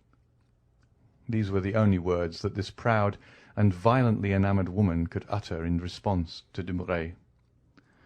"But then you are rich, very rich indeed," continued Debray, taking out some papers from his pocket-book, which he spread upon the table. Madame Danglars did not see them. She was engaged in stilling the beatings of her heart and restraining the tears which were ready to gush forth. At length a sense of dignity prevailed, and if she did not entirely master her agitation, she at least succeeded in preventing the fall of a single tear. "Madame," said Debray, "it is nearly 6 months since we have been associated. You furnished a principal of 100,000 francs. Our partnership began in the month of April. In May we commenced operations, and in the course of the month gained 450,000 francs. In June the profit amounted to 900,000. In July we added 1,700,000 francs. It was, you know, the month of the Spanish bonds. In August we lost 300,000 francs at the beginning of the month, but on the 13th we made up for it, and we now find that our accounts, reckoning from the first day of partnership up to yesterday, when I closed them, showed a capital of 2,400,000 francs. That is 1,200,000 for each of us. Now, madame," said Debray, delivering up his accounts in the methodical manner of a stockbroker, "there are still 80,000 francs, the interest of this money, in my hands." "But," said the Baroness, "I thought you never put the money out to interest." "Excuse me, madame," said Debray coldly. "I had your permission to do so, and I have made use of it. There are then 40,000 francs for your share, besides the 100,000 you furnished me to begin with, making in all 1,340,000 francs for your portion. Now, madame, I took the precaution of drawing out your money the day before yesterday. It is not long ago, you see, and I was in continual expectation of being called on to deliver up my accounts. There is your money, half in banknotes, the other half in cheques payable to bearer. I say there, for as I did not consider my house safe enough, or lawyers sufficiently discreet, and as landed property carries evidence with it, and moreover, since you have no right to possess anything independent of your husband, I have kept this sum, now your whole fortune, in a chest concealed under that closet, and for greater security I myself concealed it there. Now, madame," continued Debray, first opening the closet, then the chest, "now, madame, here are 800 notes of 1,000 francs each, resembling, as you see, a large book bound in iron. To this I add a certificate in the funds of 25,000 francs. Then, for the odd cash, making I think about 110,000 francs, here is a cheque upon my banker, who, not being Monsieur Danglars, will pay you the amount, you may rest assured." Madame Danglars mechanically took the cheque, the bond, and the heap of banknotes. This enormous fortune made no great appearance on the table. Madame Danglars, with tearless eyes, but with her breast heaving with concealed emotion, placed the banknotes in her bag, put the certificate and cheque into her pocket-book, and then, standing pale and mute, awaited one kind word of consolation. But she waited in vain. "Now, madame," said Debray, "you have a splendid fortune, an income of about 60,000 livres a year, which is enormous for a woman who cannot keep an establishment here for a year at least. You will be able to indulge all your fancies. Besides, should you find your income insufficient, you can, for the sake of the past, madame, make use of mine, and I am ready to offer you all I possess, on loan." "Thank you, sir, thank you," replied the Baroness. "You forget that what you have just paid me is much more than a poor woman requires, who intends for some time at least to retire from the world." Debray was for a moment surprised, but immediately recovering himself, he bowed with an air which seemed to say, "As you please, madame." Madame Danglars had until then, perhaps, hoped for something, but when she saw the careless bow of Debray, and the glance by which it was accompanied, together with his significant silence, she raised her head, and without passion or violence or even hesitation, ran downstairs, disdaining to address a last farewell to one who could thus part from her. "Bah!" said Debray, when she had left, "these are fine projects. She will remain at home, read novels and speculate at cards, since she can no longer do so on the Bourse." Then, taking up his account-book, he cancelled with the greatest care all the entries of the amounts he had just paid away. "I have 1,060,000 francs remaining," he said. "What a pity Mademoiselle de Villefort is dead. She suited me in every respect, and I would have married her." And he calmly waited until the 20 minutes had elapsed after Madame Danglars' departure, before he left the house. During this time he occupied himself in making figures with his watch by his side. Asmodeus, that diabolical personage who would have been created by every fertile imagination if Lesage had not acquired the priority in his great masterpiece, would have enjoyed a singular spectacle if he had lifted up the roof of the little house in the Rue Saint-Germain-des-Prés, while Debray was casting up his figures. Above the room in which Debray had been dividing 2,5 millions with Madame Danglars was another, inhabited by persons who have played too prominent a part in the incidents we have related for their appearance not to create some interest. Mercédès and Albert were in that room. Mercédès was much changed within the last few days. Not that even in her days of fortune she had ever dressed with the magnificent display which makes us no longer able to recognize a woman when she appears in a plain and simple attire. Nor, indeed, had she fallen into that state of depression where it is impossible to conceal the garb of misery. No, the change in Mercédès was that her eye no longer sparkled, her lips no longer smiled, and there was now a hesitation in uttering the words which formerly sprang so fluently from her ready wit. It was not poverty which had broken her spirit. It was not a want of courage which rendered her poverty burdensome. Mercédès, although deposed from the exalted position she had occupied, lost in the sphere she had now chosen, like a person passing from a room splendidly lighted into utter darkness, appeared like a queen fallen from her palace to a hovel, and who, reduced to strict necessity, could neither become reconciled to the earthen vessels she was herself forced to place upon the table, nor to the humble pallet which had become her bed. The beautiful Catalan and noble Countess had lost both her proud glance and charming smile, because she saw nothing but misery around her. The walls were hung with one of the grey papers which economical landlords choose as not likely to show the dirt. The floor was uncarpeted. The furniture attracted the attention to the poor attempt at luxury, Indeed, everything offended eyes accustomed to refinement and elegance. Madame de Morcerf had lived there since leaving her house. The continual silence of the spot oppressed her. Still seeing that Albert continually watched her countenance to judge the state of her feelings, she constrained herself to assume a monotonous smile of the lips alone, which contrasted with the sweet and beaming expression that usually shone from her eyes, seemed like moonlight on a statue, yielding light without warmth. Albert, too, was ill at ease. The remains of luxury prevented him from sinking into his actual position. If he wished to go out without gloves, his hands appeared too white. If he wished to walk through the town, his boots seemed too highly polished.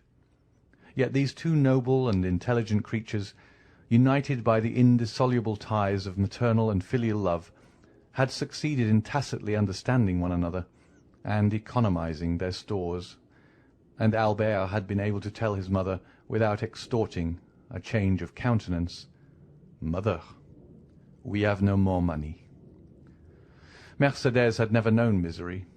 She had often in her youth spoken of poverty, but between want and necessity, these synonymous words, there is a wide difference. Amongst the Catalans, Mercédès wished for 1,000 things, but still she never really wanted any. So long as the nets were good, they caught fish, and so long as they sold their fish, they were able to buy twine for new nets. And then, shut out from friendship, having but one affection which could not be mixed up with her ordinary pursuits, she thought of herself, of no one but herself. Upon the little she earned she lived as well as she could. Now there were two to be supported, and nothing to live upon. Winter approached. Mercédès had no fire in that cold and naked room. She who was accustomed to stoves which heated the house from the hall to the boudoir. She had not even one little flower, she whose apartment had been a conservatory of costly exotics. But she had her son. Hitherto the excitement of fulfilling a duty had sustained them. Excitement, like enthusiasm, sometimes renders us unconscious to the things of earth. But the excitement had calmed down, and they felt themselves obliged to descend from dreams to reality. After having exhausted the ideal, they found they must talk of the actual. "Mother," exclaimed Albert, just as Madame Danglars was descending the stairs, "let us reckon our riches, if you please. I want capital to build my plans upon." "Capital nothing," replied Mercédès with a mournful smile. "No, mother, capital 3,000 francs, and I have an idea of our leading delightful life upon this 3,000 francs." "Child," sighed Mercédès. "Alas, dear mother," said the young man, "I have unhappily spent too much of your money not to know the value of it. These 3,000 francs are enormous, and I intend building upon this foundation a miraculous certainty for the future." "You say this, my dear boy, but do you think we ought to accept these 3,000 francs?" said Mercédès, colouring. "I think so," answered Albert in a firm tone. "We will accept them the more readily since we have them not here. You know they are buried in the garden of the little house in the Allée de Meilhan, at Marseille. With 200 francs we can reach Marseille." "With 200 francs? Are you sure, Albert?" "Oh, as for that, I have made inquiries respecting the diligences and steamboats, and my calculations are made. You will take your place in the coupé to Châlons. You see, mother, I treat you handsomely for 35 francs." Albert then took a pen and wrote, "Coupé, 35 francs. From Châlons to Lyon you will go on by the steamboat, 6 francs. From Lyon to Avignon, still by steamboat, 16 francs. From Avignon to Marseille, 7 francs. Expenses on the road, about 50 francs. Total, 114 francs. Let us put down 120, added Albert, smiling. You see, I am generous, am I not, mother? But you, my poor child? I? Do you not see that I reserve 80 francs for myself? A young man does not require luxuries. Besides, I know what travelling is." "With a post-chaise and valet de chambre?" "Any way, mother." "Well, be it so. But these 200 francs?" "Here they are, and 200 more besides. See, I have sold my watch for 100 francs, and the guard and seals for 300. How fortunate that the ornaments were worth more than the watch. Still the same story of superfluities. Now I think we are rich, since instead of the 114 francs we require for the journey, we find ourselves in possession of 250. "But we owe something in this house." 30 francs, but I pay that out of my 150 francs. That is understood. And as I require only 80 francs for my journey, you see I am overwhelmed with luxury. But that is not all. What do you say to this, mother?" And Albert took out of a little pocket-book with golden clasps, a remnant of his old fancies, or perhaps a tender souvenir from one of the mysterious and veiled ladies who used to knock at his little door. Albert took out of his pocket-book a note of 1,000 francs. "What is this?" asked Mercédès. 1,000 francs. "But whence have you obtained them?" "Listen to me, mother, and do not yield too much to agitation." And Albert, rising, kissed his mother on both cheeks, then stood looking at her. "You cannot imagine, mother, how beautiful I think you," said the young man, impressed with a profound feeling of filial love.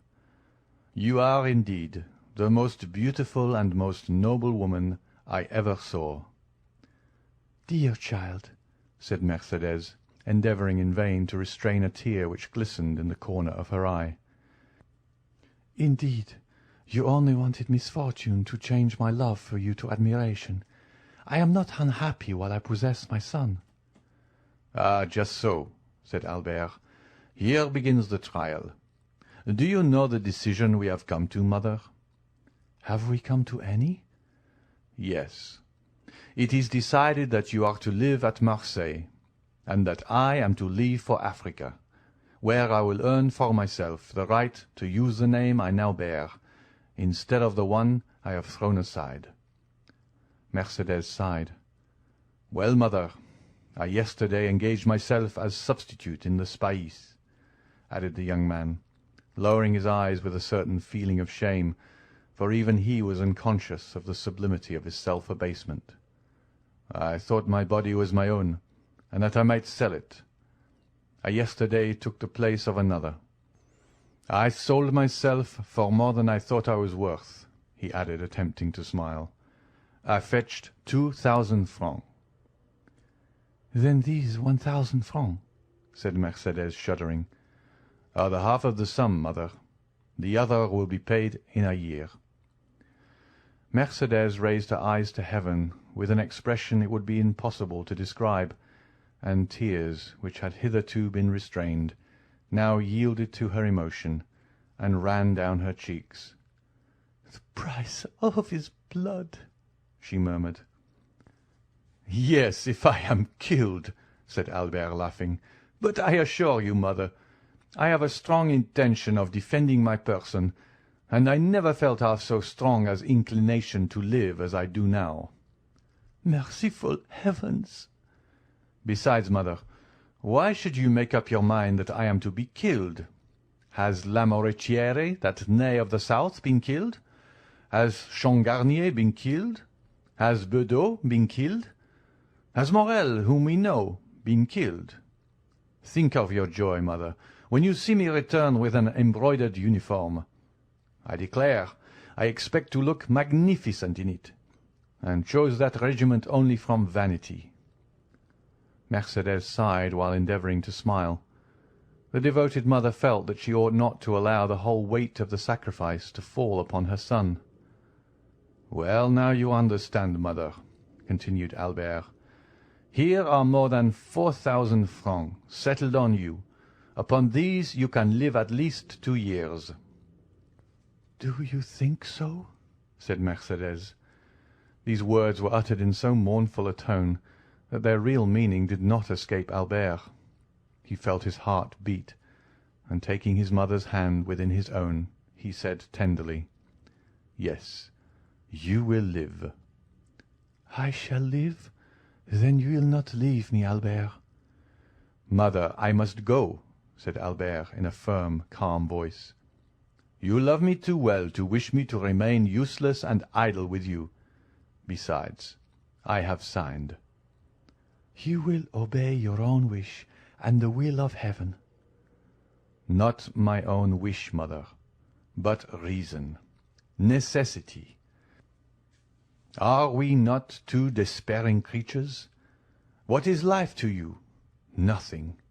What is life to me? Very little without you. Mother, for believe me, but for you I should have ceased to live on the day I doubted my father and renounced his name. Well, I will live, if you promise me to still hope, and if you grant me the care of your future prospects. You will redouble my strength. Then I will go to the governor of Algeria. He has a royal heart and is essentially a soldier. I will tell him my gloomy story. I will beg him to turn his eyes now and then towards me, and if he keeps his word and interests himself for me, in 6 months I shall be an officer or dead. If I am an officer, your fortune is certain, for I shall have money enough for both, and, moreover, a name we shall both be proud of, since it will be our own. If I am killed, well then, mother, you can also die, and there will be an end of our misfortunes." "It is well," replied Mercédès with her eloquent glance. "You are right, my love. Let us prove to those who are watching our actions that we are worthy of compassion." "But let us not yield to gloomy apprehensions," said the young man. "I assure you we are, or rather we shall be very happy. You are a woman at once full of spirit and resignation. I have become simple in my tastes, and am without passion, I hope. Once in service, I shall be rich. Once in Monsieur Dante's house, you will be at rest. Let us strive, I beseech you, let us strive to be cheerful." "Yes, let us strive, for you are to live and to be happy, Albert." "And so our division is made, mother," said the young man, affecting ease of mind. "We can now part. Come, I shall engage your passage." "And you, my dear boy?" "I shall stay here for a few days longer. We must accustom ourselves to parting. I want recommendations and some information relative to Africa. I will join you again at Marseilles." "Well, be it so. Let us part," said Mercédès, folding around her shoulders the only shawl she had taken away, and which accidentally happened to be a valuable black cashmere. Albert gathered up his papers hastily, rang the bell to pay the 30 francs he owed to the landlord, and offering his arm to his mother, they descended the stairs. Some one was walking down before them, and this person, hearing the rustling of a silk dress, turned around. "Debray," muttered Albert. "You, Morcerf," replied the secretary, resting on the stairs. Curiosity had vanquished the desire of preserving his incognito, and he was recognized. It was, indeed, strange in this unknown spot to find the young man whose misfortunes had made so much noise in Paris. "Morcerf," repeated Debray. Then, noticing in the dim light the still youthful and veiled figure of Madame de Morcerf, "Pardon me," he added with a smile. "I leave you, Albert." Albert understood his thoughts. "Mother," he said, turning towards Mercédès, "this is Monsieur Debray, secretary of the Minister for the Interior, once a friend of mine." "How once?" stammered Debray. What do you mean?" "I say so, Monsieur Debray, because I have no friends now, and I ought not to have any. I thank you for having recognized me, sir." Debray stepped forward and cordially pressed the hand of his interlocutor. "Believe me, dear Albert," he said, with all the emotion he was capable of feeling, "believe me, I feel deeply for your misfortunes, and if in any way I can serve you, I am yours." "Thank you, sir," said Albert, smiling. "In the midst of our misfortunes, we are still rich enough not to require assistance from anyone. We are leaving Paris, and when our journey is paid, we shall have 5,000 francs left." The blood mounted to the temples of Debray, who held 1,000,000 in his pocket-book, and unimaginative as he was, he could not help reflecting that the same house had contained 2 women, one of whom, justly dishonoured, had left it poor, with 1,500,000 francs under her cloak, while the other, unjustly stricken, but sublime in her misfortune, was yet rich with a few deniers. This parallel disturbed his usual politeness. The philosophy he witnessed appalled him.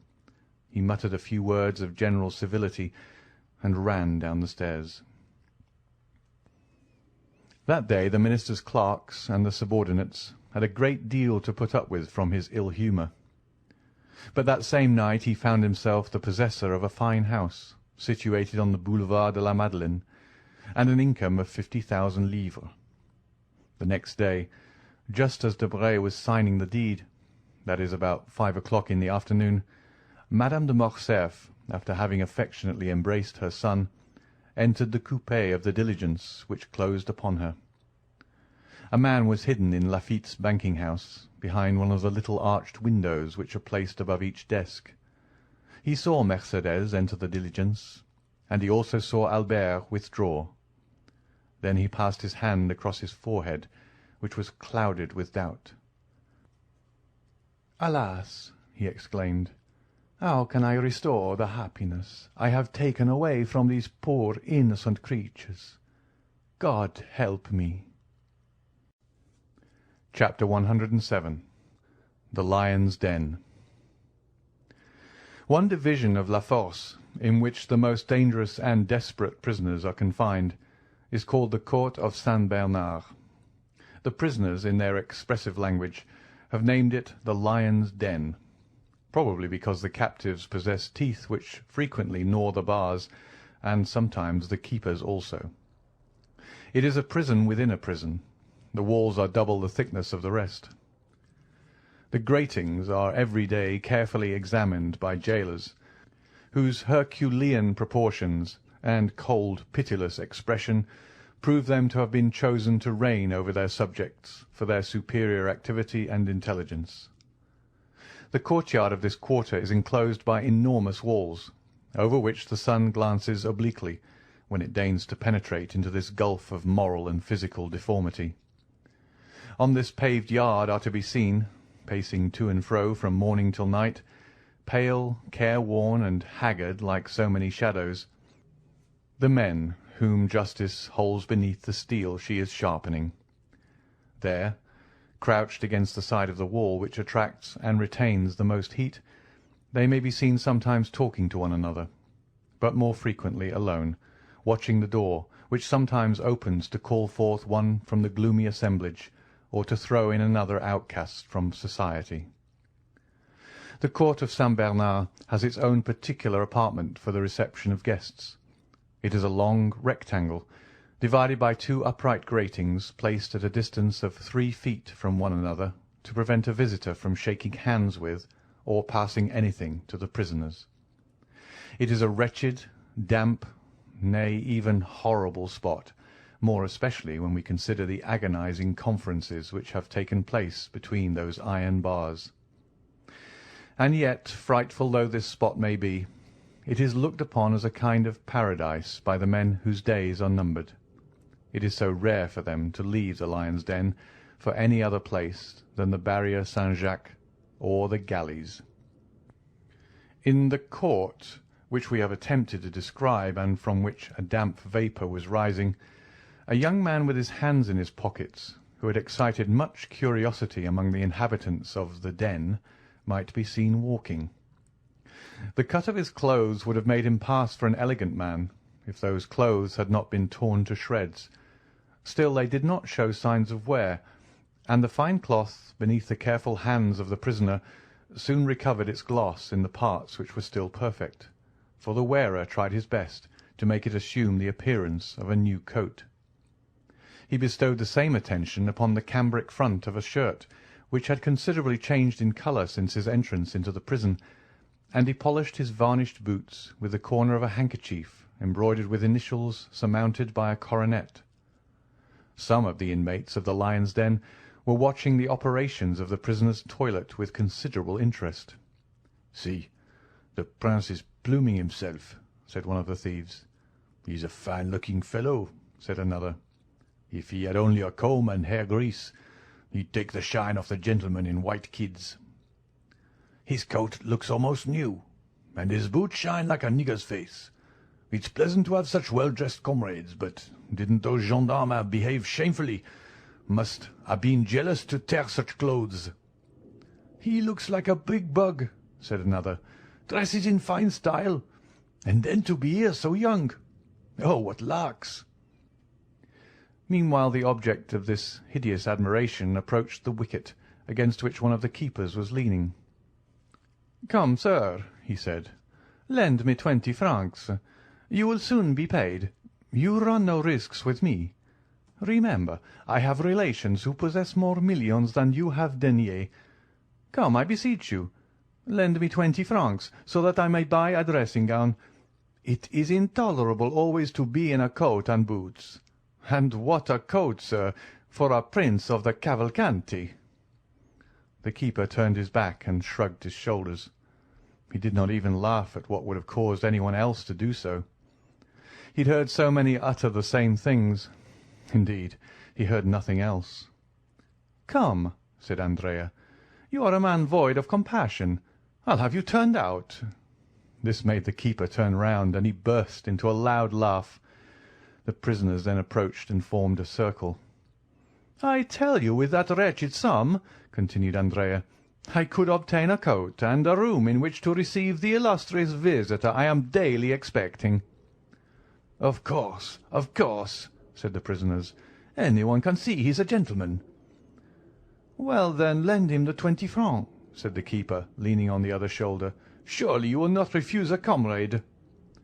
"I am no comrade of these people," said the young man proudly. "You have no right to insult me thus." The thieves looked at one another with low murmurs, and a storm gathered over the head of the aristocratic prisoner, raised less by his own words than by the manner of the keeper. The latter, sure of quelling the tempest when the waves became too violent, allowed them to rise to a certain pitch that he might be revenged on the importunate Andrea, and besides it would afford him some recreation during the long day. The thieves had already approached Andrea with some screaming "La savate! La savate!" a cruel operation which consists in cuffing a comrade who may have fallen into disgrace, not with an old shoe, but with an iron-heeled one. Others proposed the anguille, another kind of recreation in which a handkerchief is filled with sand, pebbles, and 2-sou pieces when they have them, which the wretches beat like a flail over the head and shoulders of the unhappy sufferer. "Let us horsewhip the fine gentleman," said others. But Andrea, turning towards them, winked his eyes, rolled his tongue around his cheeks, and smacked his lips, in a manner equivalent to 100 words among the bandits when forced to be silent. It was a Masonic sign Caderousse had taught him. He was immediately recognized as one of them. The handkerchief was thrown down, and the iron-heeled shoe replaced on the foot of the wretch to whom it belonged. Some voices were heard to say that the gentleman was right, that he intended to be civil in his way, and that they would set the example of liberty of conscience, and the mob retired. The keeper was so stupefied at this scene that he took Andrea by the hands and began examining his person, attributing the sudden submission of the inmates of the Lion's Den to something more substantial than mere fascination. Andrea made no resistance, although he protested against it. Suddenly a voice was heard at the wicket. "Benedetto!" exclaimed an inspector. The keeper relaxed his hold. "I am called," said Andrea. "To the visitors' room," said the same voice. "You see, someone pays me a visit. "Ah, my dear sir, you will see whether a Cavalcanti is to be treated like a common person." And Andrea, gliding through the court like a black shadow, rushed out through the wicket, leaving his comrades, and even the keeper, lost in wonder. Certainly a call to the visitors' room had scarcely astonished Andrea less than themselves, for the wily youth, instead of making use of his privilege of waiting to be claimed on his entry into La Force, had maintained a rigid silence. "Everything," he said, "proves me to be under the protection of some powerful person. This sudden fortune, the facility with which I have overcome all obstacles, an unexpected family and an illustrious name awarded to me, gold showered down upon me, and the most splendid alliances about to be entered into. An unhappy lapse of fortune and the absence of my protector have cast me down, certainly, but not for ever. The hand which has retreated for a while will be again stretched forth to save me at the very moment when I shall think myself sinking into the abyss. Why should I risk an imprudent step? It might alienate my protector. He has two means of extricating me from this dilemma, the one by a mysterious escape, managed through bribery, the other by buying off my judges with gold. I will say and do nothing until I am convinced that he has quite abandoned me, and then—" Andrea had formed a plan which was tolerably clever. The unfortunate youth was intrepid in the attack and rude in the defence. He had borne with the public prison and with privations of all sorts. Still, by degrees nature, or rather custom, had prevailed, and he suffered from being naked, dirty, and hungry. It was at this moment of discomfort that the inspector's voice called him to the visitors' room. Andrea felt his heart leap with joy. It was too soon for a visit from the examining magistrate, and too late for one from the director of the prison or the doctor. It must, then, be the visitor he hoped for. Behind the grating of the room into which Andrea had been led, he saw, while his eyes dilated with surprise, the dark and intelligent face of Monsieur Bertuccio, who was also gazing with sad astonishment upon the iron bars, the bolted doors, and the shadow which moved behind the other grating. "Ah," said Andrea, deeply affected. "Good morning, Benedetto," said Bertuccio, with his deep, hollow voice. "You! said the young man, looking fearfully around him. "Do you not recognize me, unhappy child?" "Silence! Be silent!" said Andrea, who knew the delicate sense of hearing possessed by the walls. "For heaven's sake, do not speak so loud." "You wish to speak with me alone, do you not?" said Bertuccio. "Oh, yes." "That is well." And Bertuccio, feeling in his pocket, signed to a keeper whom he saw through the window of the wicket. "Read," he said. "What is that?" asked Andrea. "An order to conduct you to a room, and to leave you there to talk to me." "Oh!" cried Andrea, leaping with joy. Then he mentally added, "Still, my unknown protector, I am not forgotten. They wish for secrecy, since we are to converse in a private room. I understand Bertuccio has been sent by my protector." The keeper spoke for a moment with an official, then opened the iron gates and conducted Andrea to a room on the first floor. The room was whitewashed, as is the custom in prisons, but it looked quite brilliant to a prisoner, though a stove, a bed, a chair, and a table formed the whole of its sumptuous furniture. Bertuccio sat down upon the chair. Andrea threw himself upon the bed. The keeper retired. "Now," said the steward, "what have you to tell me?" "And you?" said Andrea. "You speak first." "Oh, no, you must have much to tell me, since you have come to seek me." "Well, be it so. You have continued your course of villainy. You have robbed, you have assassinated."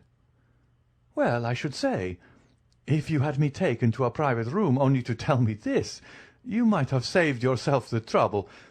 I know all these things, but there are some with which, on the contrary, I am not acquainted.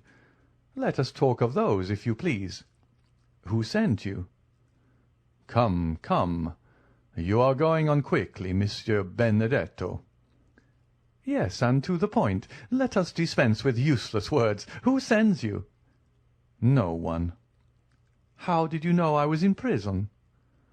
"I recognized you, some time since, as the insolent dandy who so gracefully mounted his horse in the Champs-Élysées." "Oh, the Champs-Élysées! Ah, yes. We burn, as they say, at the game of pincette. The Champs-Élysées. Come, let us talk a little about my father." "Who, then, am I?" "You, sir. You are my adopted father.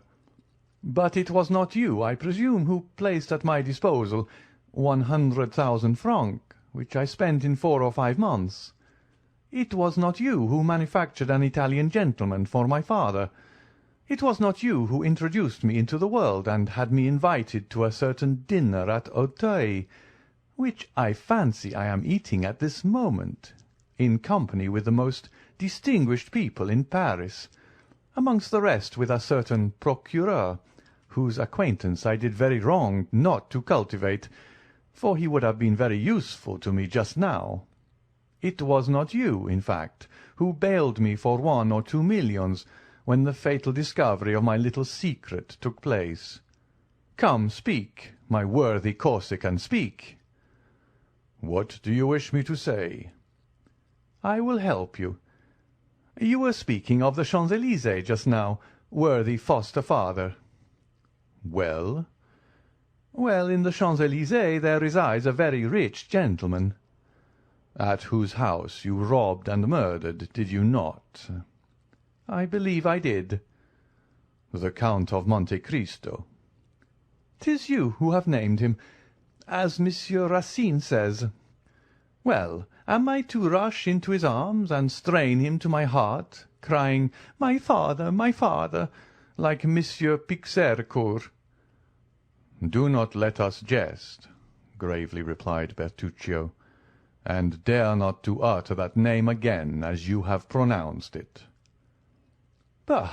said Andrea, a little overcome by the solemnity of Bertuccio's manner. "Why not?" "Because the person who bears it is too highly favoured by heaven to be the father of such a wretch as you." "Oh, these are fine words." "And there will be fine doings if you do not take care." "Menaces? I do not fear them. I will say—" "Do you think you are engaged with a pygmy like yourself?" said Bertuccio, in so calm a tone and with so steadfast a look that Andrea was moved to the very soul. "Do you think you have to do with galley slaves or novices in the world?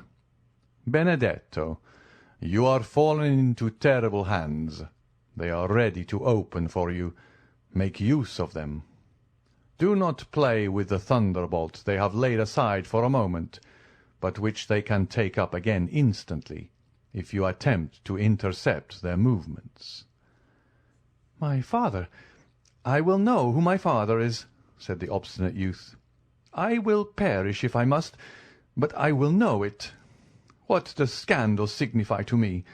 What possessions, what reputation, what pull, as Beauchamp says, have I? You great people always lose something by scandal, notwithstanding your millions. Come, who is my father?" "I came to tell you." "Ah!" cried Benedetto, his eyes sparkling with joy. Just then the door opened, and the jailer, addressing himself to Bertuccio, said, "Excuse me, sir, but the examining magistrate is waiting for the prisoner."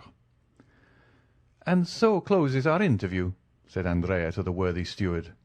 "I wish the troublesome fellow were at the devil." "I will return to-morrow," said Bertuccio. "Good.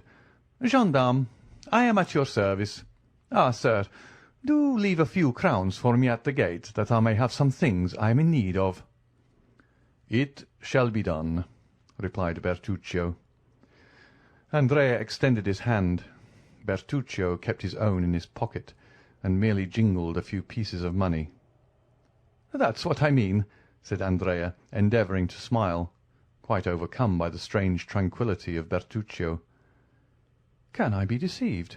he murmured as he stepped into the oblong and grated vehicle which they call the salad basket. "Never mind. We shall see. To-morrow, then," he added, turning towards Bertuccio. "To-morrow," replied the steward. Chapter 108. The Judge. We remember that the Abbé Busoni remained alone with Noirtier in the chamber of death, and that the old man and the priest were the sole guardians of the young girl's body. Perhaps it was the Christian exhortations of the abbé, perhaps his kind charity, perhaps his persuasive words which had restored the courage of Noirtier, for ever since he had conversed with the priest, his violent despair had yielded to a calm resignation which surprised all who knew his excessive affection for Valentine. Monsieur de Villefort had not seen his father since the morning of the death. The whole establishment had been changed. Another valet was engaged for himself, a new servant for Noirtier. 2 women had entered Madame de Villefort's service. In fact, everywhere to the concierge and the coachman, new faces were presented to the different masters of the house, thus widening the division which had always existed between the members of the same family. The Assizes also were about to begin, and Villefort, shut up in his room, exerted himself with feverish anxiety in drawing up the case against the murderer of Caderousse. This affair, like all those in which the Count of Monte Cristo had interfered, caused a great sensation in Paris. The proofs were certainly not convincing, since they rested upon a few words written by an escaped galley slave on his deathbed, and who might have been actuated by hatred or revenge in accusing his companion. But the mind of the procureur was made up.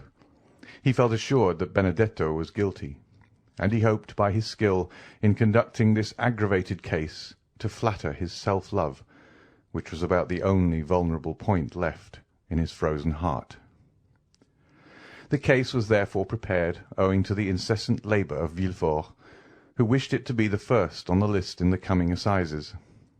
He had been obliged to seclude himself more than ever, to evade the enormous number of applications presented to him for the purpose of obtaining tickets of admission to the court on the day of trial, and then so short a time had elapsed since the death of poor Valentine, and the gloom which overshadowed the house was so recent, that no one wondered to see the father so absorbed in his professional duties, which were the only means he had of dissipating his grief. Once only had Villefort seen his father.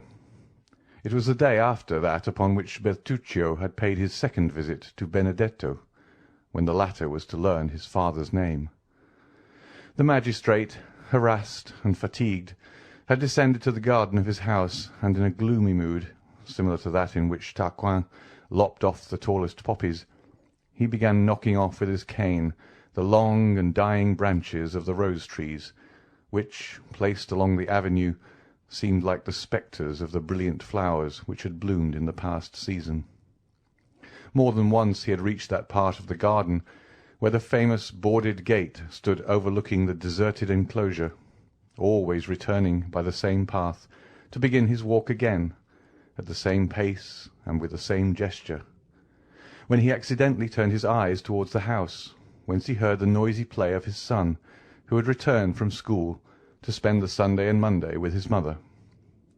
While doing so, he observed Monsieur Noirtier at one of the open windows, where the old man had been placed that he might enjoy the last rays of the sun, which yet yielded some heat, and was now shining upon the dying flowers and red leaves of the creeper which twined around the balcony. The eye of the old man was riveted upon a spot which Villefort could scarcely distinguish.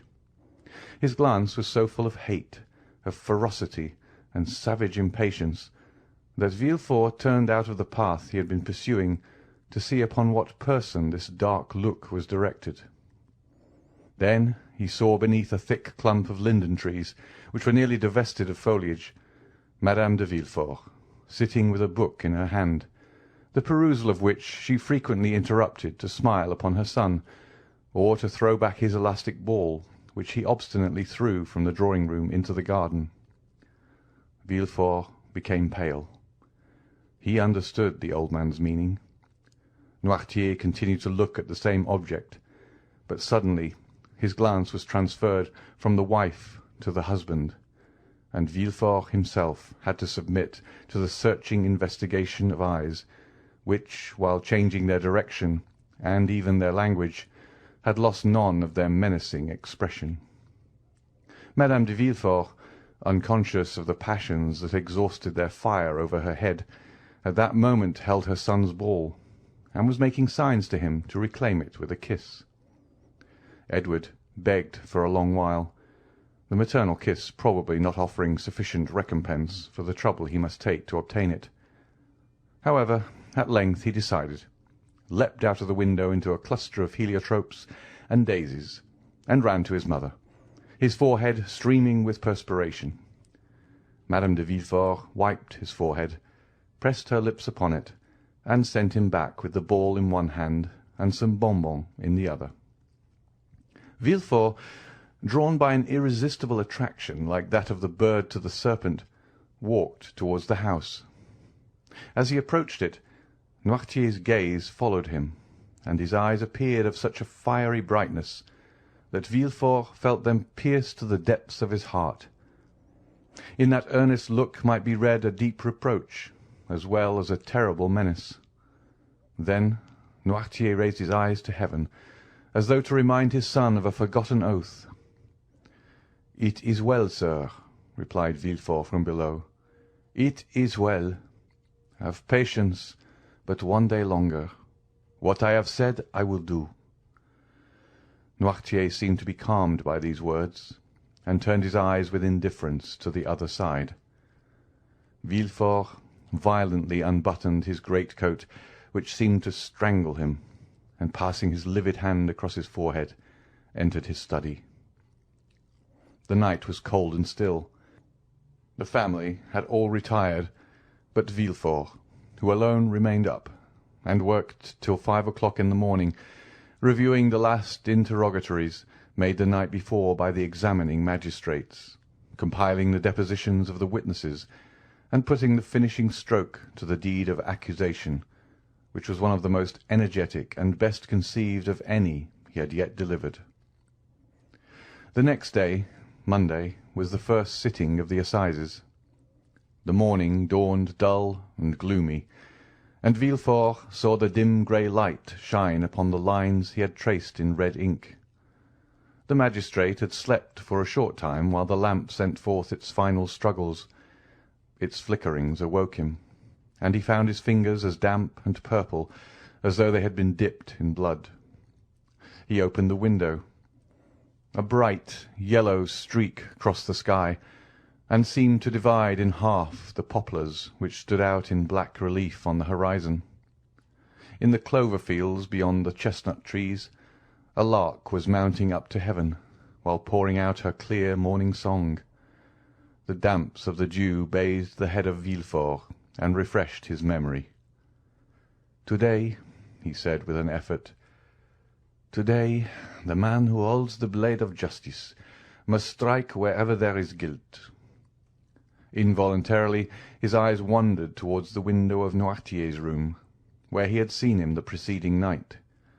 The curtain was drawn, and yet the image of his father was so vivid to his mind that he addressed the closed window as though it had been open, and as if through the opening he had beheld the menacing old man. "Yes," he murmured, "yes, be satisfied." His head dropped upon his chest, and in this position he paced his study. Then he threw himself, dressed as he was, upon a sofa, less to sleep than to rest his limbs, cramped with cold and study. By degrees everyone awoke. Villefort, from his study, heard the successive noises which accompany the life of a house, the opening and shutting of doors, the ringing of Madame de Villefort's bell to summon the waiting-maid, mingled with the first shouts of the child, who rose full of the enjoyment of his age. Villefort also rang. His new valet brought him the papers, and with them a cup of chocolate. "What are you bringing me?" said he. "A cup of chocolate." "I did not ask for it. who has paid me this attention?" "My mistress, sir. She said you would have to speak a great deal in the murder case, and that you should take something to keep up your strength." And the valet placed the cup on the table nearest to the sofa, which was, like all the rest, covered with papers. The valet then left the room. Villefort looked for an instant with a gloomy expression. Then, suddenly, taking it up with a nervous motion, he swallowed its contents at one draught. It might have been thought that he hoped the beverage would be mortal, and that he sought for death to deliver him from a duty which he would rather die than fulfil. He then rose and paced his room with a smile it would have been terrible to witness. The chocolate was inoffensive, for Monsieur de Villefort felt no effects. The breakfast hour arrived, but Monsieur de Villefort was not at table. The valet re-entered. "Madame de Villefort wishes to remind you, sir," he said, "that 11 o'clock has just struck, and that the trial commences at 12. "Well," said Villefort, "what then?" "Madame de Villefort is dressed. She is quite ready, and wishes to know if she is to accompany you, sir." "Where to?" "To the Palais." "What to do?" "My mistress wishes much to be present at the trial." "Ah," said Villefort, with a startling accent, "does she wish that?" The man drew back and said, "If you wish to go alone, sir, I will go and tell my mistress." Villefort remained silent for a moment and dented his pale cheeks with his nails. "Tell your mistress," he at length answered, "that I wish to speak to her, and I beg she will wait for me in her own room." "Yes, sir." "Then come to dress and shave me." "Directly, sir." The valet reappeared almost instantly, and, having shaved his master, assisted him to dress entirely in black. When he had finished, he said, "My mistress said she should expect you, sir, as soon as you had finished dressing." "I am going to her." And Villefort, with his papers under his arm and hat in hand, directed his steps toward the apartment of his wife. At the door he paused for a moment to wipe his damp, pale brow. He then entered the room. Madame de Villefort was sitting on an ottoman, and impatiently turning over the leaves of some newspapers and pamphlets, which young Edward, by way of amusing himself, was tearing to pieces before his mother could finish reading them. She was dressed to go out. Her bonnet was placed beside her on a chair, and her gloves were on her hands. "Ah, here you are, monsieur," she said in her naturally calm voice. "But how pale you are!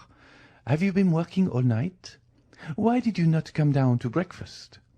Well, will you take me, or shall I take Edward?" Madame de Villefort had multiplied her questions in order to gain one answer, but to all her inquiries Monsieur de Villefort remained mute and cold as a statue.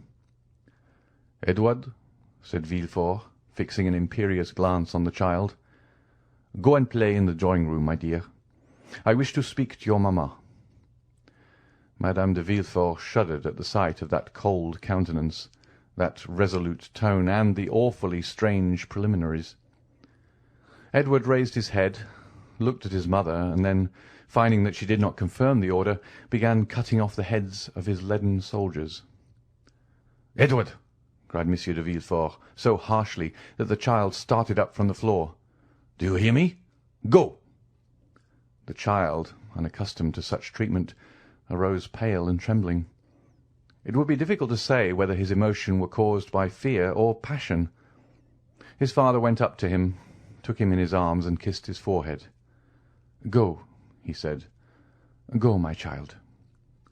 Edward ran out. Monsieur de Villefort went to the door, which he closed behind the child, and bolted. "Dear me," said the young woman, endeavouring to read her husband's inmost thoughts, while a smile passed over her countenance, which froze the impassibility of Villefort. "What is the matter?" "Madame, where do you keep the poison you generally use?" said the magistrate, without any introduction, placing himself between his wife and the door. Madame de Villefort must have experienced something of the sensation of a bird which, looking up, sees the murderous trap closing over its head. A hoarse, broken tone, which was neither a cry nor a sigh, escaped from her while she became deadly pale. "Monsieur," she said, I do not understand you." And in her first paroxysm of terror she had raised herself from the sofa. In the next, stronger, very likely than the other, she fell down again on the cushions. "I asked you," continued Villefort in a perfectly calm tone, "where you concealed the poison by the aid of which you have killed my father-in-law, Monsieur de Saint-Méran, my mother-in-law, Madame de Saint-Méran, Barrois, and my daughter Valentine." "Ah, sir," exclaimed Madame de Villefort, clasping her hands, "what do you say?" "It is not for you to interrogate, but to answer." "Is it to the judge or to the husband?" stammered Madame de Villefort. "To the judge. To the judge, madame." It was terrible to behold the frightful pallor of that woman, the anguish of her look, the trembling of her whole frame. "Ah, sir," she muttered. "Ah, sir." And this was all. "You do not answer, madame," exclaimed the terrible interrogator. Then he added, with a smile yet more terrible than his anger, "It is true, then. You do not deny it."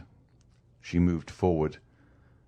"And you cannot deny it," added Villefort, extending his hand towards her as though to seize her in the name of justice. "You have accomplished these different crimes with impudent address, but which could only deceive those whose affections for you blinded them. Since the death of Madame de Saint-Méran, I have known that a poisoner lived in my house. Monsieur d'Avrigny warned me of it. After the death of Barrois, my suspicions were directed towards an angel. Those suspicions which, even when there is no crime, are always alive in my heart. But after the death of Valentine, there has been no doubt in my mind, madame. And not only in mine, but in those of others. Thus your crime, known by two persons, suspected by many, will soon become public. And as I told you just now, you no longer speak to the husband, but to the judge." The young woman hid her face in her hands. "Oh, sir," she stammered, "I beseech you, do not believe appearances." "Are you then a coward?" cried Villefort in a contemptuous voice. "But I have always observed that poisoners were cowards. Can you be a coward, you who have the courage to witness the death of two old men and a young girl murdered by you?" "Sir, sir!" "Can you be a coward?" continued Villefort with increasing excitement. "You, who could count one by one the minutes of 4 death agonies? You, who have arranged your infernal plans and removed the beverages with a talent and precision almost miraculous?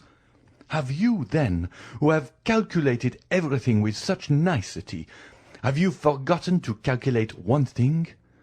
I mean, where the revelation of your crimes will lead you to? Oh, it is impossible! You must have saved some surer, more subtle and deadly poison than any other, that you might escape the punishment that you deserve. You have done this, I hope so at least."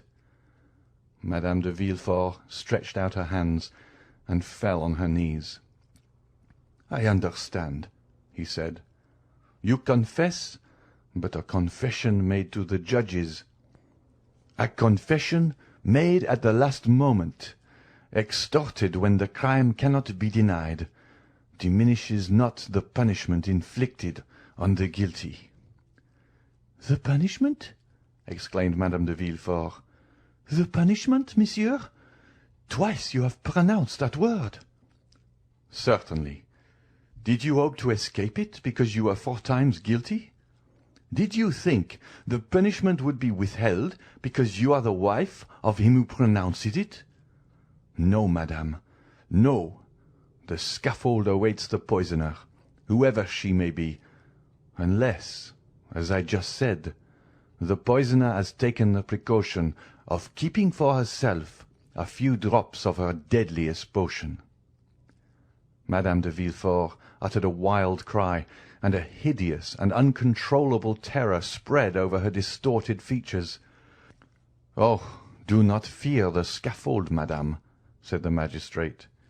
"I will not dishonour you, since that would be dishonour to myself. No, if you have heard me distinctly, you will understand that you are not to die on the scaffold." "No, I do not understand. What do you mean?" stammered the unhappy woman, completely overwhelmed.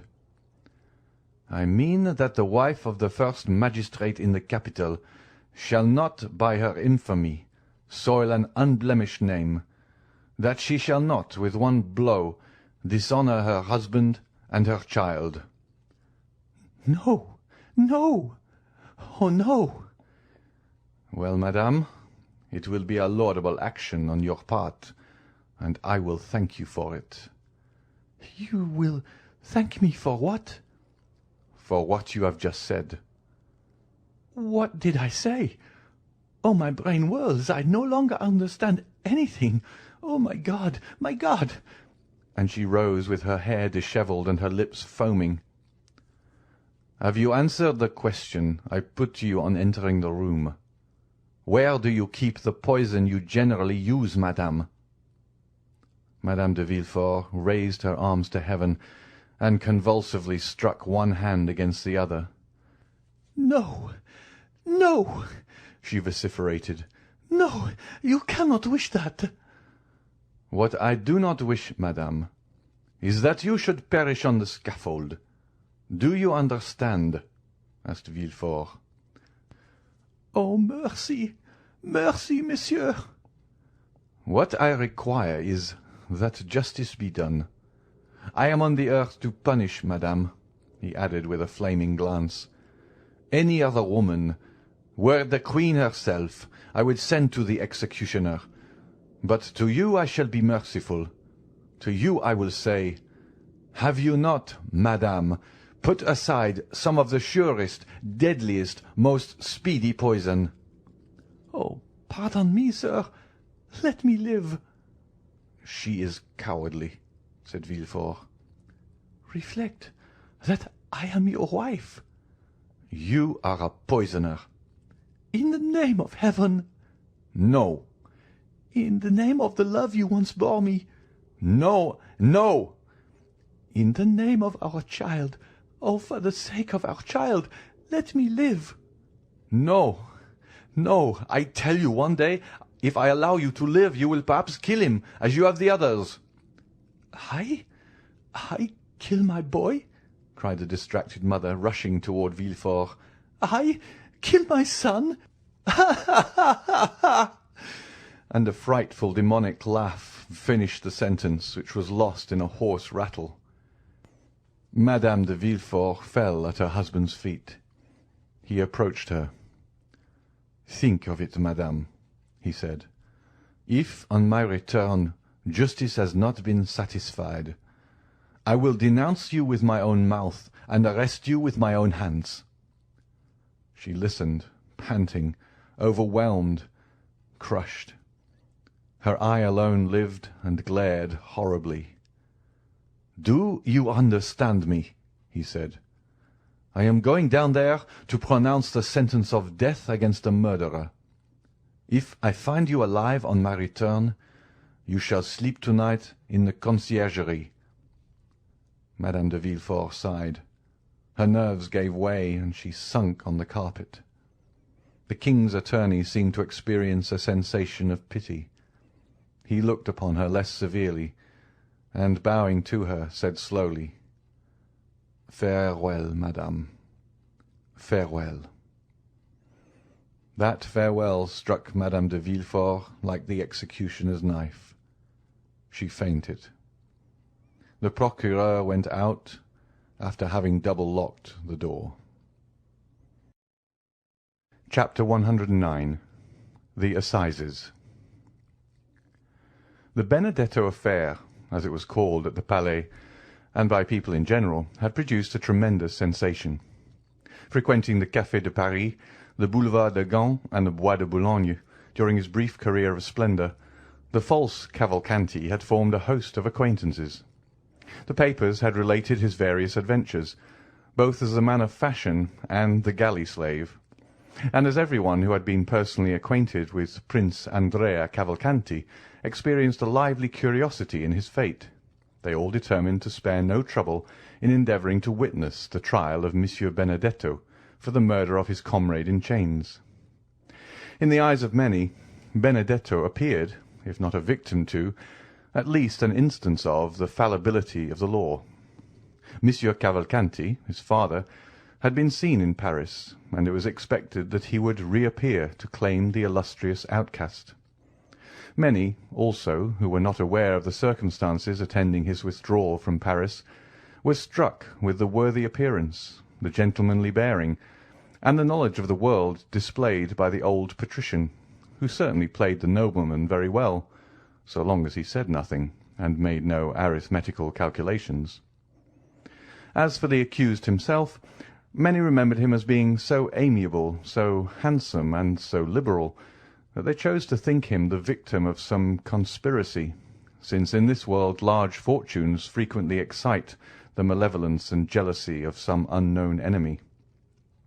Every one, therefore, ran to the court, some to witness the sight, others to comment upon it. From 7 o'clock in the morning a crowd was stationed at the iron gates, and an hour before the trial commenced the hall was full of the privileged. Before the entrance of the magistrates, and indeed frequently afterwards, a court of justice, on days when some special trial is to take place, resembles a drawing-room where many persons recognise each other and converse, if they can do so, without losing their seats, or if they are separated by too great a number of lawyers, communicate by signs. It was one of the magnificent autumn days which made amends for a short summer. The clouds which Monsieur de Villefort had perceived at sunrise had all disappeared as if by magic, and one of the softest and most brilliant days of September shone forth in all its splendour. Beauchamp, one of the kings of the press, and therefore claiming the right of a throne everywhere, was eyeing everybody through his monocle. He perceived Château Renaud and Debray, who had just gained the good graces of a sergeant-at-arms, and who had persuaded the latter to let them stand before, instead of behind him, as they ought to have done. The worthy sergeant had recognized the minister's secretary and the millionaire, and by the way of paying extra attention to his noble neighbours, promised to keep their places while they paid a visit to Beauchamp. "Well," said Beauchamp, "we shall see our friend." "Yes, indeed," replied Debray.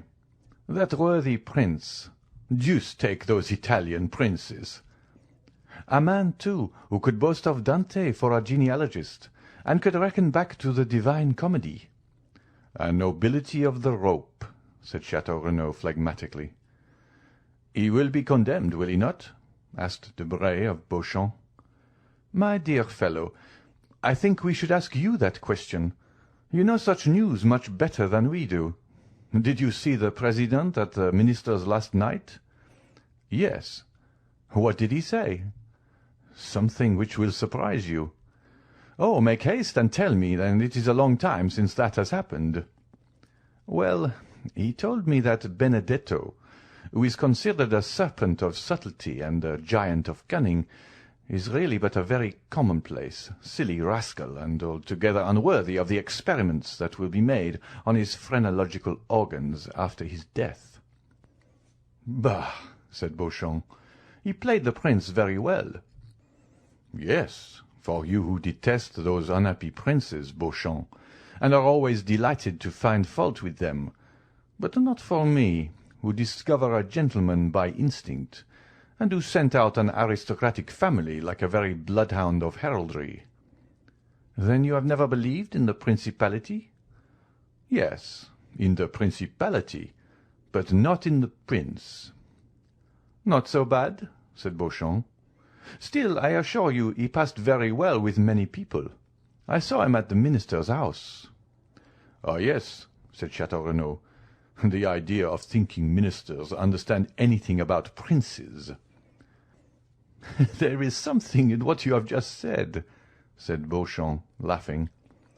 "But," said Debray to Beauchamp, "if I spoke to the president, you must have been with the procureur." "It was an impossibility. For the last week Monsieur de Villefort has secluded himself. It is natural enough. This strange chain of domestic afflictions, followed by the no less strange death of his daughter." "Strange? What do you mean, Beauchamp?" "Oh, yes. Do you pretend that all this has been unobserved at the minister's?" said Beauchamp, placing his eyeglass in his eye, where he tried to make it remain. "My dear sir," said Château Renaud, "allow me to tell you that you do not understand that manoeuvre with the eyeglass half so well as Debray. Give him a lesson, Debray." "Stay," said Beauchamp. "Surely I am not deceived." "What is it?" "It is she." "Whom do you mean?" "They said she had left." "Mademoiselle Eugénie?" said Château Renaud. "Has she returned?" "No." "But her mother?" "Madame Danglars?" "Nonsense! Impossible!" said Château Renaud. "Only 10 days after the flight of her daughter, and 3 days from the bankruptcy of her husband." Debray coloured slightly, and followed with his eyes the direction of Beauchamp's glance. "Come," he said, "it is only a veiled lady, some foreign princess, perhaps the mother of Cavalcanti. But you are just speaking on a very interesting topic, Beauchamp." "I?" "Yes, you were telling us about the extraordinary death of Valentine." "Ah, yes, so I was. But how is it that Madame de Villefort is not here?" "Poor dear woman," said Debray. "She is no doubt occupied in distilling balm for the hospitals or in making cosmetics for herself or friends. Do you know she spends 2,000 or 3,000 crowns a year in this amusement? But I wonder she is not here. I should have been pleased to see her, for I like her very much." "And I hate her," said Château Renaud. "Why?" "I do not know. Why do we love? Why do we hate? I detest her from antipathy." "Or rather by instinct." "Perhaps so. But to return to what you were saying, Beauchamp." "Well, do you know why they die so multitudinously at Monsieur de Villefort's?" "Multitudinously is good," said Château Renaud. "My good fellow, you'll find the word in Saint-Simon." "But the thing itself is at Monsieur de Villefort's. But let's get back to the subject." "Talking of that," said Debray, "Madame was making inquiries about that house which for the last 3 months has been hung with black." "Who is Madame?" asked Château Renaud. "The minister's wife, pardieu." "Oh, your pardon. I never visit ministers. I leave that to the princes." "Really, you were only before sparkling, but now you are brilliant. Take compassion on us, or, like Jupiter, you will wither us up." "I will not speak again," said Château Renaud. "Pray have compassion upon me, and do not take up every word I say. Come, let us endeavour to get to the end of our story, Beauchamp. I told you that yesterday Madame made inquiries of me upon the subject. Enlighten me, and I will then communicate my information to her." "Well, gentlemen, the reason people die so multitudinously, I like the word, at Monsieur de Villefort's is that there is an assassin in the house." The 2 young men shuddered, for the same idea had more than once occurred to them. "And who is the assassin?" they asked together. "Young Edward." A burst of laughter from the auditors did not in the least disconcert the speaker, who continued, "Yes, gentlemen, Edward, the infant phenomenon, who is quite an adept in the art of killing." "You are jesting." "Not at all.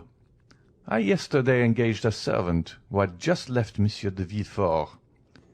I intend sending him away tomorrow, for he eats so enormously to make up for the fast imposed upon him by his terror in that house. Well, now listen. We are listening." "It appears the dear child has obtained possession of a bottle containing some drug, which he every now and then uses against those who have displeased him. First, Monsieur and Madame de Saint-Méran incurred his displeasure, so he poured out 3 drops of this elixir. 3 drops were sufficient. Then followed Barrois, the old servant of Monsieur Noirtier, who sometimes rebuffed this little wretch. He therefore received the same quantity of the elixir. The same happened to Valentine, of whom he was jealous. He gave her the same dose as the others, and all was over for her as well as the rest." "Why, what nonsense are you telling us?" said Château Renaud. "Yes, it is an extraordinary story," said Beauchamp. "Is it not?" "It is absurd," said Debray. "Ah," said Beauchamp, "you doubt me. Well, you can ask my servant, or rather him who will no longer be my servant tomorrow. It was the talk of the house." "And this elixir, where is it? What is it?" "The child conceals it." "But where did he find it?" "In his mother's laboratory." "Does his mother, then, keep poisons in her laboratory?" "How can I tell? You are questioning me like a king's attorney. I only repeat what I have been told, and like my informant I can do no more. The poor devil would eat nothing, from fear." "It is incredible." "No, my dear fellow, it is not at all incredible. You saw the child pass through the Rue Richelieu last year, who amused himself with killing his brothers and sisters by sticking pins in their ears while they slept. The generation who follow us are very precocious."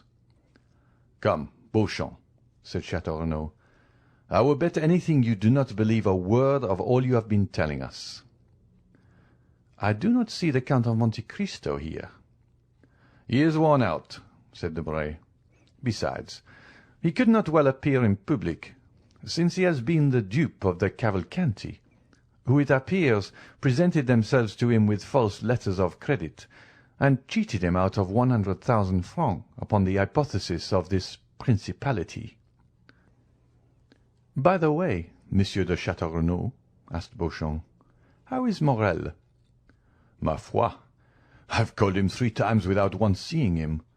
Still, his sister did not seem uneasy, and told me that though she had not seen him for 2 or 3 days, she was sure he was well." "Ah, now I think of it, the Count of Monte Cristo cannot appear in the hall," said Beauchamp. "Why not?" "Because he is an actor in the drama." "Has he assassinated anyone, then?" "No, on the contrary. They wish to assassinate him. You know that it was in leaving his house that Monsieur de Caderousse was murdered by his friend Benedetto. You know that the famous waistcoat was found in his house, containing the letter which stopped the signature of the marriage contract. Do you see the waistcoat? There it is, all blood-stained on the desk as a testimony of the crime." "Ah, very good." "Hush, gentlemen, here is the court. Let us go back to our places." A noise was heard in the hall. The sergeant called his 2 patrons with an energetic "Hem!" and the doorkeeper appearing, called out with that shrill voice peculiar to his order ever since the days of Beaumarchais, "The court! Gentlemen!" Chapter 110. The Indictment. The judges took their places in the midst of the most profound silence. The jury took their seats. Monsieur de Villefort, the object of unusual attention, and we had almost said of general admiration, sat in the armchair and cast a tranquil glance around him. Everyone looked with astonishment on that grave and severe face, whose calm expression personal griefs had been unable to disturb, and the aspect of a man who was a stranger to all human emotions excited something very like terror. "Gendarmes," said the President, "lead in the accused." At these words the public attention became more intense, and all eyes were turned towards the door through which Benedetto was to enter. The door soon opened, and the accused appeared. The same impression was experienced by all present, and no one was deceived by the expression of his countenance. His features bore no sign of that deep emotion which stops the beating of the heart and blanches the cheek. His hands, gracefully placed one upon his hat, the other in the opening of his white waistcoat, were not at all tremulous. His eye was calm and even brilliant. Scarcely had he entered the hall when he glanced at the whole body of magistrates and assistants. His eye rested longer on the president, and still more so on the king's attorney. By the side of Andrea was stationed the lawyer who was to conduct his defence, and who had been appointed by the court, for Andrea disdained to pay any attention to those details, to which he appeared to attach no importance.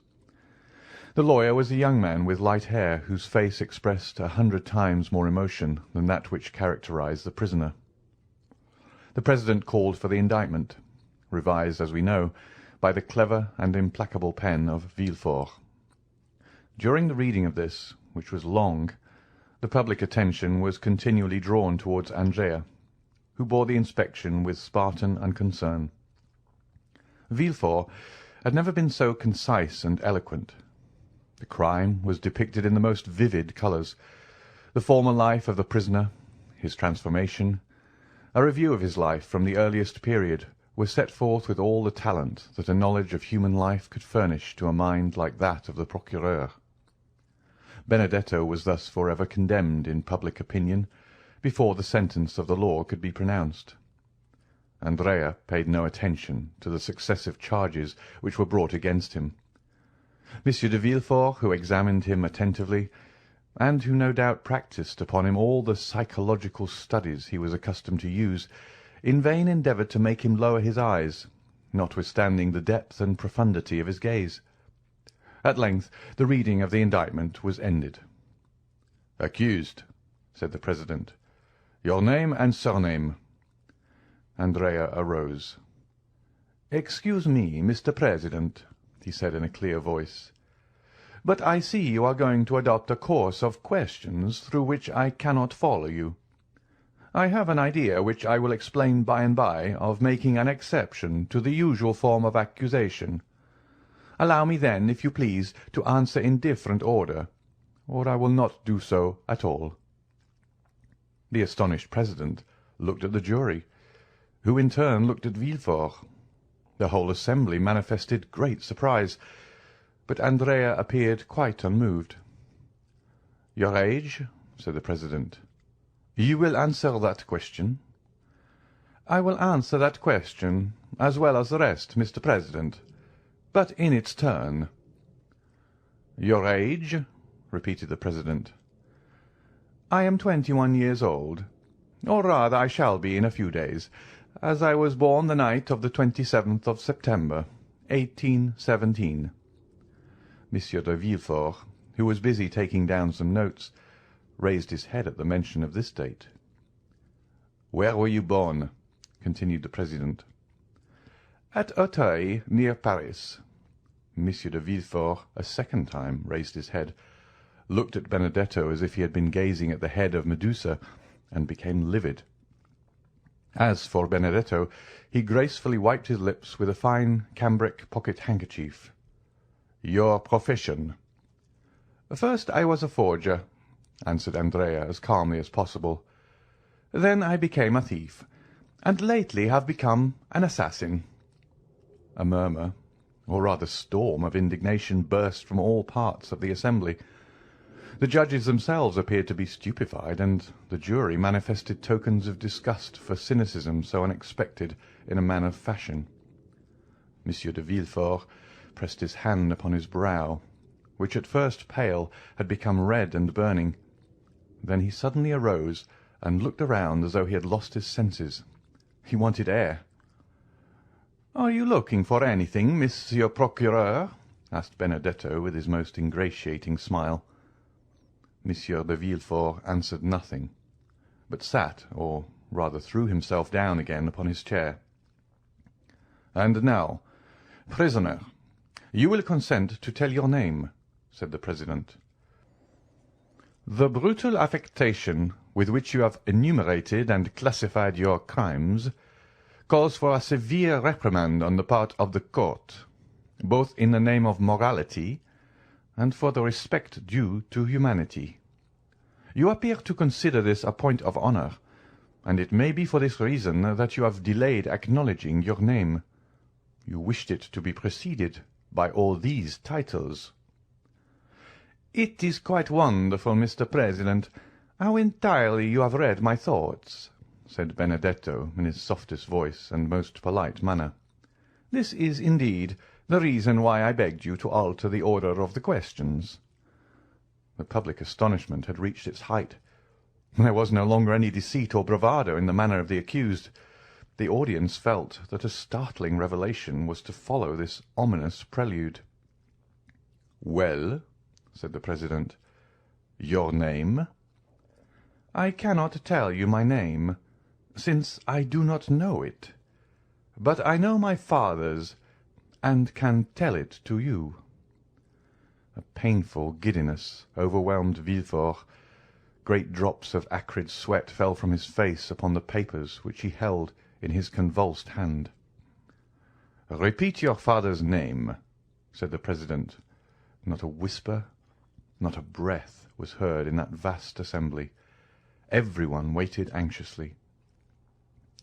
"My father is King's attorney," replied Andrea calmly.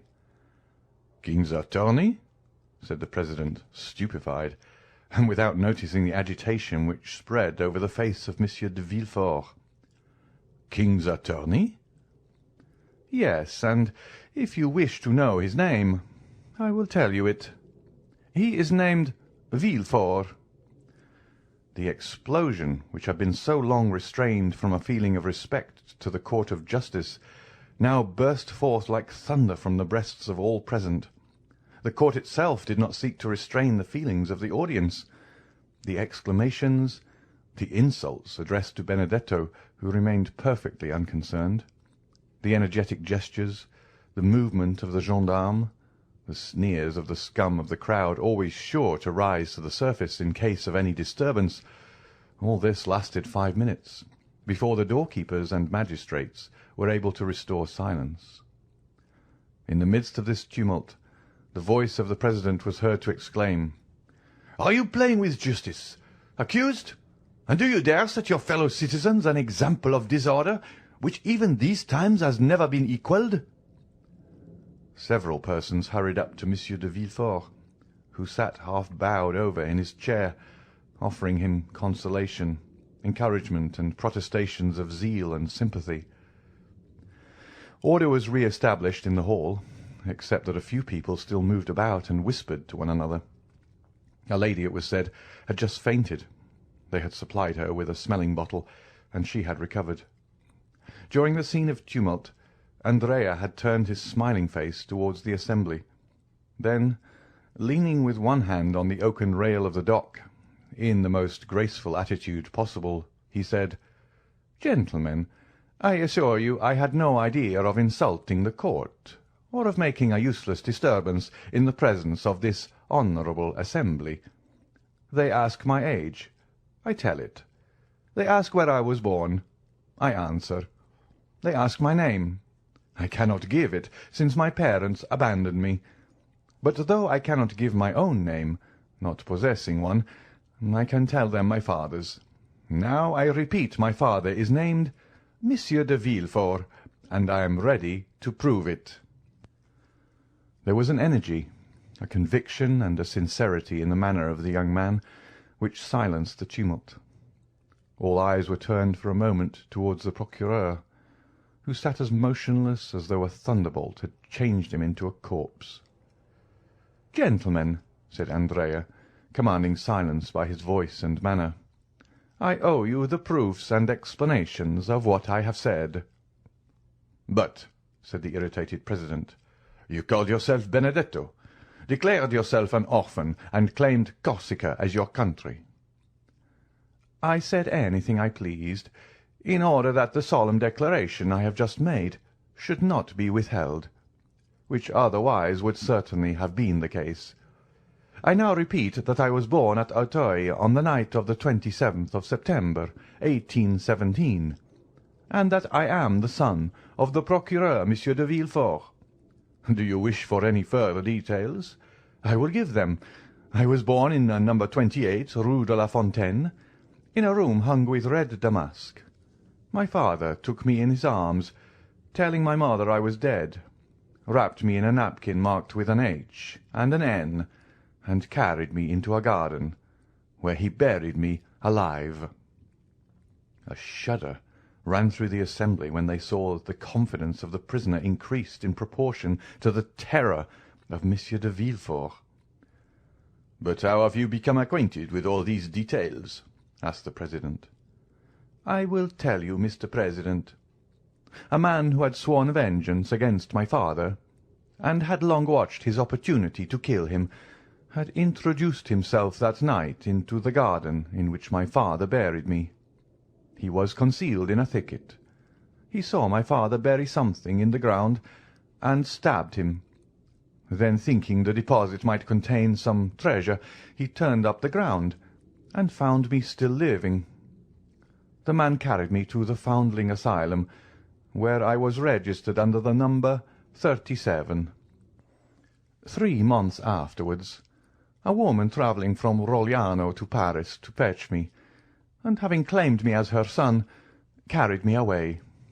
Thus, you see, though born in Paris, I was brought up in Corsica." There was a moment's silence, during which one could have fancied the hall empty, so profound was the stillness. "Proceed," said the president.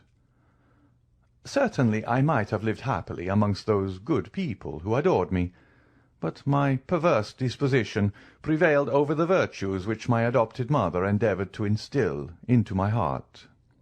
I increased in wickedness till I committed crime. One day, when I cursed Providence for making me so wicked and ordaining me to such a fate, my adopted father said to me, 'Do not blaspheme, unhappy child.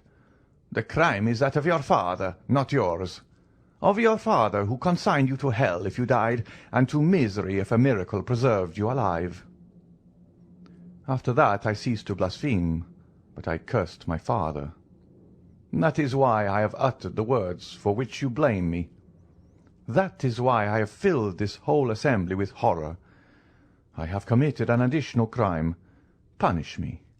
But if you will allow that ever since the day of my birth my fate has been sad, bitter, and lamentable, then pity me."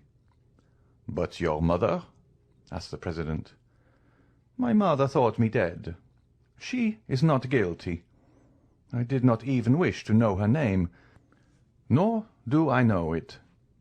Just then a piercing cry, ending in a sob, burst from the centre of the crowd, who encircled the lady who had before fainted, and who now fell into a violent fit of hysterics. She was carried out of the hall, the thick veil which concealed her face dropped off, and Madame Danglars was recognized. Notwithstanding his shattered nerves, the ringing sensation in his ears, and the madness which turned his brain, Villefort rose as he perceived her. "The proofs! The proofs!" said the president. "Remember, this tissue of horrors must be supported by the clearest proofs." "The proofs!" said Benedetto, laughing. "Do you want the proofs?" "Yes."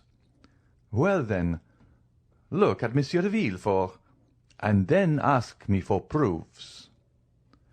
Everyone turned towards the Procureur, who, unable to bear the universal gaze now riveted on him alone, advanced staggering into the midst of the tribunal, with his hair dishevelled and his face indented with the mark of his nails. The whole assembly uttered a long murmur of astonishment. "Father," said Benedetto, "I am asked for proofs. Do you wish me to give them?" "No, no, it is useless," stammered Monsieur de Villefort in a hoarse voice. "No, it is useless." "How useless?" cried the president. "What do you mean?" "I mean that I feel it impossible to struggle against this deadly weight which crushes me. Gentlemen, I know I am in the hands of an avenging God. We need no proofs. Everything relating to this young man is true." A dull, gloomy silence, like that which precedes some awful phenomenon of nature, pervaded the assembly, who shuddered in dismay. "What, Monsieur de Villefort?" cried the president. "Do you yield to an hallucination? What, are you no longer in possession of your senses?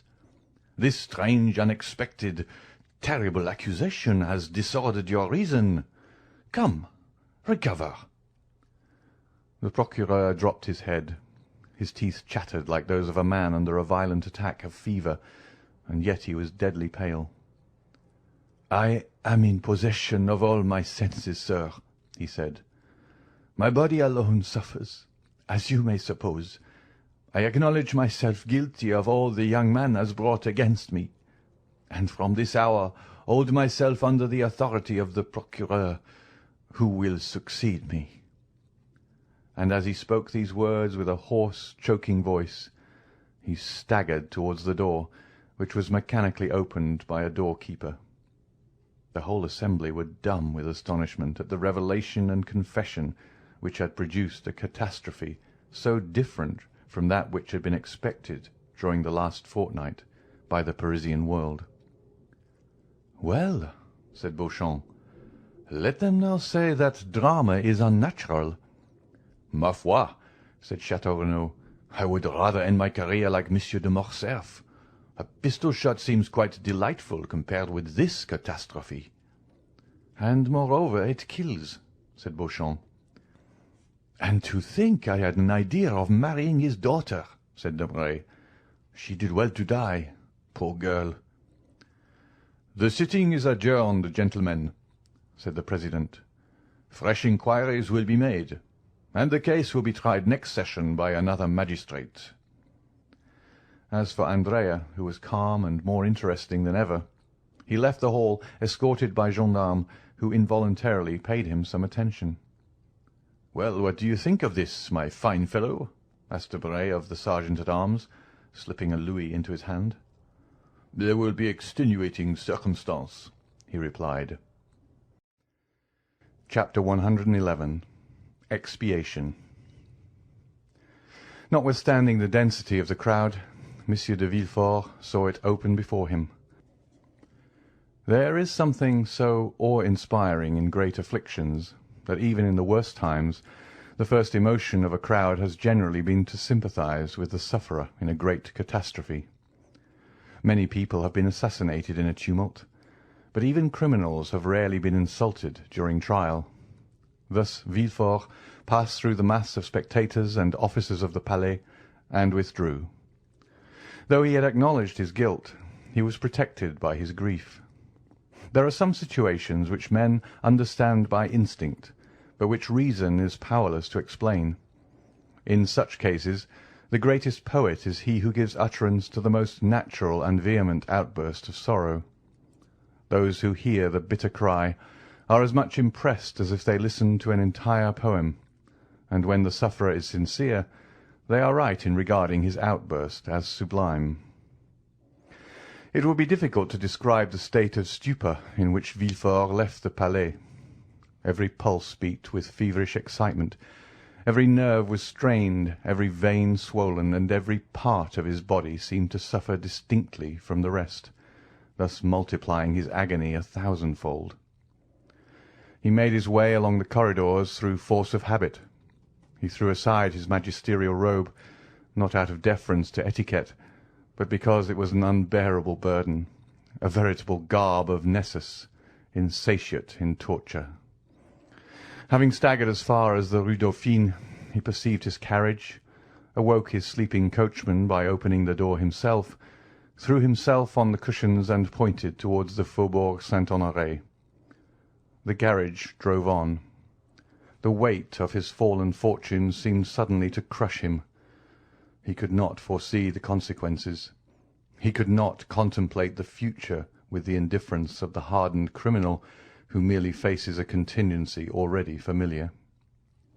God was still in his heart. "God," he murmured, not knowing what he said, God! God! Behind the event that had overwhelmed him he saw the hand of God. The carriage rolled rapidly onward. Villefort, while turning restlessly on the cushions, felt something press against him. He put out his hand to remove the object. It was a fan which Madame de Villefort had left in the carriage. This fan awakened a recollection which darted through his mind like lightning. He thought of his wife. "Oh!" he exclaimed, as though a red-hot iron were piercing his heart. During the last hour his own crime had alone been presented to his mind. Now another object, not less terrible, suddenly presented itself. His wife! He had just acted the inexorable judge with her. He had condemned her to death, and she, crushed by remorse, struck with terror, covered with the shame inspired by the eloquence of his irreproachable virtue, she, a poor weak woman, without help or the power of defending herself against his absolute and supreme will, she might at that very moment perhaps be preparing to die. An hour had elapsed since her condemnation. At that moment, doubtless, she was recalling all her crimes to her memory. She was asking pardon for her sins. Perhaps she was even writing a letter, imploring forgiveness from her virtuous husband, a forgiveness she was purchasing with her death. Villefort again groaned with anguish and despair. "Ah!" he exclaimed, "that woman became criminal only from associating with me. I carried the infection of crime with me, and she has caught it as she would the typhus fever, the cholera, the plague. And yet I have punished her. I have dared to tell her, I have, repent and die. But no, she must not die. She shall live, and with me. We will flee from Paris and go as far as the earth reaches. I told her of the scaffold. Oh, heavens! I forgot that it awaits me also. How could I pronounce that word? Yes, we will fly. I will confess all to her. I will tell her daily that I also have committed a crime. Oh, what an alliance! The tiger and the serpent. Worthy wife of such as I am. She must live that my infamy may diminish hers." And Villefort dashed upon the window in front of the carriage. "Faster, faster!" he cried, in a tone which electrified the coachman. The horses, impelled by fear, flew towards the house. "Yes, yes," repeated Villefort as he approached the home. "Yes, that woman must live. She must repent and educate my son, the sole survivor, with the exception of the indestructible old man, of the wreck of my house. She loves him. It was for his sake she has committed these crimes. We ought never to despair of softening the heart of a mother who loves her child. She will repent, and no one will know that she has been guilty. The events which have taken place in my house, though they now occupy the public mind, will be forgotten in time, or if, indeed, a few enemies should persist in remembering them, why then I will add them to my list of crimes. What will it signify if 1, 2, or 3 more are added? My wife and child shall escape from this gulf, carrying treasures with them. She will live and may yet be happy, since her child, in whom all her love is centred, will be with her. I shall have performed a good action, and my heart will be lighter." And the procureur breathed more freely than he had done for some time. The carriage stopped at the door of the house. Villefort leapt out of the carriage and saw that his servants were surprised at his early return. He could read no other expression in their features. Neither of them spoke to him. They merely stood aside to let him pass by as usual, nothing more. As he passed by Monsieur Noirtier's room, he perceived 2 figures through the half-open door, but he experienced no curiosity to know who was visiting his father. Anxiety carried him on further. "Come," he said as he ascended the stairs leading to his wife's room. "Nothing is changed here." He then closed the door of the landing. "No one must disturb us," he said. "I must speak freely to her, accuse myself, and say—" He approached the door, touched the crystal handle, which yielded to his hand. "Not locked?" he cried. "That is well." And he entered the little room in which Edward slept, for though the child went to school during the day, his mother could not allow him to be separated from her at night. With a single glance, Villefort's eye ran through the room. "Not here," he said. "Doubtless she is in her bedroom." He rushed towards the door, found it bolted, and stopped, shuddering. "Héloise!" he cried. He fancied he heard the sound of a piece of furniture being removed. "Héloise!" he repeated. "Who is there?" answered the voice of her he sought. He thought that voice more feeble than usual. "Open the door!" cried Villefort. "Open! It is I!" But notwithstanding this request, notwithstanding the tone of anguish in which it was uttered, the door remained closed.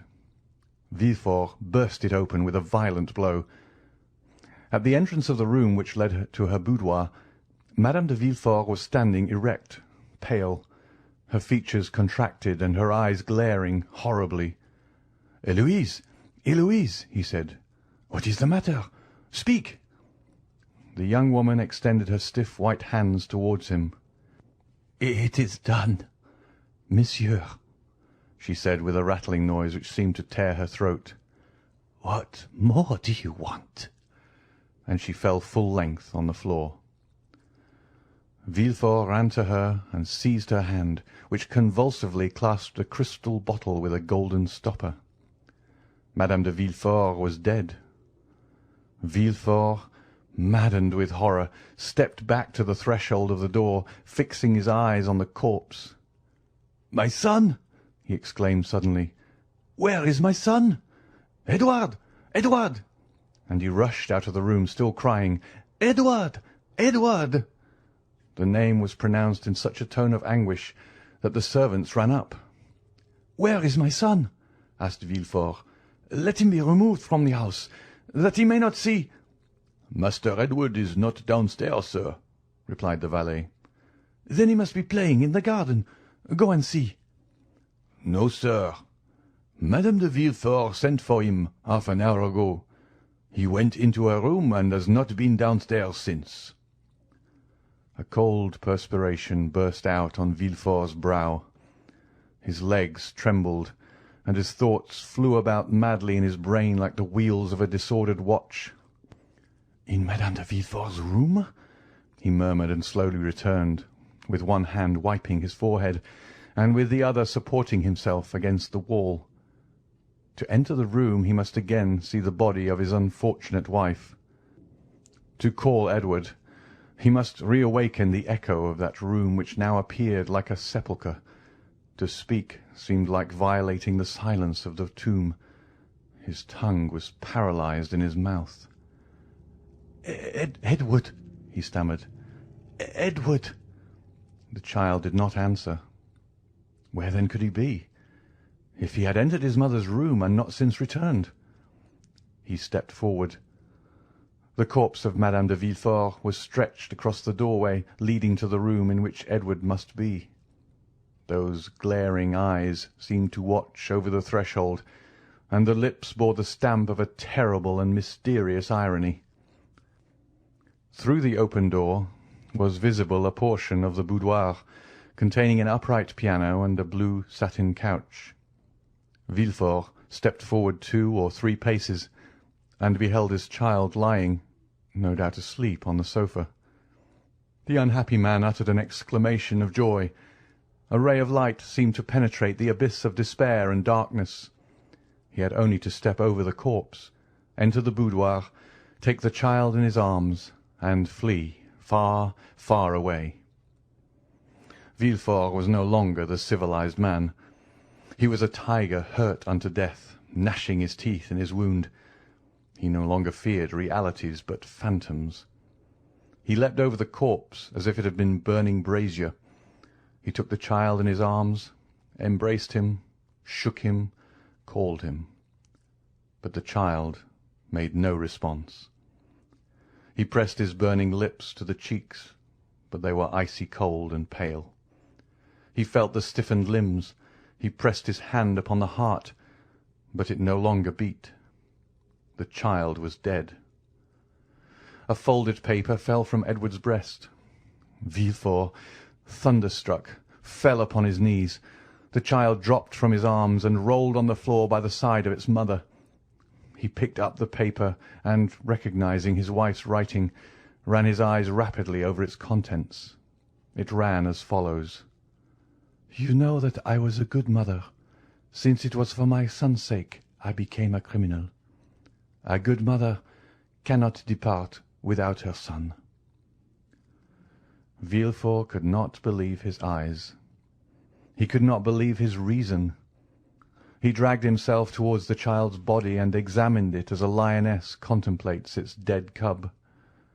Then a piercing cry escaped from his breast, and he cried, "Still the hand of God!" The presence of the two victims alarmed him. He couldn't bear solitude shared only by two corpses.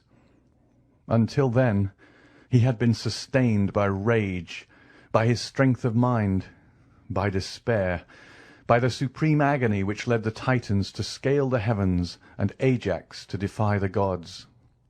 He now arose, his head bowed beneath the weight of grief, and shaking his damp, dishevelled hair, he who had never felt compassion for anyone determined to seek his father, that he might have someone to whom he could relate his misfortunes, someone by whose side he might weep. He descended the little staircase with which we are acquainted, and entered Noirtier's room. The old man appeared to be listening attentively, and as affectionately as his infirmities would allow, to the Abbé Busoni, who looked cold and calm as usual. Villefort, perceiving the abbé, passed his hand across his brow. He recollected the call he had made upon him after the dinner at Auteuil, and then the visit the abbé had himself paid to his house on the day of Valentine's death. "You here, sir!" he exclaimed. "Do you, then, never appear but to act as an escort to death?" Busoni turned around, and perceiving the excitement depicted on the magistrate's face, the savage lustre of his eyes, he understood that the revelation had been made at the Assizes, but beyond this he was ignorant. "I came to pray over the body of your daughter." "And now, why are you here?" "I come to tell you that you have sufficiently repaid your debt, and that from this moment I will pray to God to forgive you, as I do." "Good heavens!" exclaimed Villefort, stepping back fearfully. "Surely that is not the voice of the Abbé Busoni?" "No." The abbé threw off his wig, shook his head, and his hair, no longer confined, fell in black masses around his manly face. "It is the face of the Count of Monte Cristo!" exclaimed the procureur, with a haggard expression. "You are not exactly right, Monsieur Procureur. You must go farther back." That voice! That voice! Where did I first hear it?" "You heard it for the first time at Marseilles, 23 years ago, the day of your marriage with Mademoiselle de Saint-Méran. Refer to your papers." "You are not Busoni? You are not Monte Cristo? Oh, heavens! You are then some secret, implacable, and mortal enemy. I must have wronged you in some way at Marseilles. Oh, woe to me!" "Yes, you are now on the right path," said the Count, crossing his arms over his broad chest. "Search, search." "But what have I done to you?" exclaimed Villefort, whose mind was balancing between reason and insanity. In that cloud which is neither a dream nor reality. "What have I done to you? Tell me, then, speak." "You condemned me to a horrible, tedious death. You killed my father. You deprived me of liberty, of love and happiness." "Who are you, then? Who are you?" "I am the spectre of a wretch you buried in the dungeons of the Château d'If. God gave that spectre the form of the Count of Monte Cristo when he at length issued from his tomb, enriched him with gold and diamonds, and led him to you." "Ah, I recognize you! I recognize you!" exclaimed the king's attorney. "You are—" "I am Edmond Dantès." "You are Edmond Dantès?" cried Villefort, seizing the count by the wrist. "Then come here." And up the stairs he dragged Monte Cristo, who, ignorant of what had happened, followed him in astonishment, foreseeing some new catastrophe. "There, Edmond Dantès," he said, pointing to the bodies of his wife and child. "See, are you well avenged?" Monte Cristo became pale at this horrible sight. He felt that he had passed beyond the bounds of vengeance, and that he could no longer say, "God is for and with me." With an expression of indescribable anguish he threw himself upon the body of the child, reopened its eyes, felt its pulse, and then rushed with him into Valentine's room, of which he double-locked the door. "My child!" cried Villefort. "He carries away the body of my child! Oh, curses! Woe! Death to you!" And he tried to follow Monte Cristo, but as though in a dream he was transfixed to the spot. His eyes glared as though they were starting through the sockets. He gripped the flesh on his chest until his nails were stained with blood. The veins of his temples swelled and boiled as though they would burst their narrow boundary and deluge his brain with living fire. This lasted several minutes, until the frightful overturn of reason was accomplished. Then, uttering a loud cry, followed by a burst of laughter, he rushed down the stairs. A quarter of an hour afterwards, the door of Valentine's room opened, and Monte Cristo reappeared. Pale, with a dull eye and heavy heart, all the noble features of that face, usually so calm and serene, were overcast by grief. In his arms he held the child, whom no skill had been able to recall to life. Bending on one knee, he placed it reverently by the side of its mother, with its head upon her breast. Then rising he went out, and meeting a servant on the stairs, he asked, "Where is Monsieur de Villefort?" The servant, instead of answering, pointed to the garden. Monte Cristo ran down the steps, and advancing towards the spot designated, beheld Villefort encircled by his servants, with a spade in his hand, and digging the earth with fury. "It is not here!" he cried. "It is not here!" And then he moved farther on, and began again to dig. Monte Cristo approached him, and said in a low voice, with an expression almost humble, "Sir, you have indeed lost a son, but—" Villefort interrupted him. He had neither listened nor heard. "Oh, I will find it!" he cried. "You may pretend he is not here, but I will find him, though I dig forever." Monte Cristo drew back in horror. "Oh," he said, "he is mad." And as though he feared that the walls of the accursed house would crumble around him, he rushed into the street, for the first time doubting whether he had the right to do as he had done. "Oh, enough of this! Enough of this!" he cried. "Let me save the last." On entering his house he met Morrel, who wandered about like a ghost awaiting the heavenly mandate for return to the tomb. "Prepare yourself, Maximilian," he said with a smile. "We leave Paris tomorrow." "Have you nothing more to do there?" asked Morrel. "No," replied Monte Cristo. "God grant I may not have done too much already." The next day they indeed left, accompanied only by Baptistin. Haydée had taken away Ali, and Bertuccio remained with Noirtier. Chapter 112. The Departure. The recent event formed the theme of conversation throughout all Paris. Emmanuel and his wife conversed with natural astonishment in their little apartment in the Rue Meslay upon the 3 successive, sudden, and most unexpected catastrophes of Morcerf, Danglars, and Villefort. Maximilian, who was paying them a visit, listened to their conversation, or rather was present at it, plunged in his accustomed state of apathy.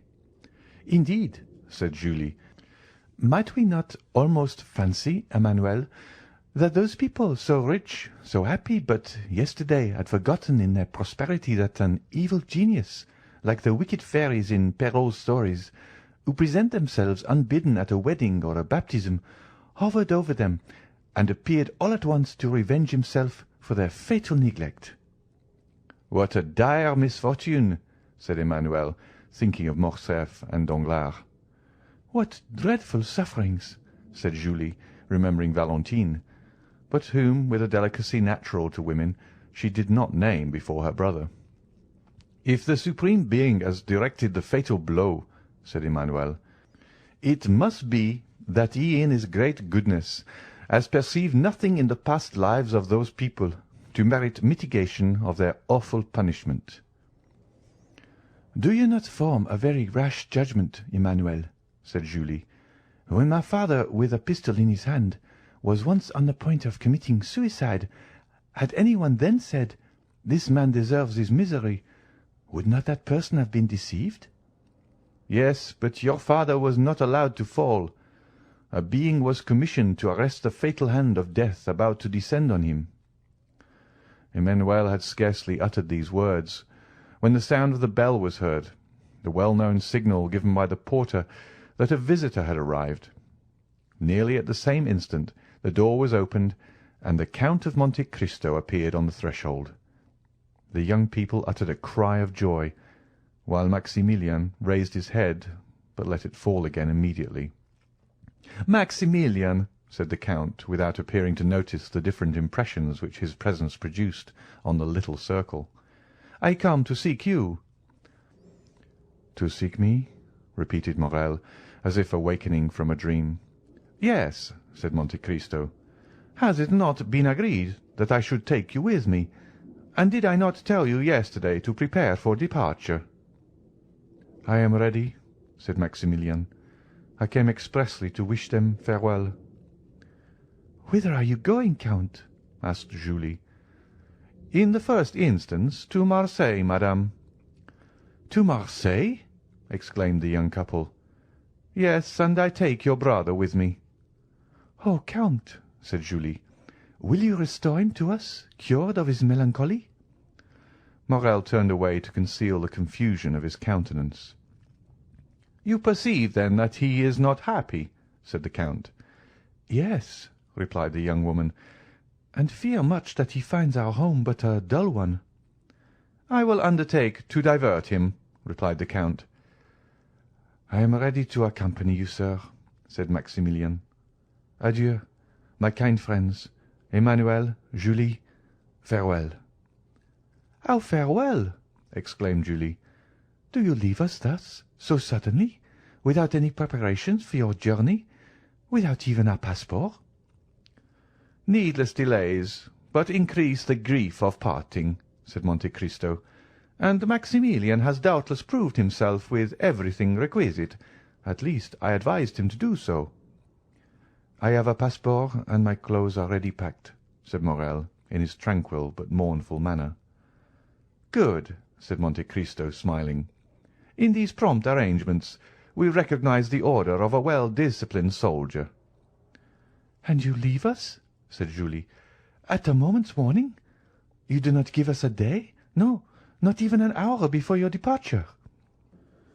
"My carriage is at the door, madame, and I must be in Rome in 5 days." "But does Maximilian go to Rome?" exclaimed Emmanuel. "I am going wherever it may please the Count to take me," said Morrel, with a smile full of grief. "I am under his orders for the next month." "Oh, heavens! How strangely he expresses himself!" said Julie. "Maximilian goes with me," said the Count in his kindest and most persuasive manner. "Therefore, do not make yourself uneasy on your brother's account." "Once more farewell, my dear sister. Emmanuel, adieu," Morrel repeated. "His carelessness and indifference touch me to the heart," said Julie. "Oh, Maximilian, Maximilian, you are certainly concealing something from us." "Pah!" said Monte Cristo. "You will see him return to you gay, smiling, and joyful." Maximilian cast a look of disdain, almost of anger, on the Count. "We must leave you," said Monte Cristo. "Before you quit us, Count," said Julie, will you permit us to express to you all that the other day—" "Madame," interrupted the Count, taking her two hands in his, "all that you could say in words would never express what I read in your eyes. The thoughts of your heart are fully understood by mine, like benefactors in romances. I should have left you without seeing you again, but that would have been a virtue beyond my strength, because I am a weak and vain man, fond of the tender, kind, and thankful glances of my fellow creatures. On the eve of departure, I carry my egotism so far as to say, do not forget me, my kind friends, for probably you will never see me again." "Never see you again?" exclaimed Emmanuel, while two large tears rolled down Julie's cheeks. "Never behold you again? It is not a man, then, but some angel that leaves us, and this angel is on the point of returning to heaven after having appeared on earth to do good." "Say not so," quickly returned Monte Cristo. "Say not so, my friends. Angels never err. Celestial beings remain where they wish to be. Fate is not more powerful than they. It is they who, on the contrary, overcome fate. No, Emmanuel, I am but a man, and your admiration is as unmerited as your words are sacrilegious." And pressing his lips on the hand of Julie, who rushed into his arms, he extended his other hand to Emmanuel. Then, tearing himself from this abode of peace and happiness, he made a sign to Maximilian, who followed him passively, with the indifference which had been perceptible in him ever since the death of Valentine had so stunned him. "Restore my brother to peace and happiness," whispered Julie to Monte Cristo, and the Count pressed her hand in reply, as he had done 11 years before on the staircase leading to Morrel's study. "You still confide, then, in Sinbad the sailor?" asked he, smiling. "Oh, yes," was the ready answer. "Well, then, sleep in peace, and put your trust in heaven." As we have said before, the post-chaise was waiting. 4 powerful horses were already pawing the ground with impatience, while Ali, apparently just arrived from a long walk, was standing at the foot of the steps, his face bathed in perspiration. "Well," asked the Count in Arabic, "have you been to see the old man?" Ali made a sign in the affirmative. "And have you placed the letter before him, as I ordered you to do?" The slave respectfully signalized that he had. "And what did he say, or rather do?" Ali placed himself in the light so that his master might see him distinctly, and then, imitating in his intelligent manner the countenance of the old man, he closed his eyes, as Noirtier was in the custom of doing when saying "yes." "Good. He accepts," said Monte Cristo. "Now let us go." These words had scarcely escaped him when the carriage was on its way, and the feet of the horses struck a shower of sparks from the pavement. Maximilian settled himself in his corner without uttering a word. Half an hour had passed when the carriage stopped suddenly. The Count had just pulled the silken check-string which was fastened to Ali's finger. The Nubian immediately descended and opened the carriage door. It was a lovely starlight night. They had just reached the top of the hill Villejuif, from whence Paris appears like a sombre sea, tossing its millions of phosphoric waves into light, waves indeed more noisy, more passionate, more changeable, more furious, more greedy than those of the tempestuous ocean, waves which never rest as those of the sea sometimes do, waves ever dashing, ever foaming, ever engulfing what falls within their grasp. The Count stood alone, and at a sign from his hand the carriage went on for a short distance. With folded arms he gazed for some time upon the great city. When he had fixed his piercing look on this modern Babylon, which equally engages the contemplation of the religious enthusiast, the materialist, and the scoffer. "Great city," murmured he, inclining his head and joining his hands as if in prayer. "Less than 6 months have elapsed since first I entered the gates. I believe that the Spirit of God led my steps to thee, and that he also enables me to quit thee in triumph. The secret cause of my presence within thy walls I have confided alone to him who only has had the power to read my heart. God only knows that I retire from thee without pride or hatred, but not without many regrets. He only knows that the power confided to me has never been made subservient to my personal good or to any useless cause. O great city, it is in thy palpitating bosom that I have found that which I sought. Like a patient miner, I have dug deep into thy very entrails to root out evil thence. Now my work is accomplished. My mission is terminated. Now thou canst neither afford me pain nor pleasure. Adieu, Paris. Adieu.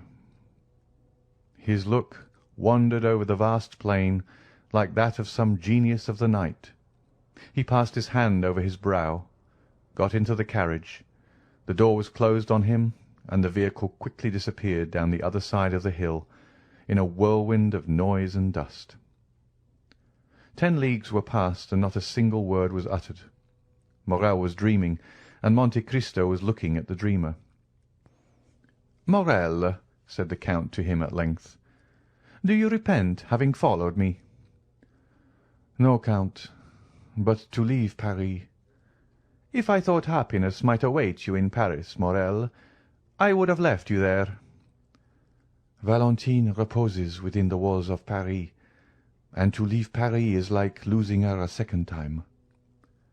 "Maximilian," said the Count, "the friends that we have lost do not repose in the bosom of the earth, but are buried deep in our hearts, and it has been thus ordained that we may always be accompanied by them. I have 2 friends, who in this way never depart from me, the one who gave me being, and the one who conferred knowledge and intelligence on me. Their spirits live in me. I consult them when doubtful, and if ever do any good, it is due to their beneficent counsels. Listen to the voice of your heart, Morrel, and ask it whether you ought to preserve this melancholy exterior towards me." "My friend," said Maximilian, "the voice of my heart is very sorrowful, and promises me nothing but misfortune." "It is the way of weakened minds to see everything through a black cloud. The soul forms its own horizons. Your soul is darkened, and consequently the sky of the future appears stormy and unpromising." "That may possibly be true," said Maximilian, and he again subsided into his thoughtful mood. The journey was performed with that marvellous rapidity which the unlimited power of the Count ever commanded. Towns fled from them like shadows on their path, and trees, shaken by the first winds of autumn, seemed like giants madly rushing on to meet them, and retreating as rapidly when once reached. The following morning they arrived at Châlons, where the Count's steamboat waited for them. Without the loss of an instant, the carriage was placed on board, and the 2 travellers embarked without delay. The boat was built for speed. Her 2 paddle wheels were like 2 wings with which she skimmed the water like a bird. Morrel was not insensible to that sensation of delight which is generally experienced in passing rapidly through the air, and the wind which occasionally raised the hair from his forehead seemed on the point of dispelling momentarily the clouds collected there. As the distance increased between the travellers and Paris, almost superhuman serenity appeared to surround the Count. He might have been taken for an exile about to revisit his native land. Ere long Marseille presented herself to view. Marseille, white, fervid, full of life and energy. Marseille, the younger sister of Tyre and Carthage, the successor of them in the empire of the Mediterranean. Marseille, old yet always young. Powerful memories were stirred within them by the sight of the Round Tower, Fort Saint-Nicolas, the city hall designed by Puget. The port, with its brick quays, where they had both played in childhood, and it was with one accord that they stopped on the Canebière. A vessel was setting sail for Algiers, on board of which the bustle usually attending departure prevailed. The passengers and their relations crowded on the deck, friends taking a tender but sorrowful leave of each other, some weeping, others noisy in their grief, the whole forming a spectacle that might be exciting even to those who witnessed similar sights daily, but which had no power to disturb the current of thought that had taken possession of the mind of Maximilian from the moment he had set foot on the broad pavement of the quay. "Here," said he, leaning heavily on the arm of Monte Cristo, "here is the spot where my father stopped. When the Pharaon entered the port, it was here that the good old man, whom you saved from death and dishonour, threw himself into my arms. I yet feel his warm tears on my face, and his were not the only tears shed, for many who witnessed our meeting wept also." Monte Cristo gently smiled and said, "I was there," at the same time pointing to the corner of a street. As he spoke, and in the very direction he indicated, a groan, expressive of bitter grief, was heard, and a woman was seen waving her hand to a passenger on board the vessel about to sail. Monte Cristo looked at her with an emotion that must have been remarked by Morrel, had not his eyes been fixed on the vessel. "Oh, heavens!" exclaimed Morrel, "I do not deceive myself. That young man who is waving his hat, that youth in the uniform of a lieutenant, is Albert de Morcerf." "Yes," said Monte Cristo, "I recognized him." "How so? You were looking the other way." The Count smiled, as he was in the habit of doing when he did not want to make any reply, and he again turned towards the veiled woman, who soon disappeared at the corner of the street. Turning to his friend, "Dear Maximilian," said the Count, "have you nothing to do in this land?" "I have to weep over the grave of my father," replied Morrel in a broken voice. "Well, then, go. Wait for me there, and I will soon join you." "You leave me, then?" "Yes, I also have a pious visit to pay." Morrel allowed his hand to fall into that which the Count extended to him.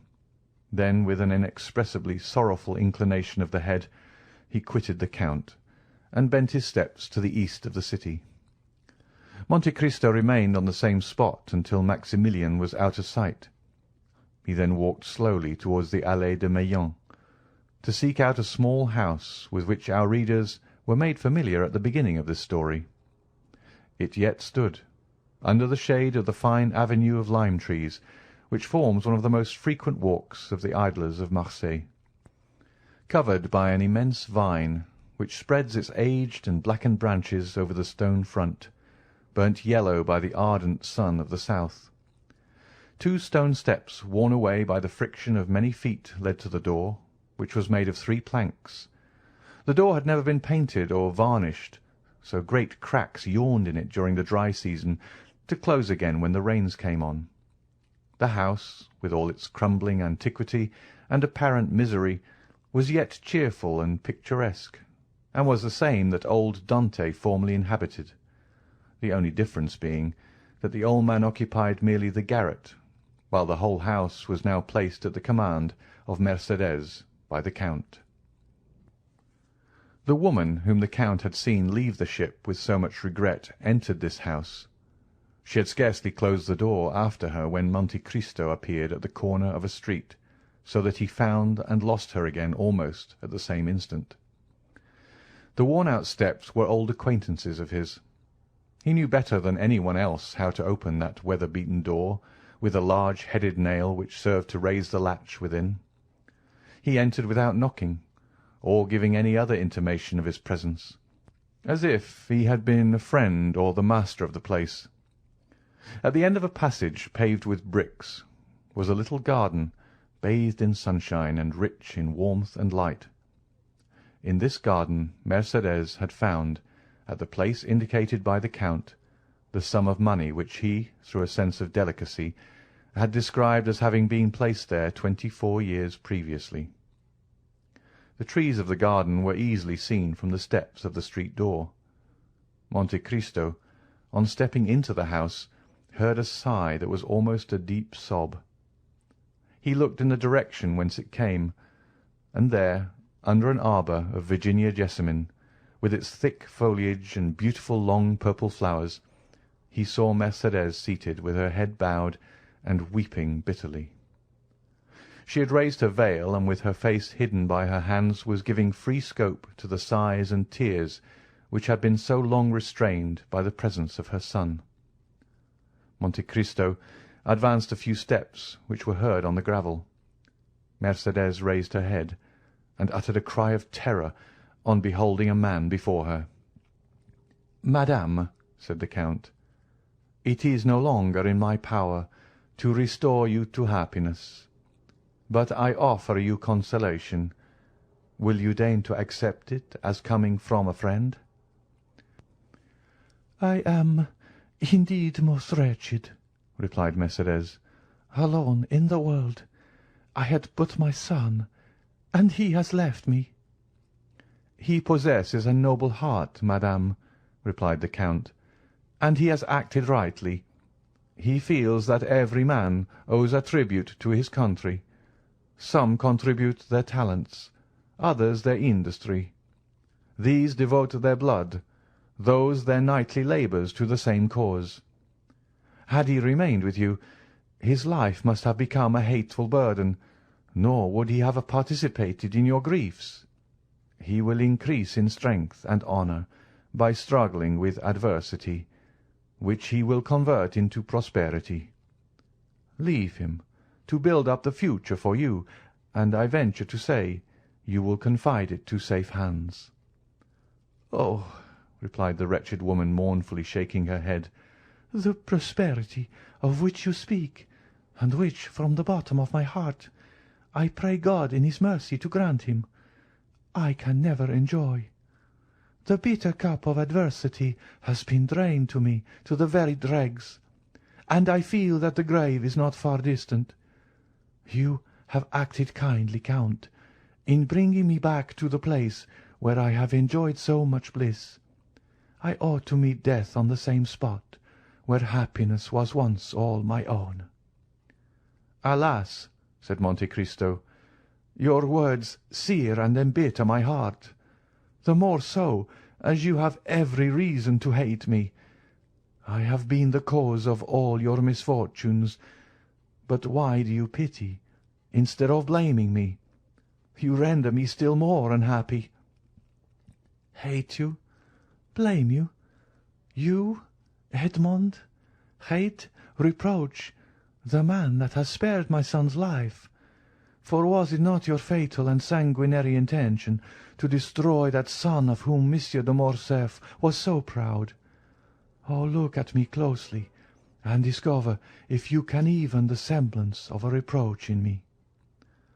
The Count looked up and fixed his eyes on Mercédès, who arose partly from her seat and extended both her hands towards him. "Oh, look at me," continued she with a feeling of profound melancholy. "My eyes no longer dazzled by their brilliancy, for the time has long fled since I used to smile on Edmond Dantès, who anxiously looked out for me from the window of yonder garret, then inhabited by his old father. Years of grief have created an abyss between those days and the present. I neither reproach you nor hate you, my friend. Oh no, Edmond, it is myself that I blame, myself that I hate. Oh, miserable creature that I am!"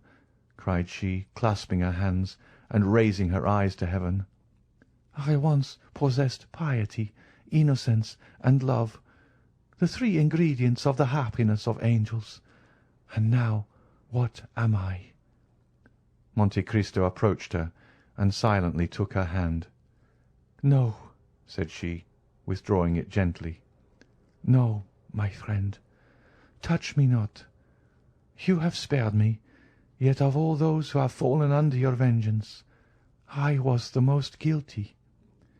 They were influenced by hatred, by avarice, and by self-love. But I was base, and for want of courage acted against my judgment. Nay, do not press my hand, Edmond. You are thinking, I am sure, of some kind speech to console me, but do not utter it to me. Reserve it for others more worthy of your kindness. See," and she exposed her face completely to view. "See, misfortune has silvered my hair. My eyes have shed so many tears that they are encircled by a rim of purple, and my brow is wrinkled. You, Edmond, on the contrary, you are still young, handsome, dignified. It is because you have had faith, because you have had strength, because you have had trust in God, and God has sustained you. But as for me, I have been a coward. I have denied God, and he has abandoned me." Mercédès burst into tears. Her woman's heart was breaking under its load of memories. Monte Cristo took her hand and imprinted a kiss on it, but she herself felt that it was a kiss of no greater warmth than he would have bestowed on the hand of some marble statue of a saint. "It often happens," continued she, "that a first fault destroys the prospects of a whole life. I believed you dead. Why did I survive you? What good has it done for me to mourn for you eternally in the secret recesses of my heart, only to make a woman of 39 look like a woman of 50? Why, having recognized you, and I the only one to do so, why was I able to save my son alone? Ought I not also to have rescued the man that I had accepted for a husband, guilty though he were? Yet I let him die. What do I say? O merciful heavens! Was I not accessory to his death by my supine insensibility, by my contempt for him, not remembering or not willing to remember that it was for my sake he had become a traitor and a perjurer? In what am I benefited by accompanying my son so far, since I now abandon him and allow him to depart alone to the baneful climate of Africa? Oh, I have been base, cowardly, I tell you. I have abjured my affections, and like all renegades I am of evil omen to those who surround me." "No, Mercédès," said Monte Cristo, "no, you judge yourself with too much severity. You are a noble-minded woman, and it was your grief that disarmed me. Still I was but an agent, led on by an invisible and offended deity, who chose not to withhold the fatal blow that I was destined to hurl. I take that God to witness, at whose feet I have prostrated myself daily for the last 10 years, that I would have sacrificed my life to you, and with my life the projects that were indissolubly linked with it. But, and I say it with some pride, Mercédès, God needed me, and I lived. Examine the past and the present, and endeavour to dive into futurity, and then say whether I am not a divine instrument. The most dreadful misfortunes, the most frightful sufferings, the abandonment of all those who loved me, the persecution of those who did not know me, formed the trials of my youth, when suddenly from captivity, solitude, misery, I was restored to light and liberty, and became the possessor of a fortune so brilliant, so unbounded, so unheard of, that I must have been blind not to be conscious that God had endowed me with it to work out his own great designs. From that time I looked upon this fortune as something confided to me for an especial purpose. Not a thought was given to a life which you once, Mercédès, had the power to render blissful. Not 1 hour of a peaceful calm was mine. but I felt myself driven on like an exterminating angel. Like adventurous captains about to embark on some enterprise full of danger, I laid in my provisions, I loaded my weapons, I collected every means of attack and defence. I inured my body to the most violent exercises, my soul to the bitterest trials. I taught my arm to slay, my eyes to behold excruciating sufferings, and my mouth to smile at the most horrid spectacles. Good-natured, confiding and forgiving as I had been, I became revengeful, cunning and wicked, or rather immovable as fate. Then I launched out into the path that was open to me. I overcame every obstacle and reached the goal, but woe to those who stood in my pathway. "Enough," said Mercédès, "enough, Edmond. Believe me that she who alone recognized you has been the only one to comprehend you. And had she crossed your path, and you had crushed her like glass, still, Edmond, still she must have admired you. Like the gulf between me and the past, there is an abyss between you, Edmond, and the rest of mankind. And I tell you freely that the comparison I draw between you and other men will ever be one of my greatest tortures. No, there is nothing in the world to resemble you in worth and goodness. But we must say farewell, Edmond, and let us part." "Before I leave you, Mercédès, have you no request to make?" said the Count. "I desire but one thing in this world, Edmond, the happiness of my son." "Pray to the Almighty to spare his life, and I will take upon myself to promote his happiness." "Thank you, Edmond." "But have you no request to make for yourself, Mercédès?" "For myself I want nothing. I live, as it were, between two graves. One is that of Edmond Dantès, lost to me long since. He had my love. That word ill becomes my faded lip now, but it is a memory dear to my heart, and one that I would not lose for all that the world contains. The other grave is that of the man who met his death from the hand of Edmond Dantès. I approve of the deed, but I must pray for the dead." "Your son shall be happy, Mercédès," repeated the Count. "Then I shall enjoy as much happiness as this world can possibly confer." "But what are your intentions?" "To say that I shall live here, like the Mercédès of other times. Gaining my bread by labour would not be true, nor would you believe me. I have no longer the strength to do anything but to spend my days in prayer.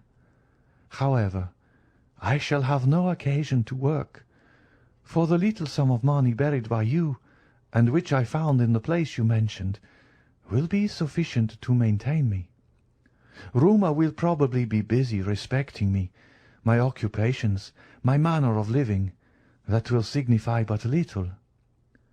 "Mercédès," said the Count, "I do not say it to blame you, but you made an unnecessary sacrifice in relinquishing the whole of the fortune amassed by Monsieur de Morcerf. Half of it at least by right belonged to you, in virtue of your vigilance and economy." "I perceive what you are intending to propose to me, but I cannot accept it, Edmond. My son would not permit it." "Nothing shall be done without the full approbation of Albert de Morcerf. I will make myself acquainted with his intentions, and will submit to them. But if he be willing to accept my offers, will you oppose them?" "You well know, Edmond, that I am no longer a reasoning creature. I have no will, unless it be the will never to decide. I have been so overwhelmed by the many storms that have broken over my head that I am become passive in the hands of the Almighty, like a sparrow in the talons of an eagle. I live because it is not ordained for me to die. If succour be sent to me, I will accept it." "Ah, madame," said Monte Cristo, "you should not talk thus. It is not so we should evince our resignation to the will of heaven. On the contrary, we are all free agents." "Alas!" exclaimed Mercédès, "if it were so, if I possessed free will, but without the power to render that will efficacious, it would drive me to despair." Monte Cristo dropped his head, and shrank from the vehemence of her grief. "Will you not even say, 'You will see me again'?" he asked. "On the contrary, we shall meet again," said Mercédès, pointing to heaven with solemnity. "I tell you so, to prove to you that I still hope." And after pressing her own trembling hand upon that of the Count, Mercédès rushed up the stairs and disappeared. Monte Cristo slowly left the house and turned towards the quay. But Mercédès did not witness his departure, although she was seated at the little window of the room which had been occupied by old Dante. Her eyes were straining to see the ship which was carrying her son over the vast sea, but still her voice involuntarily murmured softly, "Edmond, Edmond, Edmond." Chapter 113. The Past. The Count departed with a sad heart from the house in which he had left Mercédès, probably never to behold her again. Since the death of little Edward, a great change had taken place in Monte Cristo. Having reached the summit of his vengeance by a long and tortuous path, he saw an abyss of doubt yawning before him. More than this, the conversation which had just taken place between Mercédès and himself had awakened so many recollections in his heart that he felt it necessary to combat with them.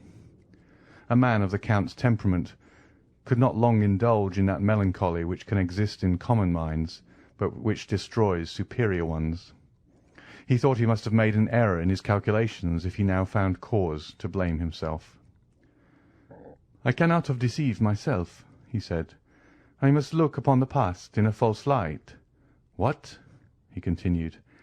"Can I have been following a false path? Can the end which I proposed be a mistaken end? Can 1 hour have sufficed to prove to an architect that the work upon which he founded all his hopes was an impossible if not a sacrilegious undertaking? I cannot reconcile myself to this idea. It would madden me.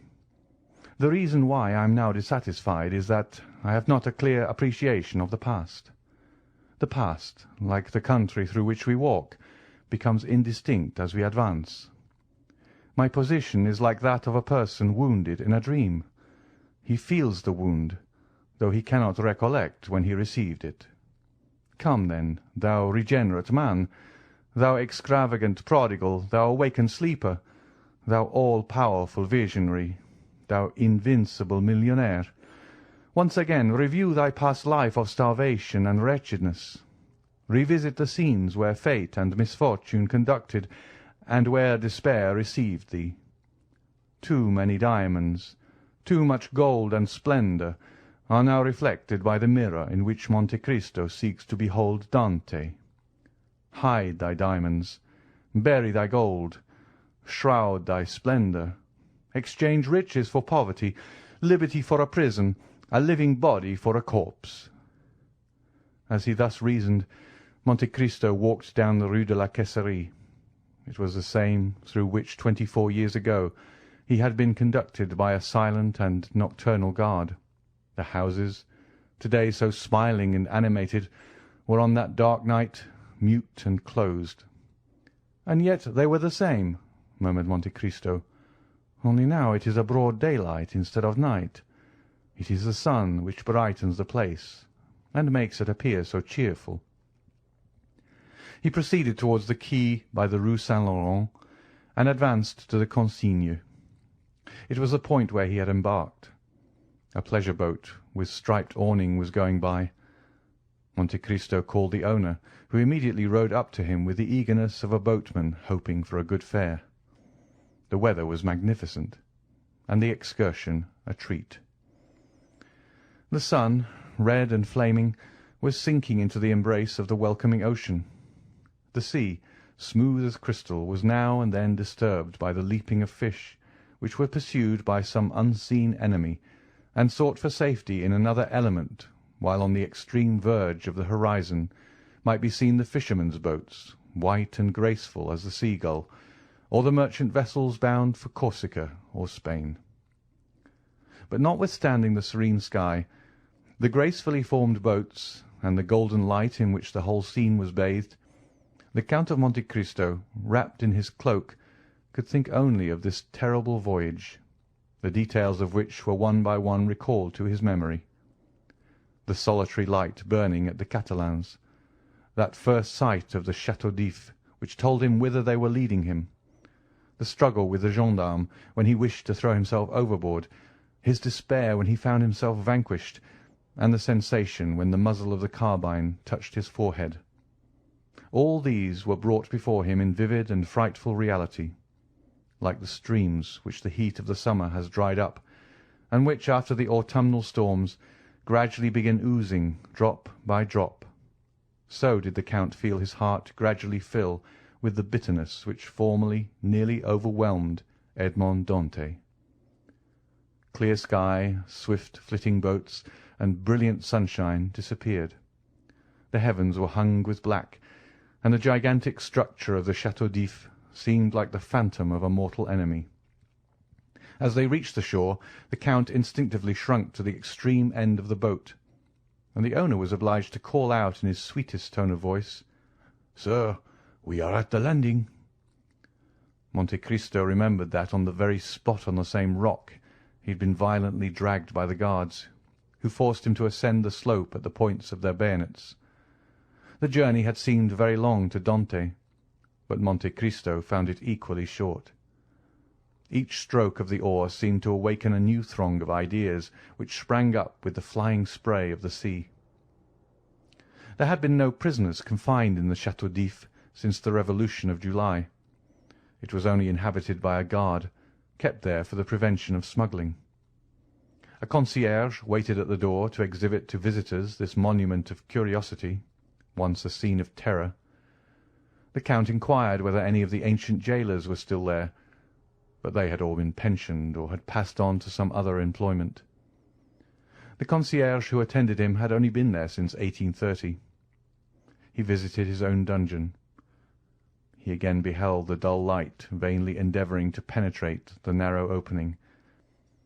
His eyes rested upon the spot where had stood his bed, since then removed, and behind the bed the new stones indicated where the breach made by the Abbé Faria had been. Monte Cristo felt his limbs tremble. He seated himself upon a log of wood. "Are there any stories connected with this prison besides the one relating to the poisoning of Mirabeau?" asked the Count. "Are there any traditions respecting these dismal abodes, in which it is difficult to believe men can ever have imprisoned their fellow creatures?" "Yes, sir. Indeed, the jailer Antoine told me one connected with this very dungeon." Monte Cristo shuddered. Antoine had been his jailer. He had almost forgotten his name and face, but at the mention of the name he recalled his person as he used to see it, the face encircled by a beard, wearing the brown jacket, the bunch of keys, the jingling of which he still seemed to hear. The Count turned around and fancied he saw him in the corridor, rendered still darker by the torch carried by the concierge. "Would you like to hear the story, sir?" "Yes, relate it," said Monte Cristo, pressing his hand to his heart to still its violent beatings. He felt afraid of hearing his own history.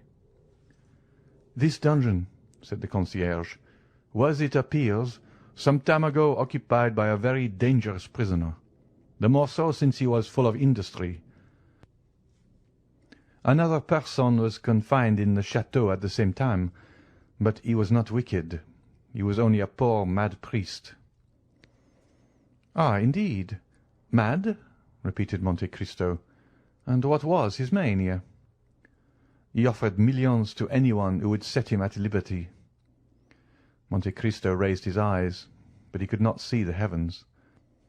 There was a stone veil between him and the firmament. He thought that there had been no less thick a veil before the eyes of those to whom Faria offered the treasures. "Could the prisoners see each other?" he asked. "Oh, no, sir. It was expressly forbidden. But they eluded the vigilance of the guards, and made a passage from one dungeon to the other." "And which of them made this passage?" "Oh, it must have been the young man. Certainly, for he was strong and industrious, while the abbé was aged and weak. Besides, his mind was too vacillating to allow him to carry out an idea." "Blind fools," murmured the Count. "However, be that as it may, the young man made a tunnel. How, by what means, no one knows, but he made it, and there is the evidence yet remaining of his work. Do you see it?" And the man held the torch to the wall. "Ah, yes, I see," said the Count, his voice hoarse with emotion. "The result was that the two men communicated with one another. How long they did so, nobody knows. One day the old man fell ill and died. Now, guess what the young one did?" "Tell me." "He carried off the corpse, which he placed in his own bed with its face to the wall. Then he entered the empty dungeon, closed the entrance, and slipped into the sack which had contained the dead body. Did you ever hear of such an idea?" Monte Cristo closed his eyes, and seemed again to experience all the sensations he had felt when the coarse canvas, yet moist with the cold dews of death, had touched his face. The jailer continued. "Now this was his project. He fancied that they buried the dead at the Château d'If, and imagining they would not expend much labour on the grave of a prisoner, he calculated on raising the earth with his shoulders. But unfortunately their arrangements at the château frustrated his projects. They never buried the dead. They merely attached a heavy cannonball to the feet, and then threw them into the sea. This is what was done. The young man was thrown from the top of the rock.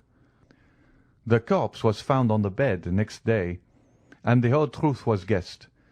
For the men who performed the office then mentioned, what they had not dared to speak of before, that at the moment the corpse was thrown into the deep, they heard a shriek, which was almost immediately stifled by the water in which it disappeared." The Count breathed with difficulty. The cold drops ran down his forehead, and his heart was full of anguish. "No," he muttered. "The doubt I felt was but the commencement of forgetfulness. But here the wound reopens, and the heart again thirsts for vengeance. And the prisoner?" he continued aloud. "Was he ever heard of afterwards?" "Oh, no, of course not. You can understand that one of two things must have happened. He must either have fallen flat, in which case the blow from a height of 90 feet must have killed him instantly, or he must have fallen upright, and then the weight would have dragged him to the bottom, where he remained. Poor fellow!" "Then you pity him?" said the Count. "Ma foi, yes, though he was in his own element." "What do you mean?" "The report was that he had been a naval officer who had been confined for plotting with the Bonapartists." "Great is the truth," muttered the Count. "Fire cannot burn, nor water drown it. Thus the poor sailor lives in the recollection of those who narrate his history. His terrible story is recited in the chimney corner, and a shudder is felt at the description of his transit through the air to be swallowed by the deep." Then the Count added aloud, "Was his name ever known?" "Oh, yes, but only as number 34. "Oh, Villefort, Villefort," murmured the Count, "this scene must often have haunted thy sleepless hours." "Do you wish to see anything more, sir?" said the concierge. "Yes, especially if you would show me the poor abbé's room." "Ah, numero 27. "Yes, number 27," repeated the Count. who seemed to hear the voice of the abbé answering him in those very words through the wall when asked his name. "Come, sir." "Wait," said Monte Cristo. "I wish to take one final glance around this room." "This is fortunate," said the guide. "I have forgotten the other key." "Go and fetch it." "I will leave you the torch, sir." "No, take it away. I can see in the dark." "Why, you are like numero 34. They said he was so accustomed to darkness that he could see a pin in the darkest corner of his dungeon." "He spent 14 years to arrive at that," muttered the Count. The guide carried away the torch. The Count had spoken correctly. Scarcely had a few seconds elapsed ere he saw everything as distinctly as by daylight. Then he looked around him and really recognized his dungeon. "Yes," he said, "there is a stone upon which I used to sit. There is the impression made by my shoulders on the wall. There is the mark of my blood made when one day I dashed my head against the wall. Oh, those figures! How well I remember them! I made them one day to calculate the age of my father, that I might know whether I should find him still living, and that of Mercédès, to know if I should find her still free. After finishing that calculation, I had a minute's hope. I did not reckon upon hunger and infidelity." And a bitter laugh escaped the Count. He saw in fancy the burial of his father and the marriage of Mercédès. On the other side of the dungeon he perceived an inscription, the white letters of which were still visible on the green wall. "O God," he read, "preserve my memory." "Oh, yes," he cried, "that was my only prayer at last. I no longer begged for liberty, but memory. I dreaded to become mad and forgetful. O God, thou hast preserved my memory. I thank thee, I thank thee." At this moment the light of the torch was reflected on the wall. The guide was coming. Monte Cristo went to meet him. "Follow me, sir." And without ascending the stairs, the guide conducted him by a subterraneous passage to another entrance. There again Monte Cristo was assailed by a multitude of thoughts. The first thing that met his eye was the meridian drawn by the abbé on the wall, by which he calculated the time. Then he saw the remains of the bed on which the poor prisoner had died. The sight of this, instead of exciting the anguish experienced by the Count in the dungeon, filled his heart with a soft and grateful sentiment, and tears fell from his eyes. "This is where the mad abbé was kept, sir, and that is where the young man entered." And the guide pointed to the opening, which had remained unclosed. "From the appearance of the stone," he continued, "a learned gentleman discovered that the prisoners might have communicated together for 10 years. Poor things! Those must have been 10 weary years." Dante took some louis from his pocket, and gave them to the man who had twice unconsciously pitied him. The guide took them, thinking them merely a few pieces of little value, but the light of the torch revealed their true worth. "Sir," he said, "you have made a mistake. You have given me gold." "I know it." The concierge looked upon the Count with surprise. "Sir," he cried, scarcely able to believe his good fortune. "Sir, I cannot understand your generosity." "Oh, it is very simple, my good fellow. I have been a sailor, and your story touched me more than it would others." "Then, sir, since you are so liberal, I ought to offer you something." "What have you to offer me, my friend? Shells? Straw work? Thank you." "No, sir, neither of those. Something connected with this story." "Really? What is it?" "Listen," said the guide. "I said to myself, something is always left in a cell inhabited by one prisoner for 15 years. So I began to sound the wall." "Ah!" cried Monte Cristo, remembering the abbé's 2 hiding-places. "After some search, I found that the floor gave a hollow sound near the head of the bed, And at the hearth?" "Yes," said the Count, "yes. I raised the stones and found a rope ladder and some tools." "How do you know that?" asked the guide in astonishment. "I do not know. I only guess it, because that sort of thing is generally found in prisoners' cells." "Yes, sir, a rope ladder and tools." "And have you them yet?" "No, sir. I showed them to visitors, who considered them great curiosities. But I have still something left." "What is it?" asked the Count impatiently. "A sort of book written upon strips of cloth." "Go and fetch it, my good fellow, and if it be what I hope, you will do well." "I will run for it, sir." And the guide went out.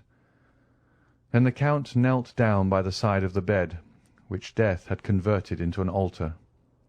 "O second Father," he exclaimed, "thou who hast given me liberty, knowledge, riches, thou who, like beings of a superior order to ourselves, couldst understand the science of good and evil, if in the depths of the tomb there still remains something within us which can respond to the voice of those who are left on earth, if after death the soul ever revisit the places where we have lived and suffered, then, noble heart, sublime soul, then I conjure thee, by the paternal love thou didst bear me, by the filial obedience I vowed to thee, grant me some sign, some revelation. Remove from me the remains of doubt, which, if it change not to conviction, must become remorse." The Count bowed his head and clasped his hands together. "Here, sir," said a voice behind him. Monte Cristo shuddered and arose. The concierge held out the strips of cloth upon which the Abbé Faria had spread the riches of his mind. The manuscript was the great work by the Abbé Faria upon the kingdoms of Italy. The Count seized it hastily. His eyes immediately fell upon the epigraph, and he read, "Thou shalt tear out the dragon's teeth, and shalt trample the lions under foot, saith the Lord." "Ah," he exclaimed, "here is my answer. Thanks, father, thanks." And feeling in his pocket, he took thence a small pocket-book which contained 10 bank-notes, each of 1,000 francs. "Here," he said, "take this pocket-book." "Do you give it to me?" "Yes, but only on one condition, that you will not open it till I am gone." And placing in his breast the treasure he had just found, which was more valuable to him than the richest jewel, he rushed out of the corridor, and reaching his boat, cried, "To Marseille!" Then as he departed he fixed his eyes upon the gloomy prison. "Woe," he cried, "to those who confined me in that wretched prison, and woe to those who forgot that I was there!"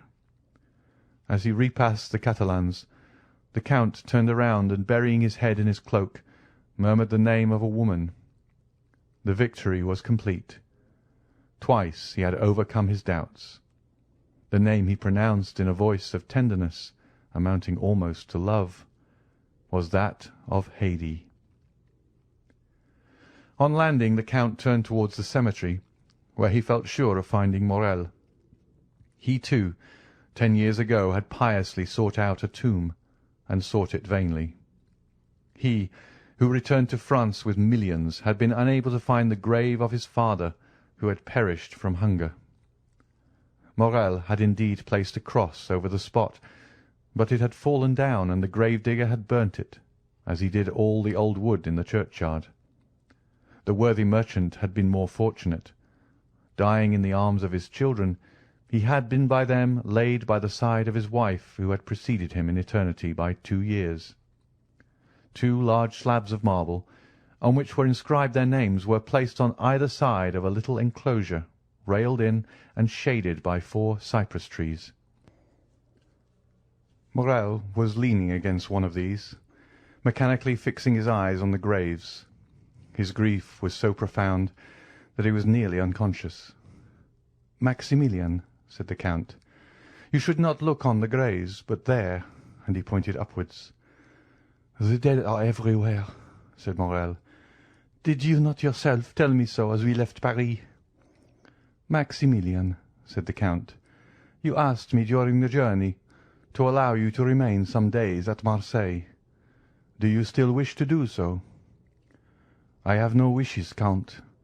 Only I fancy I could pass the time less painfully here than anywhere else." "So much the better, for I must leave you. But I carry your word with me, do I not?" "Ah, Count, I shall forget it." "No, you will not forget it, because you are a man of honour, Morrel, because you have taken an oath, and are about to do so again." "Oh, Count, have pity upon me. I am so unhappy." "I have known a man much more unfortunate than you, Morrel." "Impossible." "Alas," said Monte Cristo, "it is the infirmity of our nature always to believe ourselves much more unhappy than those who groan by our sides." "What can be more wretched than the man who has lost all he loved and desired in the world?" "Listen, Morrel, and pay attention to what I am about to tell you. I knew a man who, like you, had fixed all his hopes of happiness upon a woman. He was young. He had an old father whom he loved, a betrothed bride whom he adored. He was about to marry her, when one of the caprices of fate, which would almost make us doubt the goodness of Providence, if that Providence did not afterwards reveal itself by proving that all is but a means of conducting to an end. One of those caprices deprived him of his mistress, of the future of which he had dreamed, for in his blindness he forgot he could only read the present, and cast him into a dungeon." "Ah," said Morrel, "one quits a dungeon in a week, a month, or a year." "He remained there 14 years, Morrel," said the Count, placing his hand on the young man's shoulder. Maximilian shuddered. 14 years, he muttered. 14 years, repeated the Count. During that time he had many moments of despair. He also, Morrel, like you, considered himself the unhappiest of men. "Well?" asked Morrel. "Well, at the height of his despair, God assisted him through human means. At first, perhaps, he did not recognize the infinite mercy of the Lord, but at last he took patience and waited. One day he miraculously left the prison, transformed, rich, powerful. His first cry was for his father, but that father was dead." "My father, too, is dead," said Morrel. "Yes, but your father died in your arms, happy, respected, rich, and full of years. His father died poor, despairing, almost doubtful of Providence, and when his son sought his grave 10 years afterwards, his tomb had disappeared, and no one could say, 'There sleeps the father you loved so well.'" "Oh!" exclaimed Morrel. "He was, then, a more unhappy son than you, Morrel, for he could not even find his father's grave." "But then he had the woman he loved still remaining." "You are deceived, Morrel. That woman—" "She was dead?" "Worse than that. She was faithless, and had married one of the persecutors of her betrothed. You see, then, Morrel, that he was a more unhappy lover than you." "And has he found consolation?" "He has at last found peace." "And does he ever expect to be happy?" "He hopes so, Maximilian." The young man's head fell on his breast. "You have my promise," he said, after a minute's pause, extending his hand to Monte Cristo. "Only remember—" "On the 5th of October, Morrel, I shall expect you at the island of Monte Cristo. On the 4th a yacht will wait for you in the port of Bastia. It will be called the Euros. You will give your name to the captain, who will bring you to me. It is understood, is it not?" "But, Count, do you remember that the 5th of October—" "Child," replied the Count, "not to know the value of a man's word. I have told you 20 times that if you wish to die on that day I will assist you. Morel, farewell." "Do you leave me?" "Yes. I have business in Italy. I leave you alone with your misfortunes, and with hope, Maximilian." "When do you leave?" "Immediately. The steamer waits, and in an hour I shall be far from you. Will you accompany me to the harbour, Maximilian?" "I am entirely yours, Count." Morel accompanied the Count to the harbour. The white steam was ascending like a plume of feathers from the black chimney. The steamer soon disappeared, and in an hour afterwards, as the Count had said, was scarcely distinguishable in the horizon amidst the fogs of the night. Chapter 114. Peppino. At the same time that the steamer disappeared behind Cape Morgion, a man travelling post on the road from Florence to Rome had just passed the little town of Acquapendente. He was travelling fast enough to cover a great deal of ground without exciting suspicion. This man was dressed in a greatcoat, or rather a surtout, a little worse for the journey, but which exhibited the ribbon of the Legion of Honour still fresh and brilliant, a decoration which also ornamented the undercoat. He might be recognized not only by these signs, but also from the accent with which he spoke to the postilion as a Frenchman. Another proof that he was a native of the universal country was apparent in the fact of his knowing no other Italian words than the terms used in music, and which, like the Goddam of Figaro, served all possible linguistic requirements. "Allegro," he called out to the postilions at every ascent.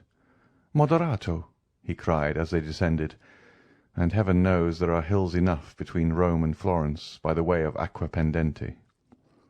These two words greatly amused the men to whom they were addressed.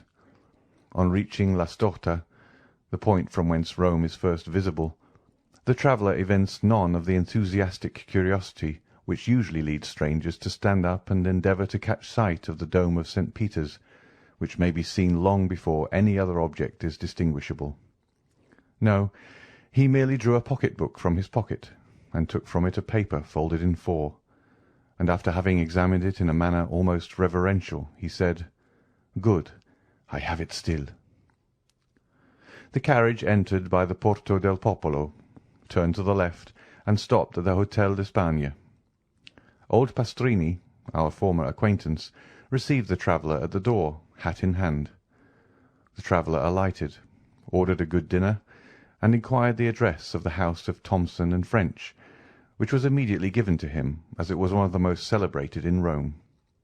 It was situated in the Via dei Banchi, near St. Peter's in Rome. As everywhere else, the arrival of a post-chaise is an event.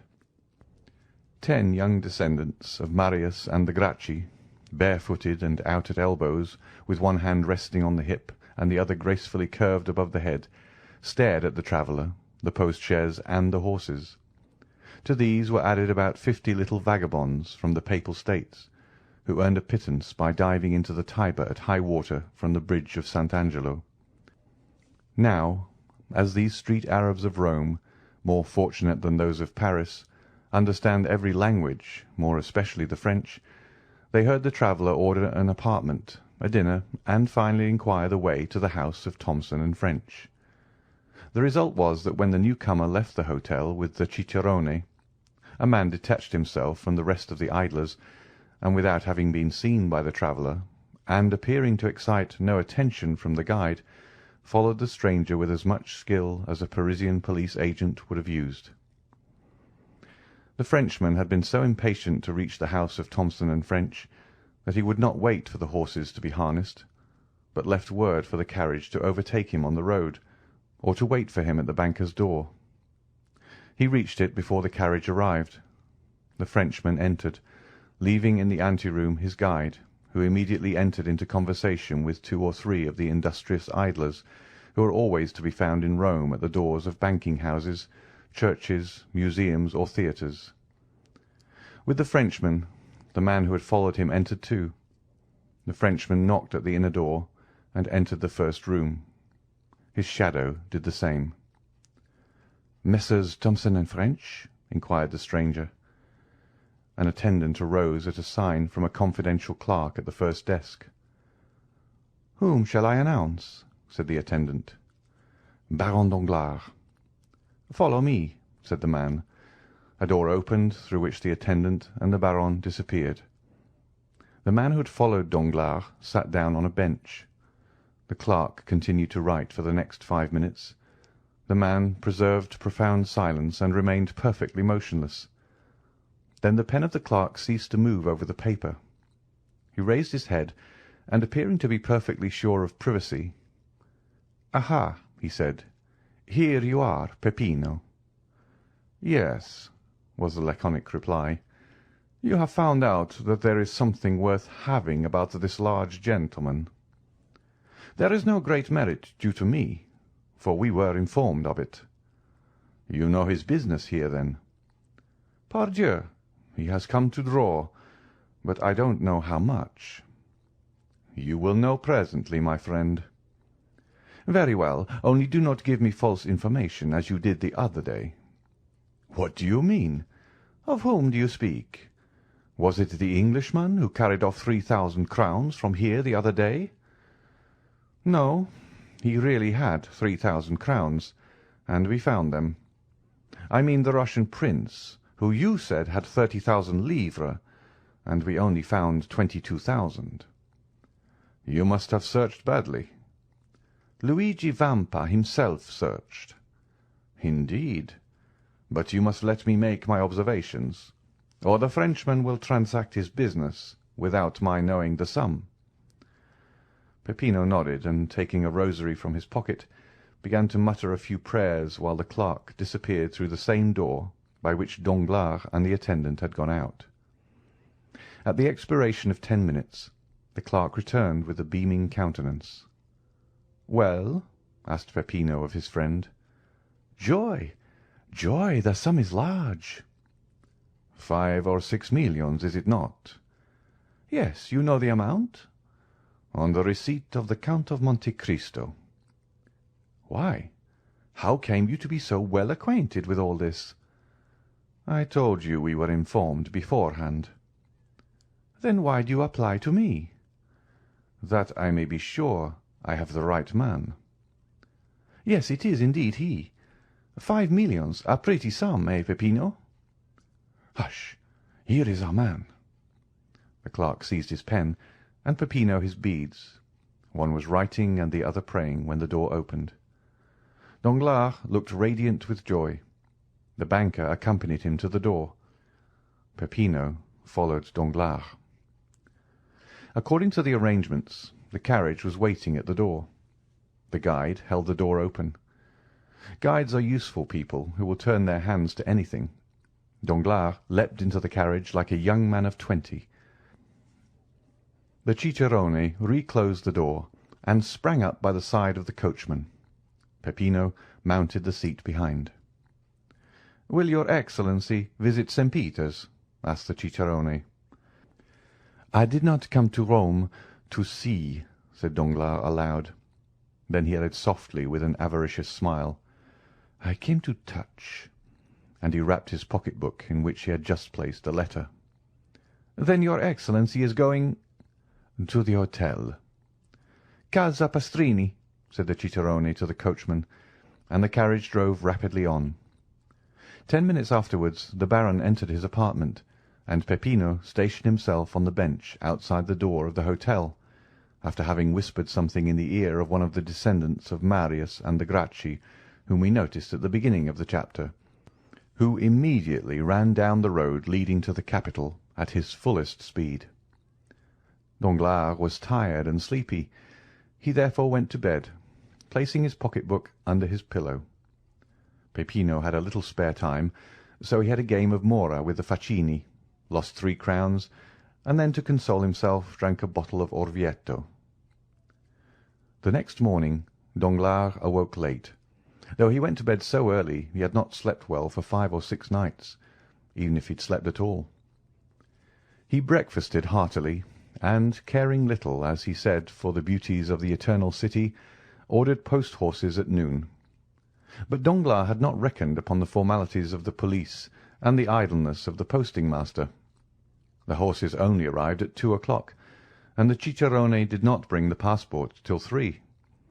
All these preparations had collected a number of idlers round the door of Signor Pastrini's. The descendants of Marius and Gracchi were also not wanting. The Baron walked triumphantly through the crowd, who, for the sake of gain, styled him "Your Excellency." As Danglars had hitherto contented himself with being called a baron, he felt rather flattered at the title of Excellency, and distributed a dozen silver coins among the beggars, who were ready, for 12 more, to call him "Your Highness." "Which road?" asked the postilion in Italian. "The Ancona road," replied the Baron. Signor Pastrini interpreted the question and answer, and the horses galloped off. Danglars intended travelling to Venice, where he would receive one part of his fortune, and then proceeding to Vienna, where he would find the rest.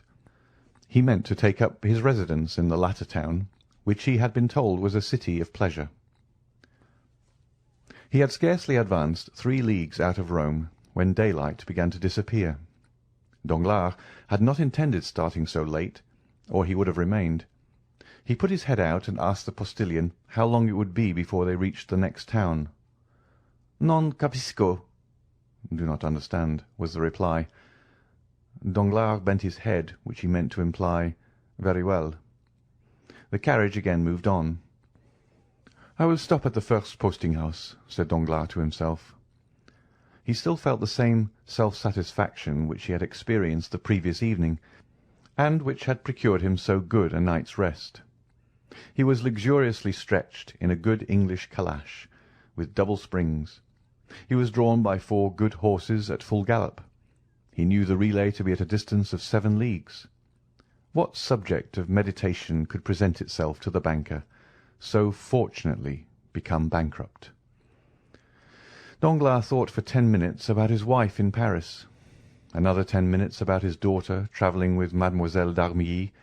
The same period was given to his creditors, and the manner in which he intended spending their money, and then, having no subject left for contemplation, he shut his eyes and fell asleep. Now and then a jolt more violent than the rest caused him to open his eyes. Then he felt that he was still being carried with great rapidity over the same country, thickly strewn with broken aqueducts, which looked like granite giants petrified while running a race. But the night was cold, dull, and rainy, and it was much more pleasant for a traveller to remain in the warm carriage than to put his head out of the window to make inquiries of a postilion whose only answer was "Non capisco." Danglars therefore continued to sleep, saying to himself that he would be sure to awake at the posting-house. The carriage stopped. Danglars fancied that they had reached the long-desired point. He opened his eyes and looked through the window, expecting to find himself in the midst of some town, or at least a village, but he saw nothing except what seemed like a ruin, where 3 or 4 men went and came like shadows. Danglars waited a moment, expecting the postilion to come and demand payment with the termination of his stage. He intended taking advantage of the opportunity to make fresh inquiries of the new conductor, but the horses were unharnessed, and others put in their places without any one claiming money from the traveller. Danglars, astonished, opened the door, but a strong hand pushed him back, and the carriage rolled on. The Baron was completely roused. "Eh," he said to the postilion. "Eh, mio caro?" This was another little piece of Italian the Baron had learned from hearing his daughter sing Italian duets with Cavalcanti. But mio caro did not reply. Danglars then opened the window. "Come, my friend," he said, thrusting his hand through the opening. "Where are we going?" "Dentro la testa," answered a solemn and imperious voice, accompanied by a menacing gesture. Danglars thought dentro la testa meant "put in your head." He was making rapid progress in Italian. He obeyed, not without some uneasiness, which, momentarily increasing, caused his mind, instead of being as unoccupied as it was when he began his journey, to fill with ideas which were very likely to keep a traveller awake, more especially one in such a situation as Danglars. His eyes acquired that quality which in the first moment of strong emotion enables them to see distinctly, and which afterwards fails from being too much taxed. Before we are alarmed, we see correctly.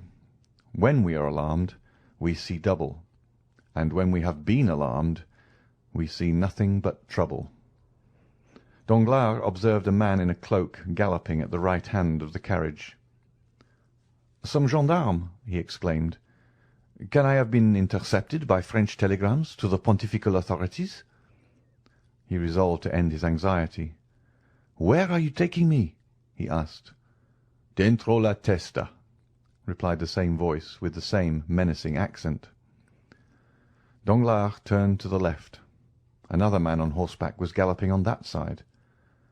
"Decidedly," said Danglars with the perspiration on his forehead, "I must be under arrest." And he threw himself back into the calash, not this time to sleep, but to think. Directly afterwards the moon rose. He then saw the great aqueducts, those stone phantoms which he had before remarked. Only then they were on the right hand. Now they were on the left. He understood that they had described a circle, and were bringing him back to Rome. "Oh, unfortunate!" he cried. "They must have obtained my arrest." The carriage continued to roll on with frightful speed. An hour of terror elapsed, for every spot they passed showed that they were on the road back. At length he saw a dark mass against which it seemed as if the carriage was about to dash, but the vehicle turned to one side, leaving the barrier behind, and Danglars saw that it was one of the ramparts encircling Rome. "Mon Dieu!" cried Danglars, "we are not returning to Rome. Then it is not justice that is pursuing me. Gracious heavens! Another idea presents itself. What if they should be—" His hair stood on end. He remembered those interesting stories, so little believed in Paris, respecting Roman bandits. He remembered the adventures that Albert de Morcerf had related when it was intended that he should marry Mademoiselle Eugénie. "They are robbers, perhaps," he muttered. Just then the carriage rolled on something harder than gravel road.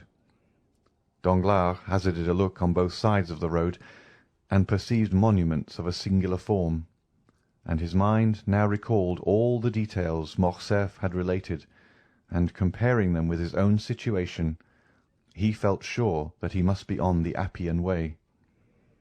On the left, in a sort of valley, he perceived a circular excavation. It was Caracalla's circus. On a word from the man who rode at the side of the carriage, it stopped. At the same time, the door was open. "Scendi!" exclaimed a commanding voice. Danglars instantly descended. Although he did not yet speak Italian, he understood it very well. More dead than alive, he looked around him. 4 men surrounded him, besides the postilion. "Di qua," said one of the men, descending a little path leading out of the Appian Way. Danglars followed his guide without opposition, and had no occasion to turn around to see whether the 3 others were following him. Still, it appeared as though they were stationed at equal distances from one another, like sentinels. After walking for about 10 minutes, during which Danglars did not exchange a single word with his guide, he found himself between a hillock and a clump of high weeds. 3 men standing silent formed a triangle, of which he was the centre. He wished to speak, but his tongue refused to move. "Avanti!" said the same sharp and imperative voice. This time Danglars had double reason to understand, for if the word and gesture had not explained the speaker's meaning, it was clearly expressed by the man walking behind him, who pushed him so rudely that he struck against the guide. This guide was our friend Peppino, who dashed into the thicket of high weeds through a path which none but lizards or polecats could have imagined to be an open road. Peppino stopped before a pit overhung by thick hedges. The pit, half open, afforded a passage to the young man, who disappeared like the evil spirits in the fairy tales. The voice and gesture of the man who followed Danglars ordered him to do the same. There was no longer any doubt. The bankrupt was in the hands of Roman banditti. Danglars acquitted himself like a man placed between two dangerous positions, and who is rendered brave by fear. Notwithstanding his large stomach, certainly not intended to penetrate the fissures of the Campagna, he slid down like Peppino, and closing his eyes fell upon his feet. As he touched the ground, he opened his eyes. The path was wide but dark. Peppino, who cared little for being recognized now that he was in his own territories, struck a light and lit a torch. Two other men descended after Danglars, forming the rear-guard, and pushing Danglars whenever he happened to stop. They came by a gentle declivity to the intersection of two corridors. The walls were hollowed out in sepulchres, one above the other, and which seemed in contrast with the white stones to open their large dark eyes, like those which we see on the faces of the dead. A sentinel struck the rings of his carbine against his left hand. "Who comes there?" he cried. "A friend," said Peppino. "But where is the captain?" "There," said the sentinel, pointing over his shoulder to a spacious crypt hollowed out of the rock, the lights from which shone into the passage through the large arched openings. "Fine spoil, captain, fine spoil," said Peppino in Italian, and taking Danglars by the collar of his coat, he dragged him to an opening resembling a door, through which they entered the apartment which the captain appeared to have made his dwelling-place. "Is this the man?" asked the captain, who was attentively reading Plutarch's Life of Alexander. "Himself, captain, himself." "Very well, show him to me." At this rather impertinent order, Peppino raised his torch to the face of Danglars, who hastily withdrew that he might not have his eyelashes burnt. His agitated features presented the appearance of pale and hideous terror. "The man is tired," said the captain. "Conduct him to his bed." "Oh," murmured Danglars, "that bed is probably one of the coffins hollowed in the wall, and the sleep I shall enjoy will be death from one of the poniards I saw glistening in the darkness." From their beds of dried leaves or wolf-skins at the back of the chamber now arose the companions of the man who had been found by Albert de Morcerf reading Caesar's Commentaries, and by Danglars studying the Life of Alexander. The banker uttered a groan and followed his guide. He neither supplicated nor exclaimed. He no longer possessed strength, will, power, or feeling. He followed where they led him. At length he found himself at the foot of a staircase, and he mechanically lifted his foot 5 or 6 times. Then a low door was opened before him, and bending his head to avoid striking his forehead, he entered a small room cut out of the rock. The cell was clean, though empty and dry, though situated at an immeasurable distance under the earth. A bed of dried grass covered with goatskins was placed in one corner. Danglars brightened up on beholding it, fancying that it gave some promise of safety. "Oh, God be praised!" he said. "It is a real bed."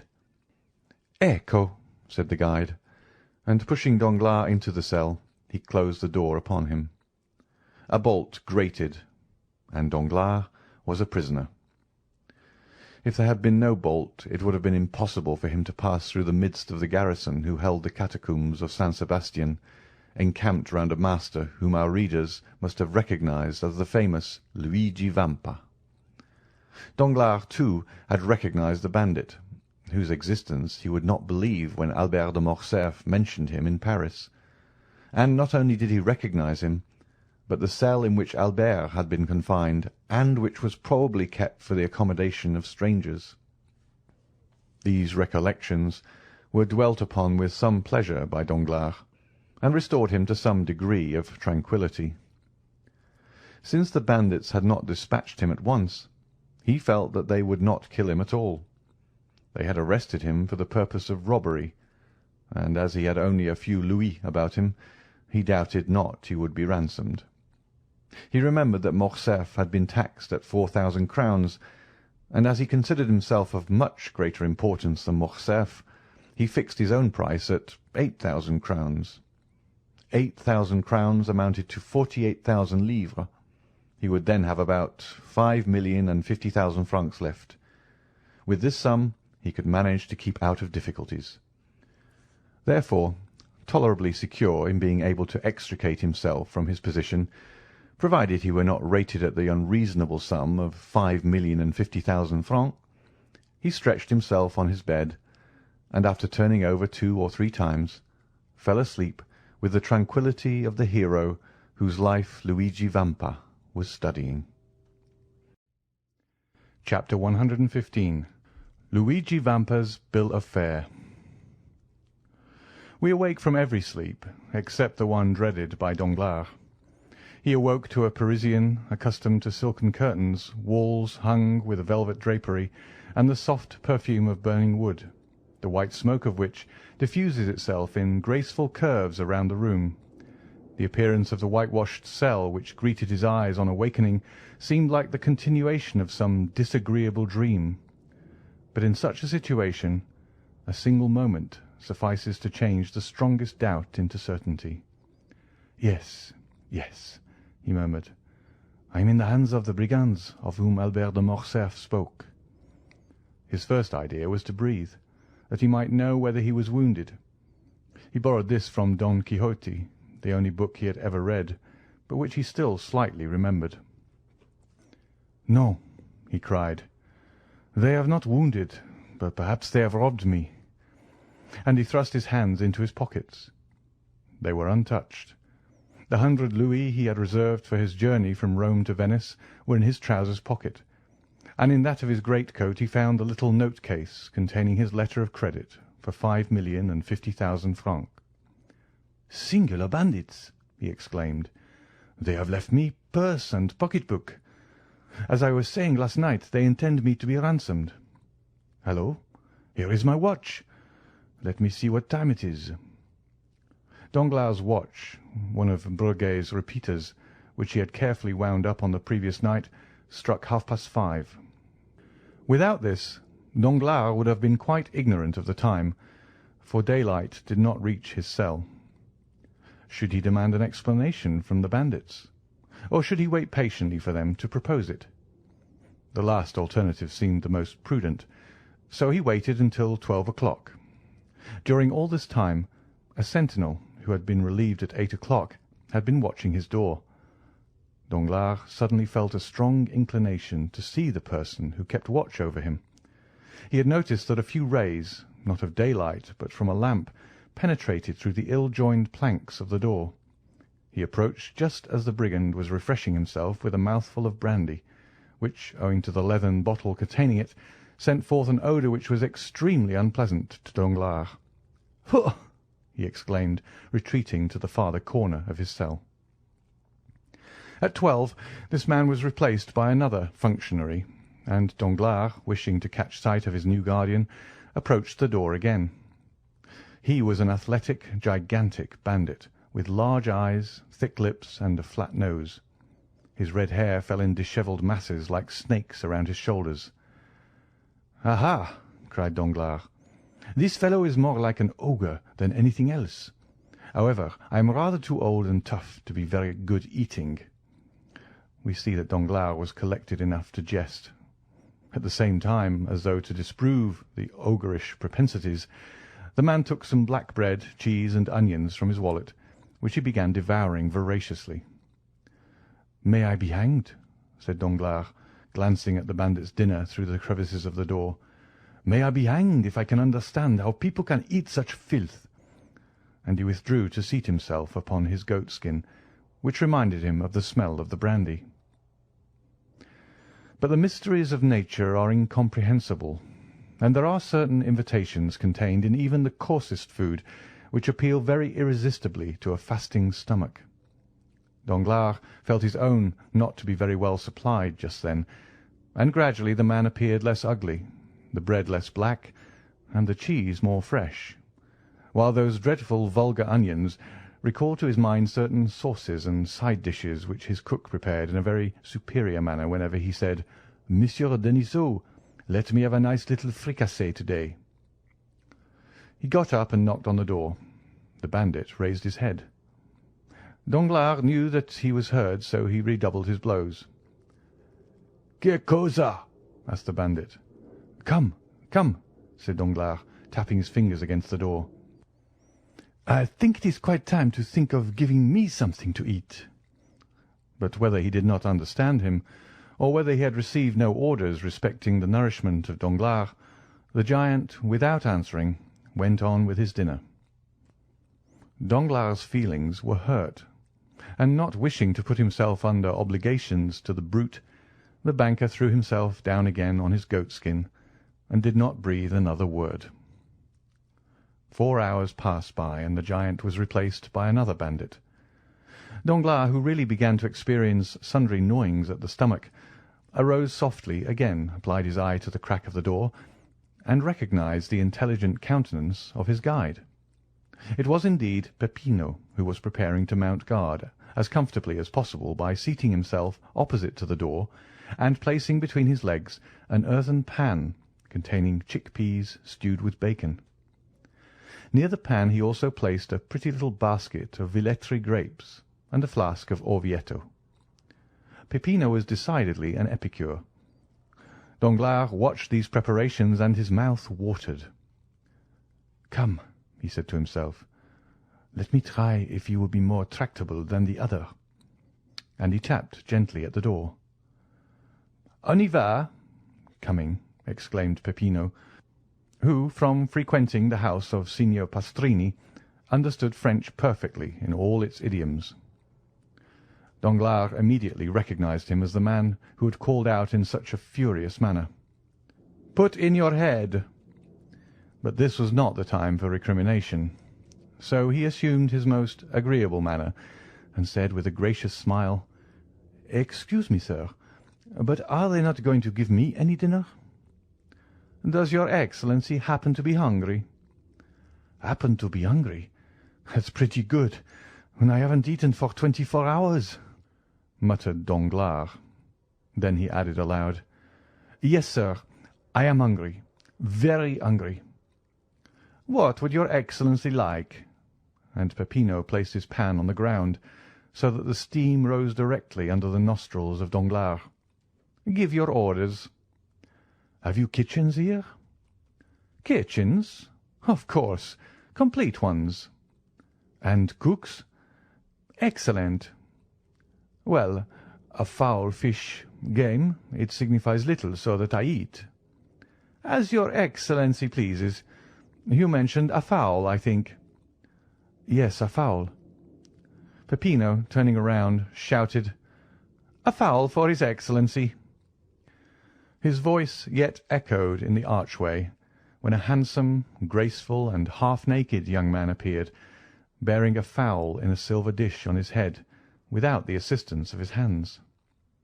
"I could almost believe myself at the Café de Paris," murmured Danglars.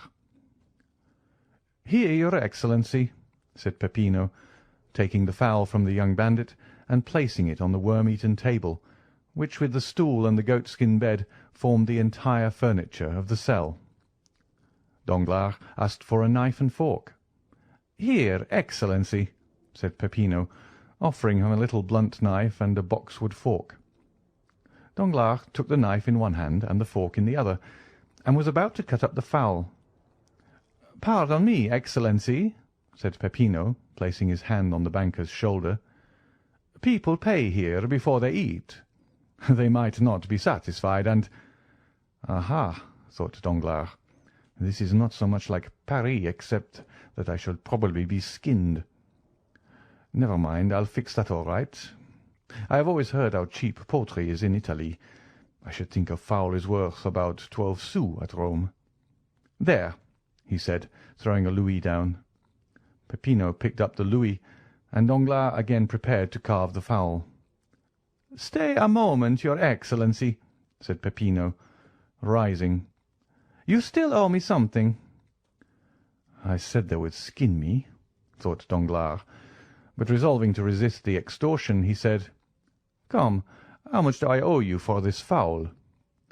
"Your Excellency has given me a louis on account." "A louis on account for a fowl?" "Certainly. And your Excellency now owes me 4,999 louis." Danglars opened his enormous eyes on hearing this gigantic joke. "Come, come, this is very droll, very amusing, I allow. But as I am very hungry, pray allow me to eat. Stay, here is another louis for you." "Then that will make only 4,998 louis more," said Peppino, with the same indifference. "I shall get them all in time." "Oh, as for that," said Danglars, angry at this prolongation of the jest, "as for that, you won't get them at all. Go to the devil! You do not know with whom you have to deal." Peppino made a sign, and the youth hastily removed the fowl. Danglars threw himself upon his goatskin, and Peppino, reclosing the door again, began eating his peas and bacon. Though Danglars could not see Peppino, the noise of his teeth allowed no doubt as to his occupation. He was certainly eating, and noisily too, like an ill-bred man. "Brute!" said Danglars. Peppino pretended not to hear him, and without even turning his head continued to eat slowly. Danglars' stomach felt so empty that it seemed as if it would be impossible ever to fill it again. Still, he had patience for another half-hour, which appeared to him like a century. He again arose and went to the door. "Come, sir, do not keep me starving here any longer, but tell me what they want." "Nay, your Excellency, it is you who should tell us what you want. Give your orders, and we will execute them." "Then open the door directly." Peppino obeyed. "Now look here, I want something to eat. To eat, do you hear?" "Are you hungry?" "Come, you understand me." "What would your Excellency like to eat?" "A piece of dry bread, since the fowls are beyond all price in this accursed place." "Bread? Very well. Hello there! Some bread!" he called. The youth brought a small loaf. "How much?" asked Danglars. 4,998 louis," said Peppino. "You have paid 2 louis in advance." "What? 100,000 francs for a loaf?" 100,000 francs, repeated Peppino. "But you only asked 100,000 francs for a fowl." "We have a fixed price for all our provisions. It signifies nothing whether you eat much or little, whether you have 10 dishes or 1. It is always the same price." "What, still keeping up this silly jest? My dear fellow, it is perfectly ridiculous, stupid. You had better tell me at once that you intend starving me to death." "Oh dear, no, your Excellency, unless you intend to commit suicide. Pay and eat." "And what am I to pay with, brute?" said Danglars, enraged. "Do you suppose I carry 100,000 francs in my pocket?" "Your Excellency has 5,050,000 francs in your pocket. That will be 50 fowls at 100,000 francs apiece, and half a fowl for the 50,000. Danglars shuddered. The bandage fell from his eyes, and he understood the joke, which he did not think quite so stupid as he had done just before. "Come," he said, "if I pay you the 100,000 francs, will you be satisfied and allow me to eat at my ease?" "Certainly," said Peppino. "How can I pay them?" "Oh, nothing easier. You have an account open with Messrs. Thomson and French, Vie dei Banchi, Rome. Give me a draft for 4,998 louis on these gentlemen, and our banker shall take it." Danglars thought it as well to comply with good grace. So he took the pen, ink, and paper Peppino offered him, wrote the draft, and signed it. "Here," he said, "here is a draft at sight." And here is your fowl." Danglars sighed while he carved the fowl. It appeared very thin for the price it had cost. As for Peppino, he examined the paper attentively, put it into his pocket, and continued eating his peas. Chapter 116. The Pardon. The next day Danglars was again hungry. Certainly the air of that dungeon was very provocative of appetite. The prisoner expected that he would be at no expense that day, for, like an economical man, he had concealed half of his fowl and a piece of the bread in the corner of his cell. But he had no sooner eaten than he felt thirsty. He had forgotten that. He struggled against his thirst till his tongue clave to the roof of his mouth. Then, no longer able to resist, he called out. The sentinel opened the door. It was a new face. He thought it would be better to transact business with his old acquaintance, so he sent for Peppino. "Here I am, Excellency," said Peppino, with an eagerness which Danglars thought favourable to him. "What do you want?" "Something to drink." "Your Excellency knows that wine is beyond all price near Rome." "Then give me water," cried Danglars, endeavouring to parry the blow. "Oh, water is even more scarce than wine, your Excellency. There has been such a drought." "Come," thought Danglars, "it is the same old story." And while he smiled as he attempted to regard the affair as a joke, he felt his temples get moist with perspiration. "Come, my friend," said Danglars, seeing that he made no impression on Peppino. "You will not refuse me a glass of wine?" "I have already told you that we do not sell at retail." "Well, then, let me have a bottle of the least expensive." "They are all the same price." "And what is that?" 25,000 francs a bottle." "Tell me," cried Danglars, in a tone whose bitterness Harpagon alone has been capable of revealing, "tell me that you wish to despoil me of all. It will be sooner over than devouring me piecemeal." "It is possible such may be the master's intention." "The master? Who is he?" "The person to whom you were conducted yesterday." "Where is he?" "Here." "Let me see him." "Certainly." And the next moment Luigi Vampa appeared before Danglars. "You sent for me," he said to the prisoner. "Are you, sir, the chief of the people who brought me here?" "Yes, your Excellency. What then?" "How much do you require for my ransom?" "Merely the 5 million you have about you." Danglars felt a dreadful spasm dart through his heart. "But this is all I have left in the world," he said, "out of an immense fortune. If you deprive me of that, take away my life also." "We are forbidden to shed your blood." "And by whom are you forbidden?"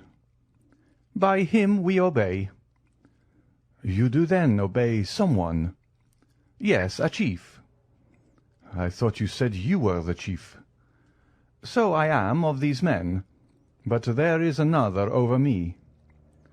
"And did your superior order you to treat me in this way?" "Yes." "But my purse will be exhausted." "Probably." "Come," said Danglars, "will you take 1 million?" "No." 2 millions, 3, 4. Come, 4. I will give them to you on condition that you let me go." "Why do you offer me 4 million for what is worth 5 million? This is a kind of usury, banker, that I do not understand." "Take all, then. Take all, I tell you, and kill me." "Come, come, calm yourself. You will excite your blood, and that would produce an appetite it would require 1 million a day to satisfy. Be more economical." "But when I have no more money left to pay you?" asked the infuriated Danglars. "Then you must suffer hunger." "Suffer hunger?" said Danglars, becoming pale. "Most likely," replied Vampa coolly. But you say you do not wish to kill me. No. And yet you will let me perish with hunger. Ah, that is a very different thing. Well then, wretches, cried Danglars, I will defy your infamous calculations. I would rather die at once. You may torture, torment, kill me, but you shall not have my signature again. As your Excellency pleases, said Vampa, as he left the cell. Danglars, raving, threw himself on the goatskin. Who could these men be? Who was the invisible chief? What could be his intentions toward him, and why, when everyone else was allowed to be ransomed, might he not also be? Oh yes, certainly, a speedy, violent death would be a fine means of deceiving these remorseless enemies, who appeared to pursue him with such incomprehensible vengeance. But to die? For the first time in his life, Danglars contemplated death with a mixture of dread and desire. The time had come when the implacable spectre which exists in the mind of every human creature arrested his attention and called out with every pulsation of his heart, "Thou shalt die." Danglars resembled a timid animal excited in the chase.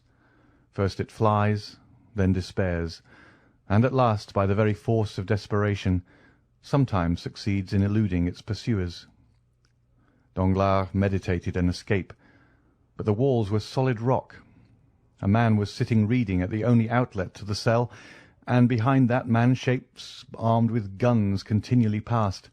His resolution not to sign lasted 2 days, after which he offered a million for some food. They sent him a magnificent supper, and took his million.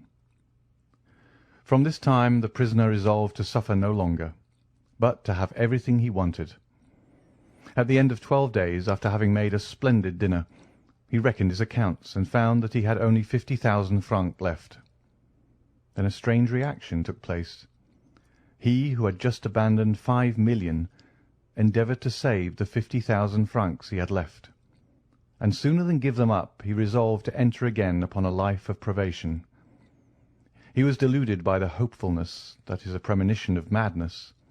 He, who for so long a time had forgotten God, began to think that miracles were possible, that the accursed cavern might be discovered by the officers of the Papal States, who would release him, that then he would have 50,000 remaining, which would be sufficient to save him from starvation, and finally he prayed that this sum might be preserved to him, and as he prayed he wept.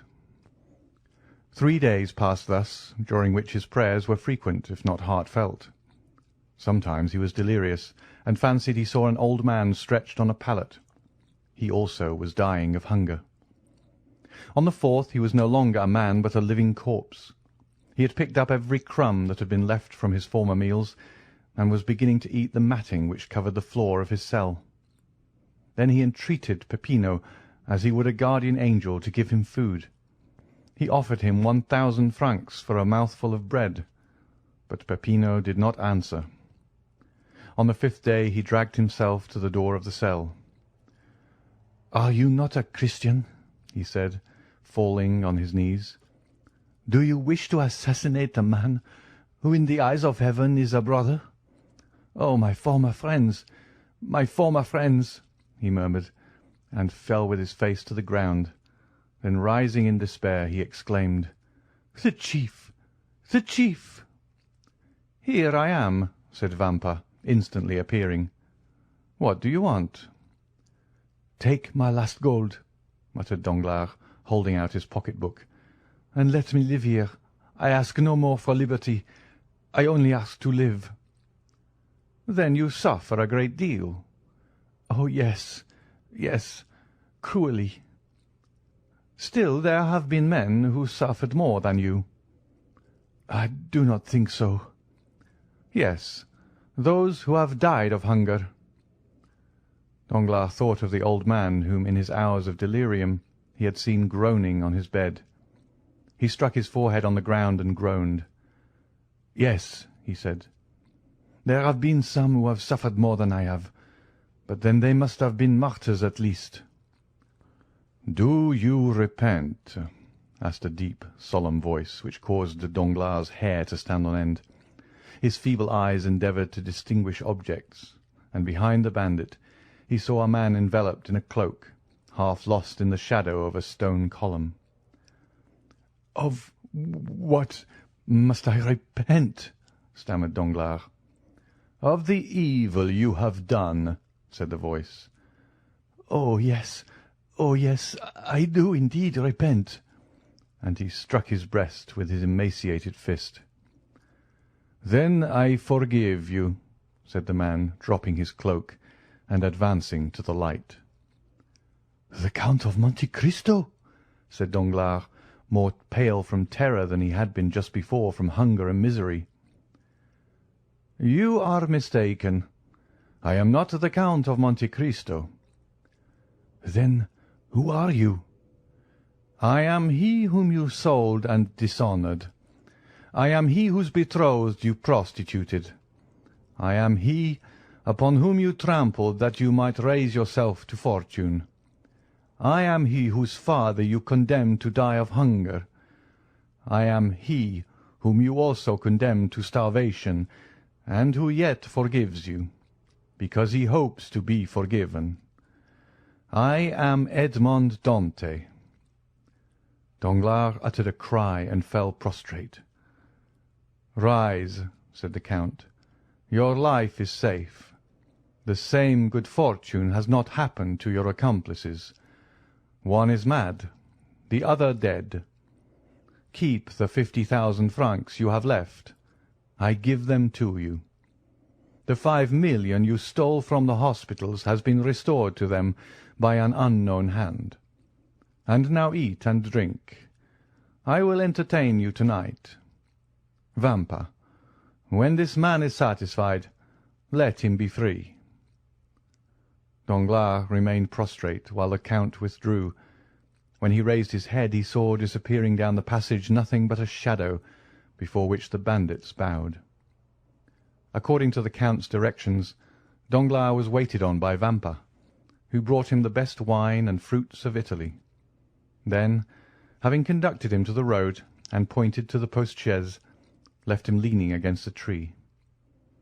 He remained there all night, not knowing where he was. When daylight dawned he saw that he was near a stream. He was thirsty, and dragged himself towards it. As he stooped down to drink, he saw that his hair had become entirely white. Chapter 117. The 5th of October. It was about 6 o'clock in the evening. An opal-coloured light, through which an autumnal sun shed its golden rays, descended on the blue ocean. The heat of the day had gradually decreased, and a light breeze arose, seeming like the respiration of nature on awakening from the burning siesta of the south. A delicious zephyr played along the coasts of the Mediterranean, and wafted from shore to shore the sweet perfume of plants mingled with the fresh smell of the sea. A light yacht, chaste and elegant in its form, was gliding amidst the first dews of night over the immense lake extending from Gibraltar to the Dardanelles, and from Tunis to Venice. The vessel resembled a swan with its wings open towards the wind, gliding on the water. It advanced swiftly and gracefully, leaving behind it a glittering stretch of foam. By degrees the sun disappeared behind the western horizon, but as though to prove the truth of the fanciful ideas in heathen mythology, its indiscreet rays reappeared on the summit of every wave, as if the god of fire had just sunk upon the bosom of Amphitrite, who in vain endeavoured to hide her lover beneath her azure mantle. The yacht moved rapidly on, though there did not appear to be sufficient wind to ruffle the curls on the head of a young girl. Standing on the prow was a tall man of a dark complexion, who saw with dilating eyes that they were approaching a dark mass of land in the shape of a cone, which rose from the midst of the waves like the hat of a Catalan. "Is that Monte Cristo?" asked the traveller, to whose orders the yacht was for the time submitted, in a melancholy voice. "Yes, your Excellency," said the captain. "We have reached it." "We have reached it," repeated the traveller, in an accent of indescribable sadness. Then he added in a low tone, "Yes, that is the haven." And then he again plunged into a train of thought, the character of which was better revealed by a sad smile than it would have been by tears. A few minutes afterwards a flash of light, which was extinguished instantly, was seen on the land, and the sound of firearms reached the yacht. "Your Excellency," said the captain, "that was the land signal. Will you answer yourself?" "What signal?" The captain pointed towards the island, up the side of which ascended a volume of smoke, increasing as it rose. "Ah, yes," he said, as if awaking from a dream. "Give it to me." The captain gave him a loaded carbine. The traveller slowly raised it and fired in the air. 10 minutes afterwards the sails were furled, and they cast anchor about 100 fathoms from the little harbour. The gig was already lowered, and in it were 4 oarsmen and a coxswain.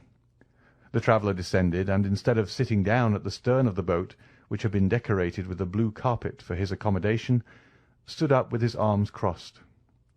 The rowers waited, their oars half lifted out of the water like birds drying their wings. "Give way," said the traveller.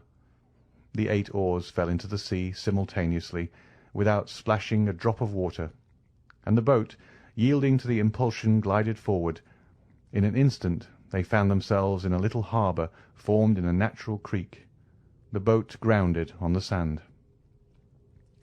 "Will your Excellency be so good as to mount the shoulders of 2 of our men? They will carry you ashore." The young man answered this invitation with a gesture of indifference, and stepped out of the boat. The sea immediately rose to his waist. "Ah, your Excellency," murmured the pilot, "you should not have done so. Our master will scold us for it." The young man continued to advance, following the sailors, who chose a firm footing. 30 strides brought them to dry land. The young man stamped on the ground to shake off the wet, and looked around for someone to show him his road, for it was quite dark. Just as he turned, a hand rested on his shoulder, and a voice which made him shudder exclaimed, "Good evening, Maximilian. You are punctual. Thank you." "Ah, is it you, Count?" said the young man in an almost joyful accent, pressing Monte Cristo's hand with both his own. "Yes, you see I am as exact as you are. But you are dripping, my dear fellow. You must change your clothes, as Calypso said to Telemachus. Come, I have a habitation prepared for you, in which you will soon forget fatigue and cold." Monte Cristo perceived that the young man had turned around indeed. Morrel saw with surprise that the men who had brought him had left without being paid or uttering a word. Already the sound of their oars might be heard as they returned to the yacht. "Oh, yes," said the Count. "You are looking for the sailors." "Yes, I paid them nothing, and yet they are gone." "Never mind that, Maximilian," said Monte Cristo, smiling. "I have made an agreement with the navy that the access to my island shall be free of all charge. Ha! I have made a bargain." Morrel looked at the Count with surprise. "Count," he said, "you are not the same here as in Paris." "How so?" "Here you laugh." The Count's brow became clouded. "You are right to recall me to myself, Maximilian," he said. "I was delighted to see you again, and forgot for the moment that all happiness is fleeting." "Oh, no, no, Count," cried Maximilian, seizing the Count's hands. "Pray laugh, be happy, and prove to me, by your indifference, that life is endurable to sufferers. Oh, how charitable, kind, and good you are! You affect this gaiety to inspire me with courage." "You are wrong, Morrel.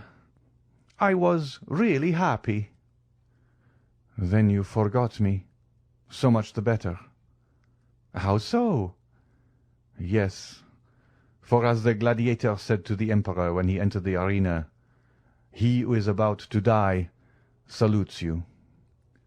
"Then you are not consoled?" asked the Count, surprised. "Oh!" exclaimed Morrel, with a glance full of bitter reproach. "Do you think it possible that I could be?" "Listen," said the Count.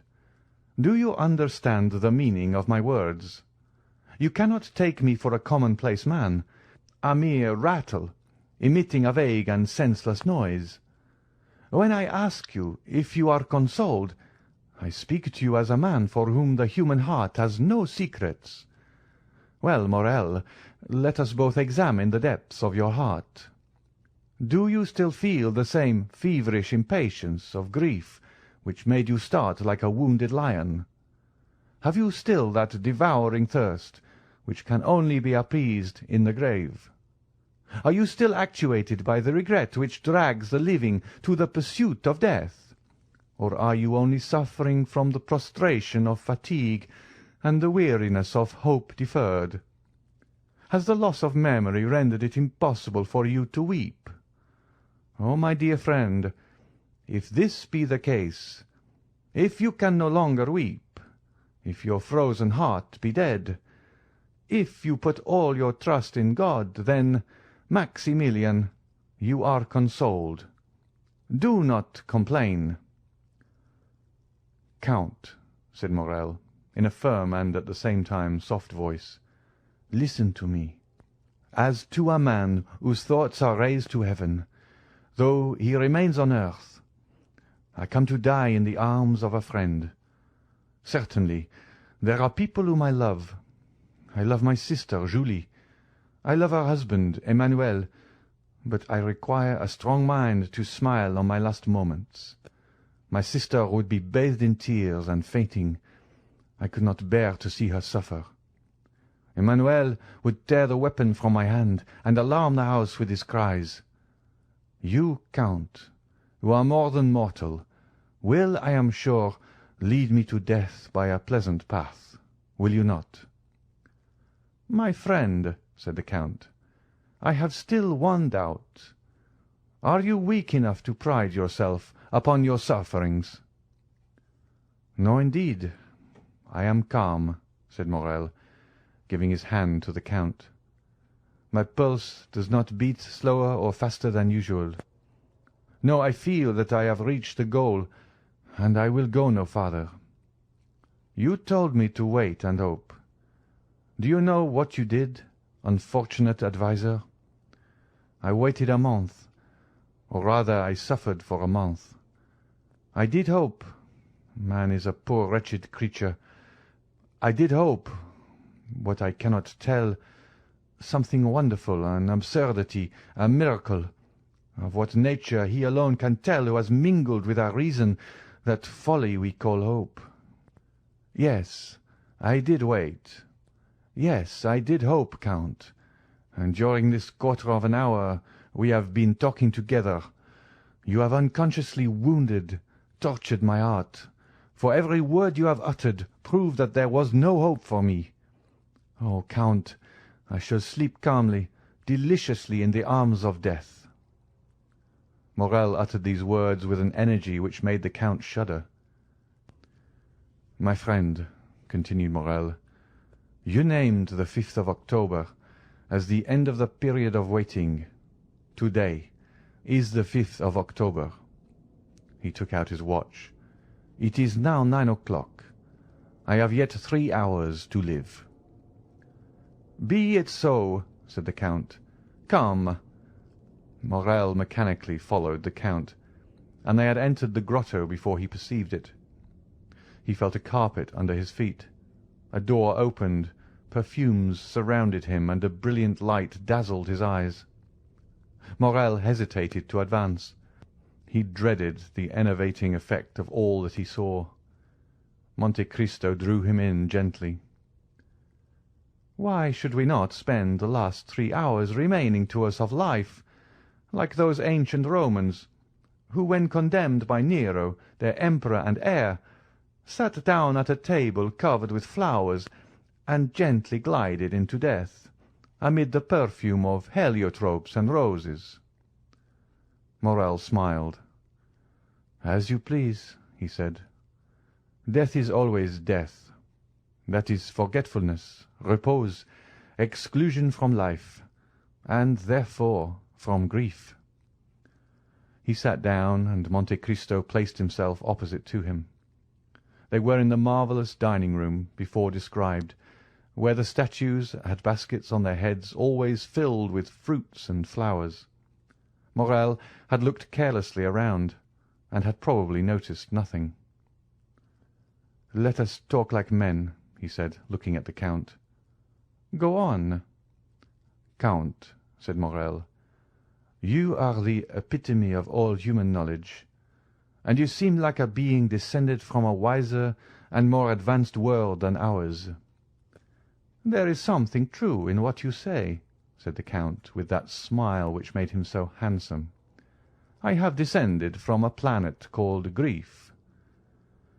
"I believe all you tell me without questioning its meaning. For instance, you told me to live, and I did live. You told me to hope, and I almost did so.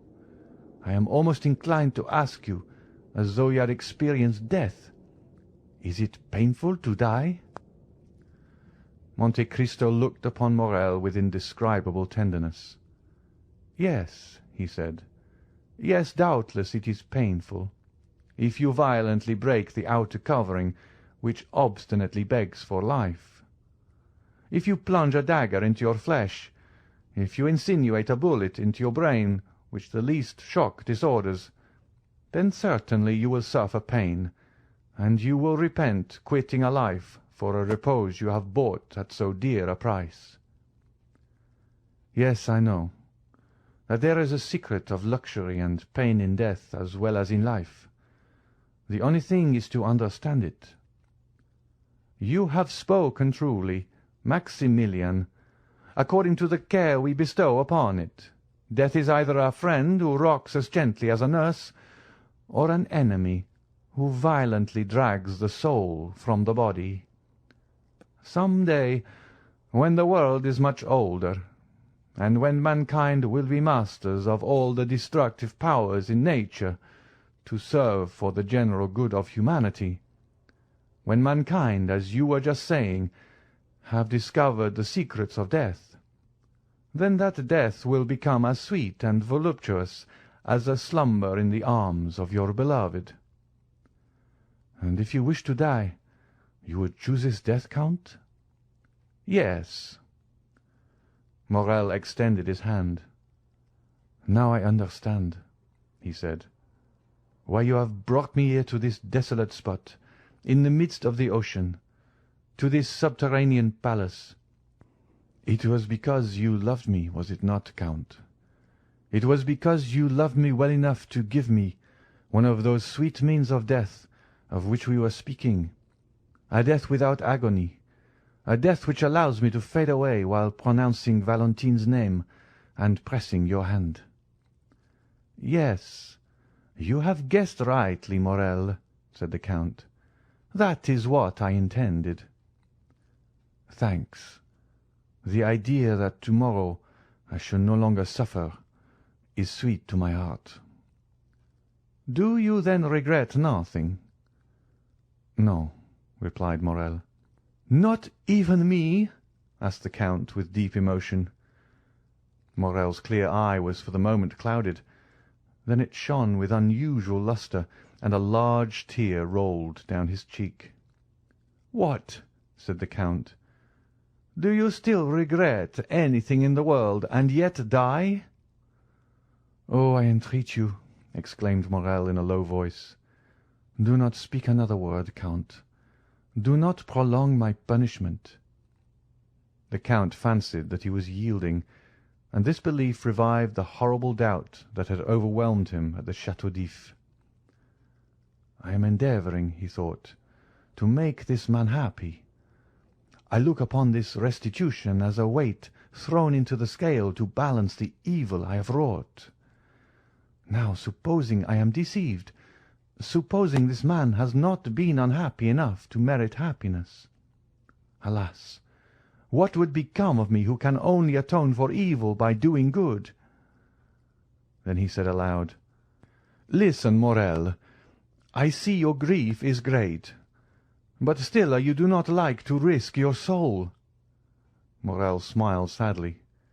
"Count," he said, "I swear to you, my soul is no longer my own." "Maximilian, you know I have no relation in the world. I have accustomed myself to regard you as my son. Well, then, to save my son, I will sacrifice my life, nay, even my fortune." "What do you mean?" "I mean that you wish to quit life because you do not understand all the enjoyments which are the fruits of a large fortune. Morrel, I possess nearly 100 millions, and I give them to you with such a fortune you can attain every wish. Are you ambitious?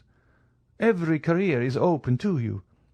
Overturn the world, change its character, yield to mad ideas, be even criminal, but live." "Count, I have your word," said Morrel coldly.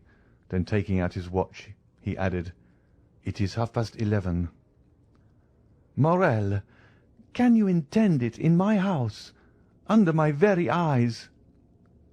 "Then let me go," said Maximilian, "or I shall think you did not love me for my own sake, but for yours." And he arose. "It is well," said Monte Cristo, whose countenance brightened at these words. "You wish. You are inflexible. Yes, as you said, you are indeed wretched, and a miracle alone can cure you. Sit down, Morrel, and wait." Morrel obeyed. The Count arose, and unlocking a closet with a key suspended from his gold chain, took from it a little silver casket, beautifully carved and chased, the corners of which represented 4 bending figures, similar to the Caryatides, the forms of women, symbols of the angels aspiring to heaven. He placed the casket on the table, then opening it, took out a little golden box, the top of which flew open when touched by a secret spring.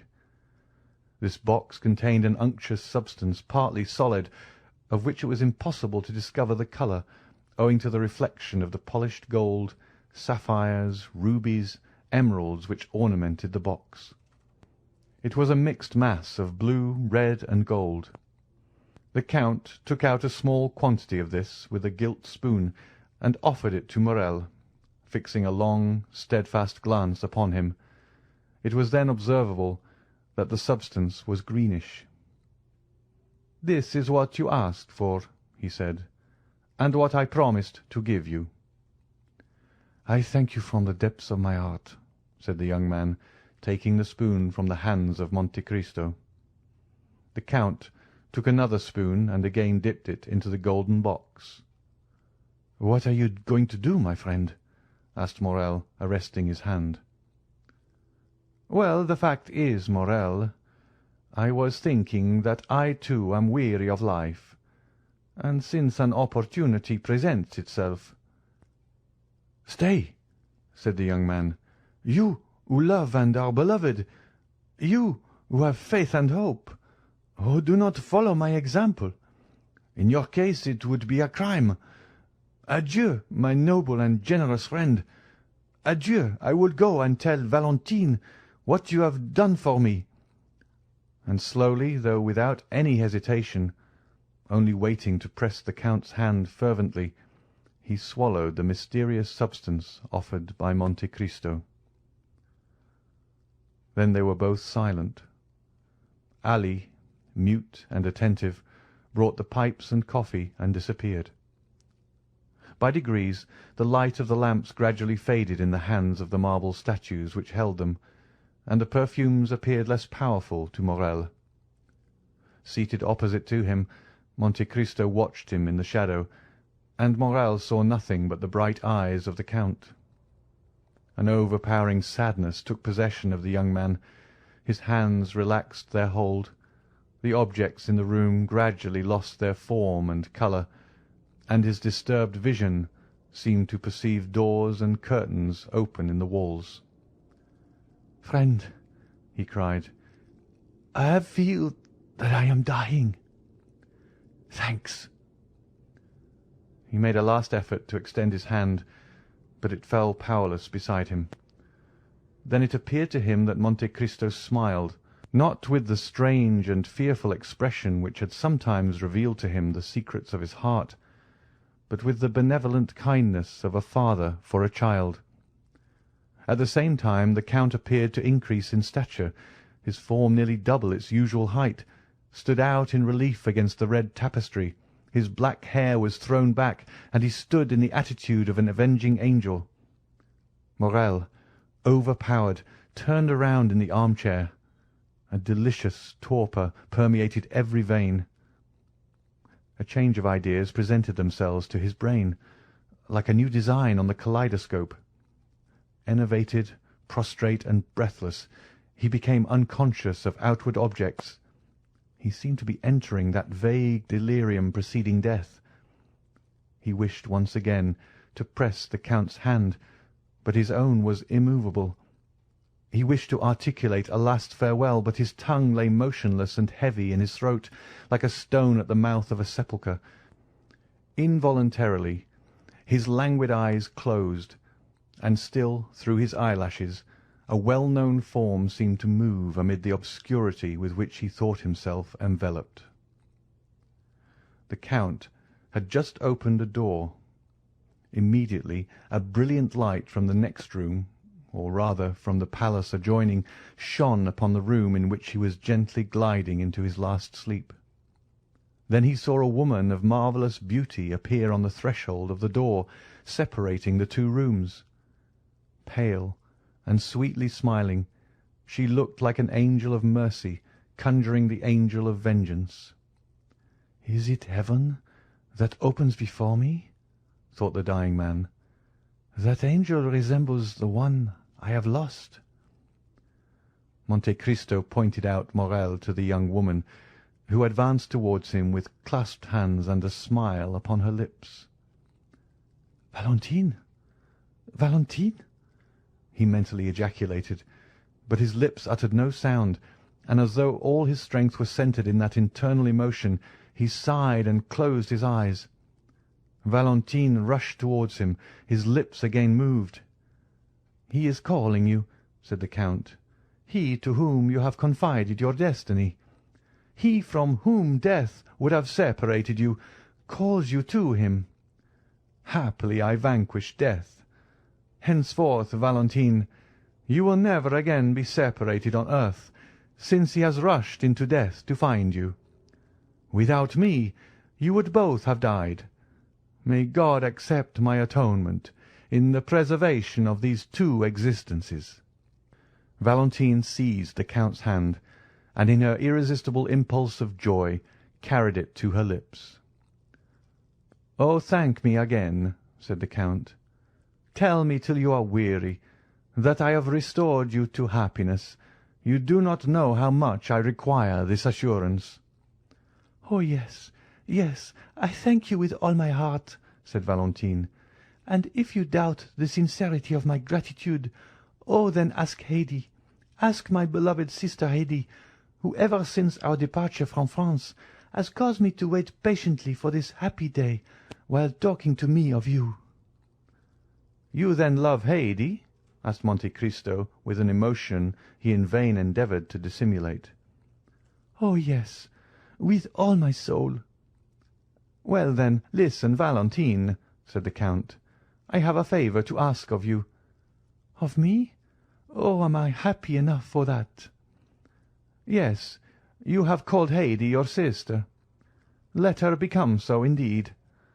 Valentine, render her all the gratitude you fancy that you owe to me. Protect her, for—" The Count's voice was thick with emotion. "Henceforth she will be alone in the world." "Alone in the world?" repeated a voice behind the Count. "And why?" Monte Cristo turned around. Haydée was standing pale, motionless, looking at the Count with an expression of fearful amazement. "Because tomorrow, Haydée, you will be free. You will then assume your proper position in society, for I will not allow my destiny to overshadow yours. Daughter of a prince, I restore to you the riches and name of your father." Haydée became pale, and lifting her transparent hands to heaven, exclaimed in a voice stifled with tears, "Then you leave me, my lord?" "Haydée, Haydée, you are young and beautiful. Forget even my name and be happy." "It is well," said Haydée. "Your order shall be executed, my lord. I will forget even your name, and be happy." And she stepped back to retire. "Oh, heavens!" exclaimed Valentine, who was supporting the head of Morrel on her shoulder. "Do you not see how pale she is? Do you not see how she suffers?" Haydée answered with a heart-rending expression, "Why should you understand this, my sister? He is my master, and I am his slave. He has the right to notice nothing." The Count shuddered at the tones of a voice which penetrated the inmost recesses of his heart. His eyes met those of the young girl, and he could not bear their brilliancy. "Oh, heavens!" exclaimed Monte Cristo. "Can my suspicions be correct? Haydée, would it please you not to leave me?" "I am young," gently replied Haydée. "I love the life you have made so sweet to me, and I should be sorry to die." "You mean, then, that if I leave you, Haydée—" "I should die, yes, my lord." "Do you then love me?" "Oh, Valentine, he asks me if I love him. Valentine, tell him if you love Maximilian." The Count felt his heart dilate and throb. He opened his arms, and Haydée, uttering a cry, sprang into them. "Oh, yes," she cried, "I do love you. I love you as one loves a father, brother, husband. I love you as my life, for you are the best, the noblest of created beings." "Let it be, then, as you wish, sweet angel. God has sustained me in my struggle with my enemies, and has given me this reward.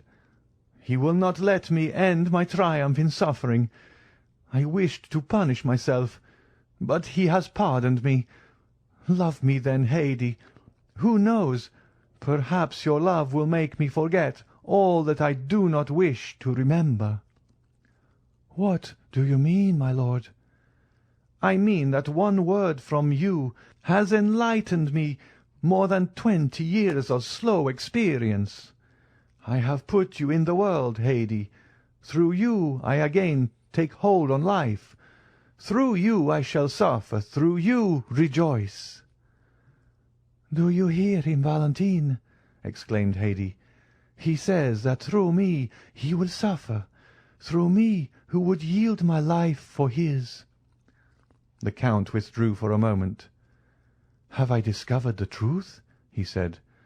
"But whether it be for recompense or punishment, I accept my fate. Come, Haydée, come!" And throwing his arm around the young girl's waist, he pressed the hand of Valentine and disappeared. An hour had nearly passed, during which Valentine, breathless and motionless, watched steadfastly over Morrel. At length she felt his heart beat. A faint breath played upon his lips. A slight shudder, announcing the return of life, passed through the young man's frame. At length his eyes opened, but they were at first fixed and expressionless. Then sight returned, and with it feeling and grief. "Oh!" he cried, in an accent of despair.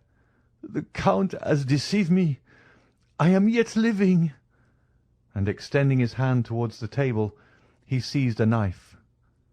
"Dearest," exclaimed Valentine with her adorable smile, "awake and look at me." Morrel uttered a loud exclamation, and frantic, doubtful, dazzled as though by a celestial vision, he fell upon his knees. The next morning at daybreak, Valentine and Morrel were walking arm in arm on the seashore. Valentine, relating how Monte Cristo had appeared in her room, explained everything, revealed the crime, and finally how he had saved her life by enabling her to simulate death. They had found the door of the grotto opened and gone forth. On the azure dome of heaven still glittered a few remaining stars. Morrel soon perceived a man standing among the rocks, apparently awaiting a sign from them to advance, and pointing him out to Valentine. "Ah, it is Jacopo," she said, "the captain of the yacht," and she beckoned him towards them. "Do you wish to speak to us?" asked Morrel. "I have a letter to give you from the Count." "From the Count?" murmured the two young people. "Yes, read it." Morrel opened the letter and read: "My dear Maximilian, there is a felucca for you at anchor. Jacopo will carry you to Leghorn, where Monsieur Noirtier awaits his granddaughter, whom he wishes to bless before you lead her to the altar. All that is in this grotto, my friend, my house in the Champs-Élysées, and my chateau at Tréport, are the marriage gifts bestowed by Edmond Dantès upon the son of his old master Morrel. Mademoiselle de Villefort will share them with you, for I entreat her to give to the poor the immense fortune reverting to her from her father, now a madman, and her brother, who died last September with his mother. Tell the angel who will watch over your future destiny, Morrel, to pray sometimes for a man who, like Satan, thought himself for an instant equal to God, but who now acknowledges with Christian humility that God alone possesses supreme power and infinite wisdom. Perhaps those prayers may soften the remorse he feels in his heart. As for you, Morrel, this is the secret of my conduct towards you. There is neither happiness nor misery in the world. There is only the comparison of one state with another, nothing more. He who has felt the deepest grief is best able to experience supreme happiness. We must have felt what it is to die, Morrel, that we may appreciate the enjoyments of living. Live, then, and be happy, beloved children of my heart, and never forget that until the day when God shall deign to reveal the future to man, all human wisdom is summed up in these two words: wait and hope. Your friend, Edmond Dantès, Count of Monte Cristo. During the perusal of this letter, which informed Valentine for the first time of the madness of her father and the death of her brother, she became pale. A heavy sigh escaped from her bosom, and tears, not the less painful because they were silent, ran down her cheeks. Her happiness cost her very dear. Morrel looked around uneasily. "But," he said, "the Count's generosity is too overwhelming. Valentine will be satisfied with my humble fortune. Where is the Count, friend? Lead me to him." Jacopo pointed towards the horizon. "What do you mean?" asked Valentine. "Where is the Count? Where is Haydée?" "Look," said Jacopo. The eyes of both were fixed upon the spot indicated by the sailor, and on the blue line separating the sky from the Mediterranean Sea they perceived a large white sail. "Gone," said Morrel. "Gone. Adieu, my friend. Adieu, my father." "Gone," murmured Valentine. "Adieu, my sweet Haydée. Adieu, my sister." "Who can say whether we shall ever see them again?" said Morrel, with tearful eyes. "Darling," replied Valentine, "has not the Count just told us that all human wisdom is summed up in two words: wait and hope?"